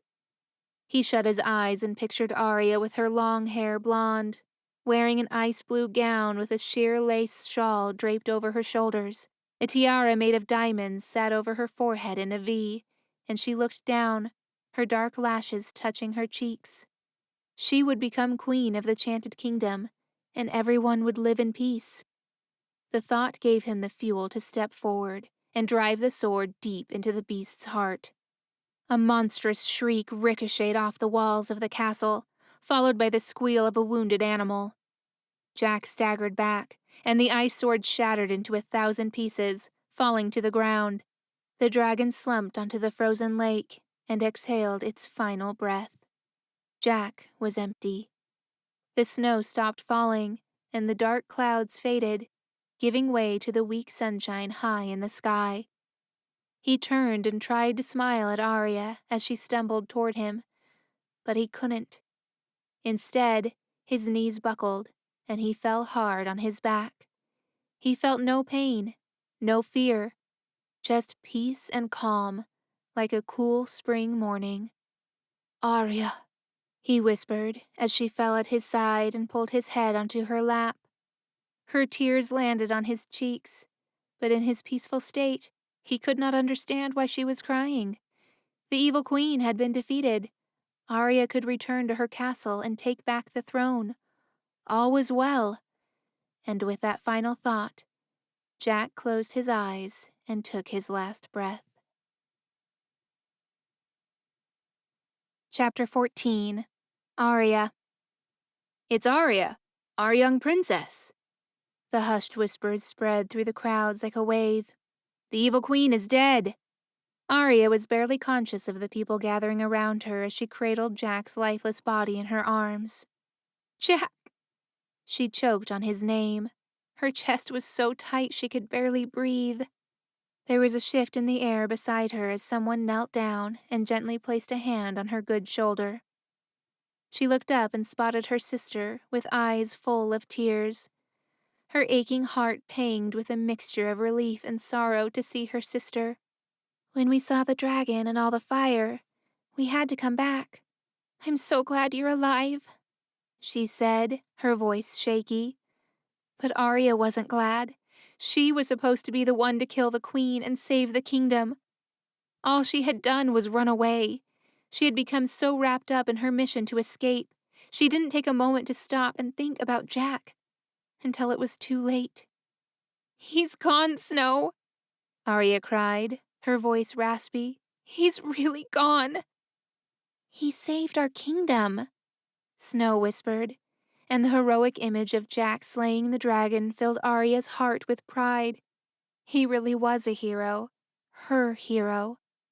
She focused on his peaceful face through her blurry vision, and memories of all they'd been through together flooded her mind like a beautiful dream. She ran a hand through his soft brown hair. "I should have told him," she whispered to her sister while keeping her eyes on his peaceful face. "Now he'll never know just how much he meant to me." "I'm sure he knew." Arya shook her head, her heart squeezing in her chest. "You don't understand. Everything about him was kind. His thoughts, his eyes, his heart." She rested her hand over his chest, but when there was no movement, her heart ached and she broke down again. "I loved him, Snow." Arya didn't have to look at her sister to know she was crying too. But then a wave of sorrow filled the air, and Arya looked up to find her maids with their faces buried in their hands, also weeping. "Arya," Snow's eyes stretched wide, "I have an idea." Arya looked into her sister's hopeful eyes. "What?" "True love's kiss."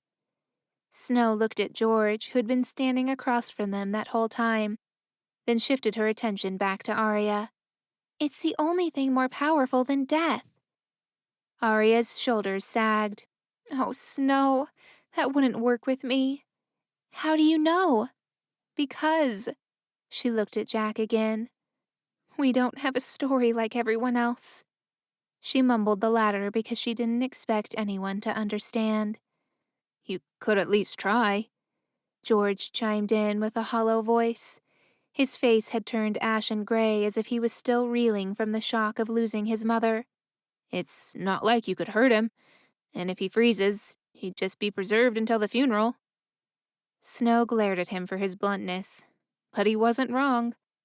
Arya looked at Jack, a sliver of hope rising in her chest. Could this really work? She loved him, it was true, but did Jack love her back? The memory of him cradling her in his arms and smoothing her hair with his hand sent tears leaking out of her eyes again. If their roles were reversed, Jack would have tried it. In fact, he would have moved heaven and earth if it meant there was a chance to save her. She owed him that much. "Okay."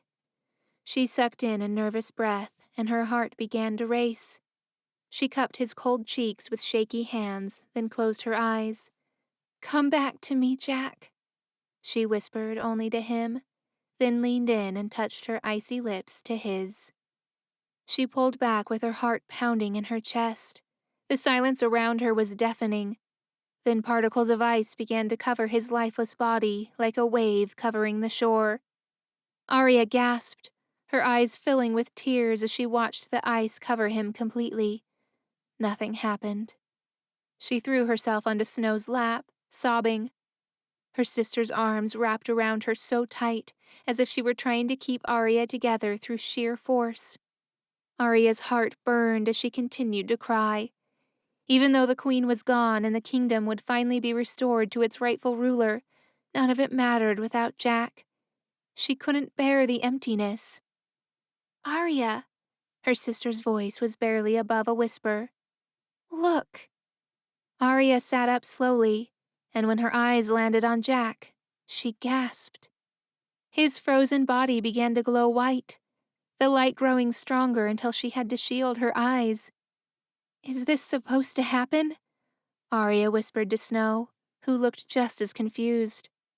Arya turned back at the sound of ice splintering.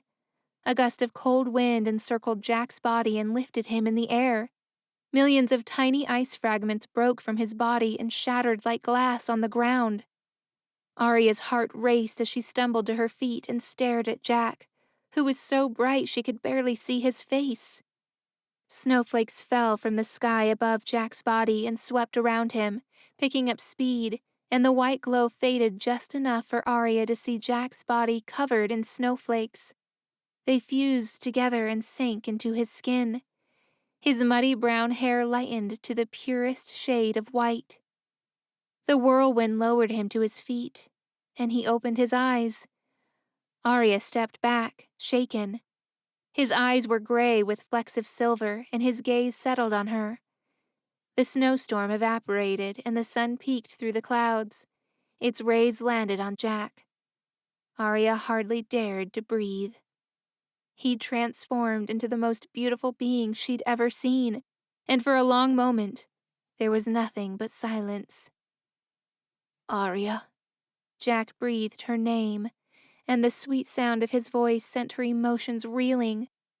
Before he could take another breath, she leapt into his arms, and without warning, her mouth was on his. She felt his jolt of surprise, but it didn't take long before his arms were tight around her waist, and he was pulling her against him. When his lips parted, a rush of ice-cold air flooded her senses, refreshing the deepest part of her soul.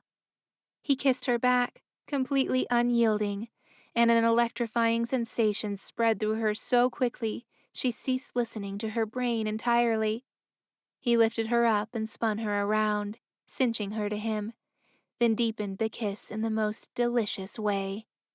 She buried her hands in his white hair, feeling the silken strands between her fingers. Someone cleared their throat, and Jack's lips suddenly softened as her feet found the ground. Arya pulled back, with her eyes still closed, reveling in the taste of this man who had just claimed her heart. Jack? His grandfather's voice came from behind the crowd, and they both turned to look.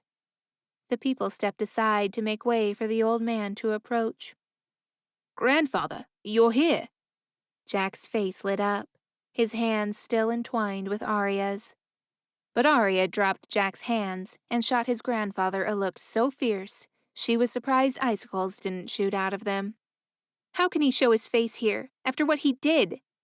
She stood silently seething as Jack and his grandfather embraced, patting each other on the back. When they broke apart, his grandfather looked around at the crowds of people, still staring at them. Is there somewhere we can go to have a talk? He asked quietly. Jack looked at Arya, his face hopeful, and her heart leapt. But part of her wanted to order the guards to take the old man to the dungeons. Sure, this way, she said through gritted teeth. She led them to the library. It was the quietest place in the castle, which offered them much-needed privacy. Jack, his grandfather said softly. Arya looked up at him, startled at the tears in his eyes. They both took a seat, while Arya pretended to peruse the books, looking for something to read. She got the impression this was going to be an intimate conversation, But she didn't trust the old man to be alone with Jack. His grandfather pulled out a hand mirror from his pocket and held it out for Jack to look into. Arya tried not to stare as Jack peered into it and raised a hand through his white hair. Whoa, I look so different, he said in awe. He glanced at Arya before he looked at his grandfather again. I feel different too. His grandfather handed him a small book. Jack looked down and his brows knitted together. Jack Frost, he said blankly. Then he looked up with wide eyes. You're telling me... He didn't finish, but his grandfather nodded along, following his train of thought. Your grandmother was from this kingdom. That is why I came here. He took out a white handkerchief and dabbed his eyes. She wanted her ashes to be brought back to her land. But I got stuck here, and I thought I could be helpful. But I only made things worse. Jack stood up and walked over to the window, rubbing the back of his neck. He glanced at Arya again and held out his hand. She didn't hesitate.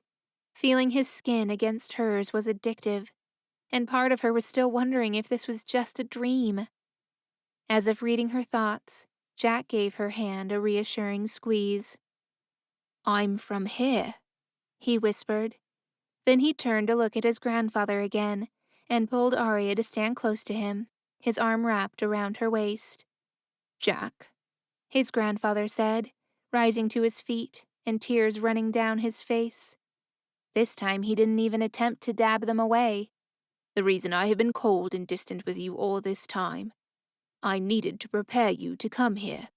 And I couldn't interfere with your story, or none of this would have happened. Arya frowned at the sight of the old man becoming racked with emotion. But did you really need to be so... sterile? I was just a child, and I had no other family. You made me feel unloved. My heart is frozen. I'm deeply sorry. Frozen? Jack echoed. How come? His grandfather smiled. That's a story for another day. They embraced again, and his grandfather wept quietly into Jack's shoulder. But you have to know, I did everything for your benefit, because I do love you. I always have. Jack's grandfather sniffed and stepped back as Jack nodded thoughtfully. A frozen heart. Well, I suppose I can believe that. He laughed softly. Will you have to go back through the portal? We've only just been reunited. His grandfather planted a hand on his cheek and smiled sadly. If I don't, there's going to be a little boy without any family, who will never discover the mirror that will take him back to his true home. What else do you know about my heritage? How can I learn more about my powers? Do I have family in this kingdom? Jack's grandfather nodded. Go to the ice mountains. You will find answers there. Arya swallowed uncomfortably. She had heard tales about the ice mountains, that they were treacherous and the few people who ventured there never returned. Jack nodded and held the book to his heart as he shared a silent look with his grandfather. It was as if the two of them finished their conversation telepathically.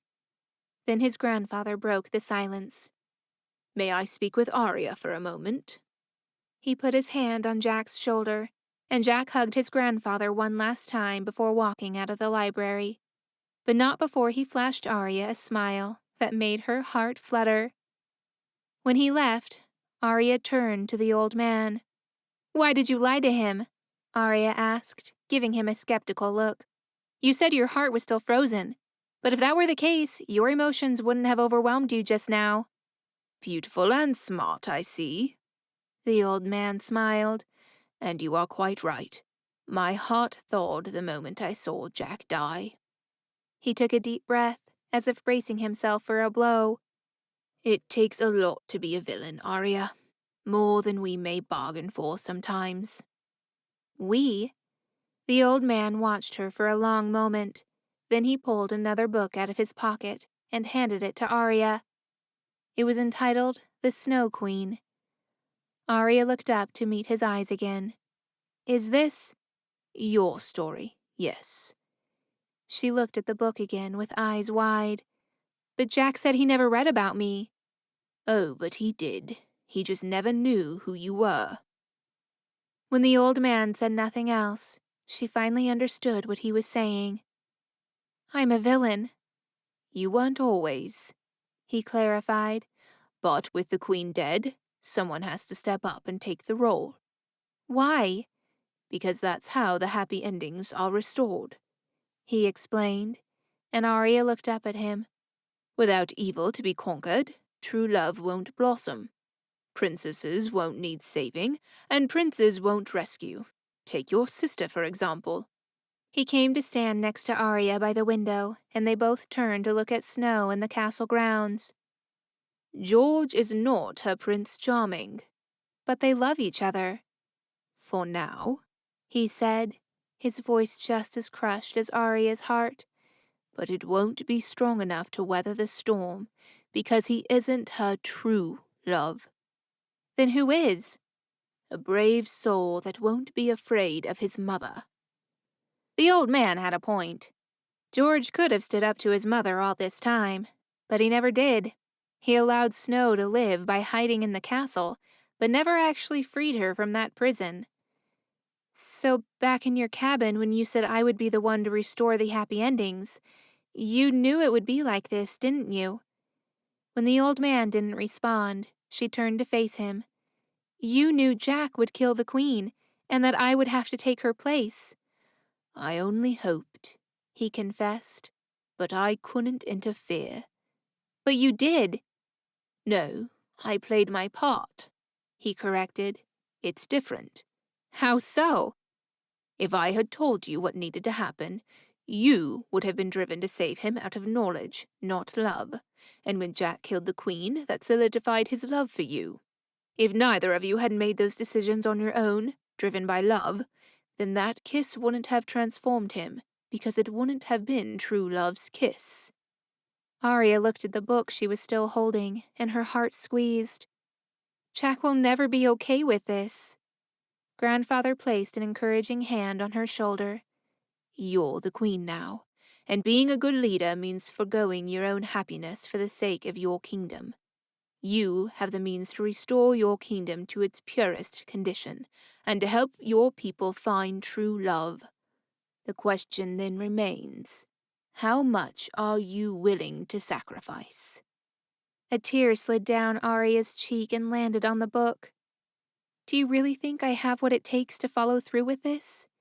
If ever you need any guidance, He said, offering her a soft smile. just ask the mirror of reason, and you shall find your answers. Arya lifted her head and looked at the old man with eyes full of tears. Will I lose Jack? He smiled, wiping away one of her tears. You will never lose Jack. He's your true love.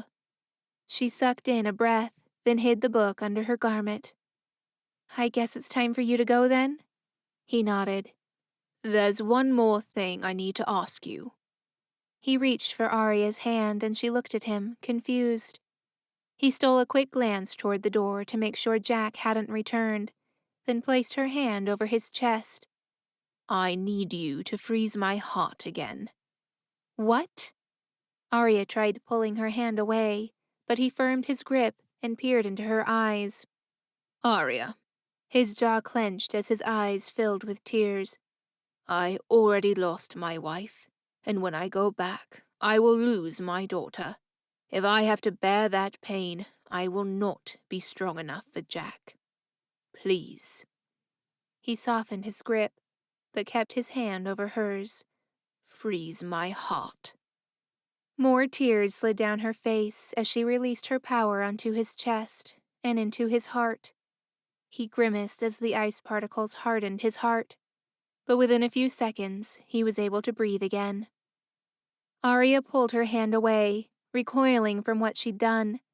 Jack would grow up without warmth and affection, and she would be responsible for that. Again. Thank you. He breathed, rubbing his chest. You will make a great evil queen. I'm certain of it. Arya pulled him into a hug. I will try my best. She pulled back and wiped her tears away. How will you be getting home? He looked out the window, and Arya followed his gaze toward the lake. That lake, when frozen, becomes a portal. Arya gasped. That's where the elves got the idea from, Grandfather added. So that's where I'll be going. I've also made arrangements for your mirror to be brought here. You need to keep it safe. Guard it with your life. Arya nodded. I will.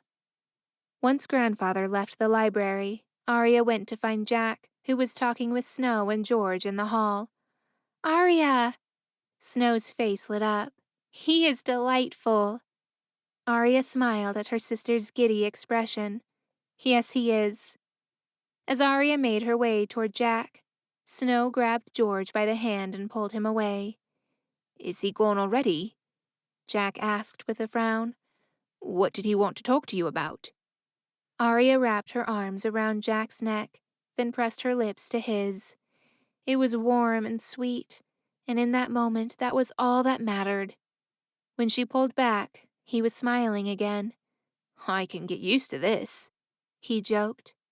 But then his expression turned serious as he studied her face. Are you okay? I love you, Jack. He melted at her words. I love you too. No matter what happens. She caressed his soft cheek. We will always weather the storm. Jack pulled her close, and after kissing her softly, he rested his forehead to hers. Always. Epilogue. Riding Hood. Red sucked in a breath and tugged on her dress. She hated corsets and would have been much happier wearing her leather boots and pants with a loose shirt. But it was Arya's coronation day, and the whole kingdom had turned up in their finest clothes. The grounds had been decorated with boughs of red and white flowers. The castle had been restored, the gardens filled with lush green trees and blooms of every color. The buzz in the air was contagious. Red shouldered her way through the crowds and made for the main hall. A guard stopped her. Name? Riding Hood, she muttered, not bothering to add that she was mostly known as Red, thanks to the dumb nickname that Will Scarlet had recently given her. The guard stepped aside and she walked in, looking up at the high ceiling in awe. Ice fractals hung like chandeliers, and the stone floor was covered in snow. Jack stood tall at the front of the hall, beside the high priest. If Red hadn't known any better, she would have thought she had stepped into a wedding. Rows of wooden benches sat on either side of the hall, leaving an aisle in the middle. Red took a seat near the front and listened to the string quartet playing a classic song. Excited whispers flew around the hall, and Red watched Jack, who stared ahead, unmoving. He looked different. His once dark hair was white as snow, and there was something about his countenance that threw Red off. What had happened to him? He didn't look human anymore. Many rumors spread through the kingdom about Arya. One of them was that she had turned Jack into a magic snowman.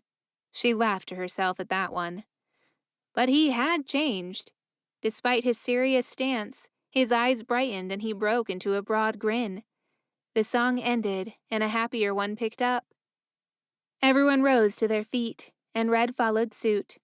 Sighs and gasps filled the air. Red stood on her tiptoes to see over the heads, but she could only make out blonde hair. Then she leaned to the side, just as Arya passed her. Red gasped along with the other guests. She was beautiful, with her light blue gown trailing behind her. Arya stood at the front and kneeled down as Jack stepped aside. The high priest placed a crown on her head, then handed her a golden scepter, which she held in her right hand. When she rose, she turned around and looked out. To Red's surprise, her face was solemn and serious.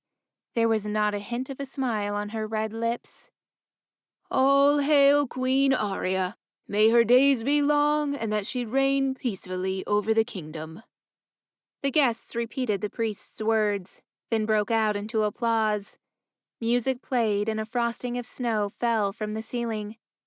Red held out her hand and caught the snowflakes, staring in wonderment.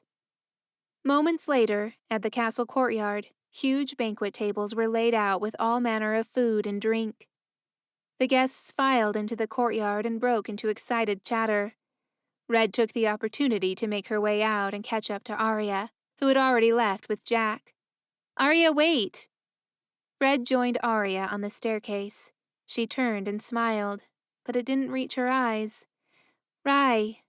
They embraced for a moment, then she squeezed her arm as they broke apart. "What are you doing here? I thought you'd be with Robin." "They're ready for you, my queen," one of the guards announced from the top of the staircase, and Arya turned away without so much as a goodbye. Something was wrong. Red followed her up the staircase and to the balcony. Snow, George, and Jack were standing, waiting for her. Red made her way to Snow as Arya stepped forward, and the sound of cheers and whistles exploded into the air. Arya is a natural at this, Red thought, as she watched her waving her hands so delicately. She stood poised and rested a hand on the edge of the balcony, while Jack looked on. "My dear people of the Chanted Kingdom, you have suffered greatly under the reign of the evil queen. But now, it is time for you to finally get what you deserve." More cheers.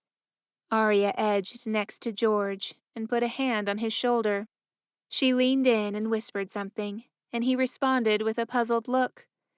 Red wondered if it was an apology for calling his mother evil.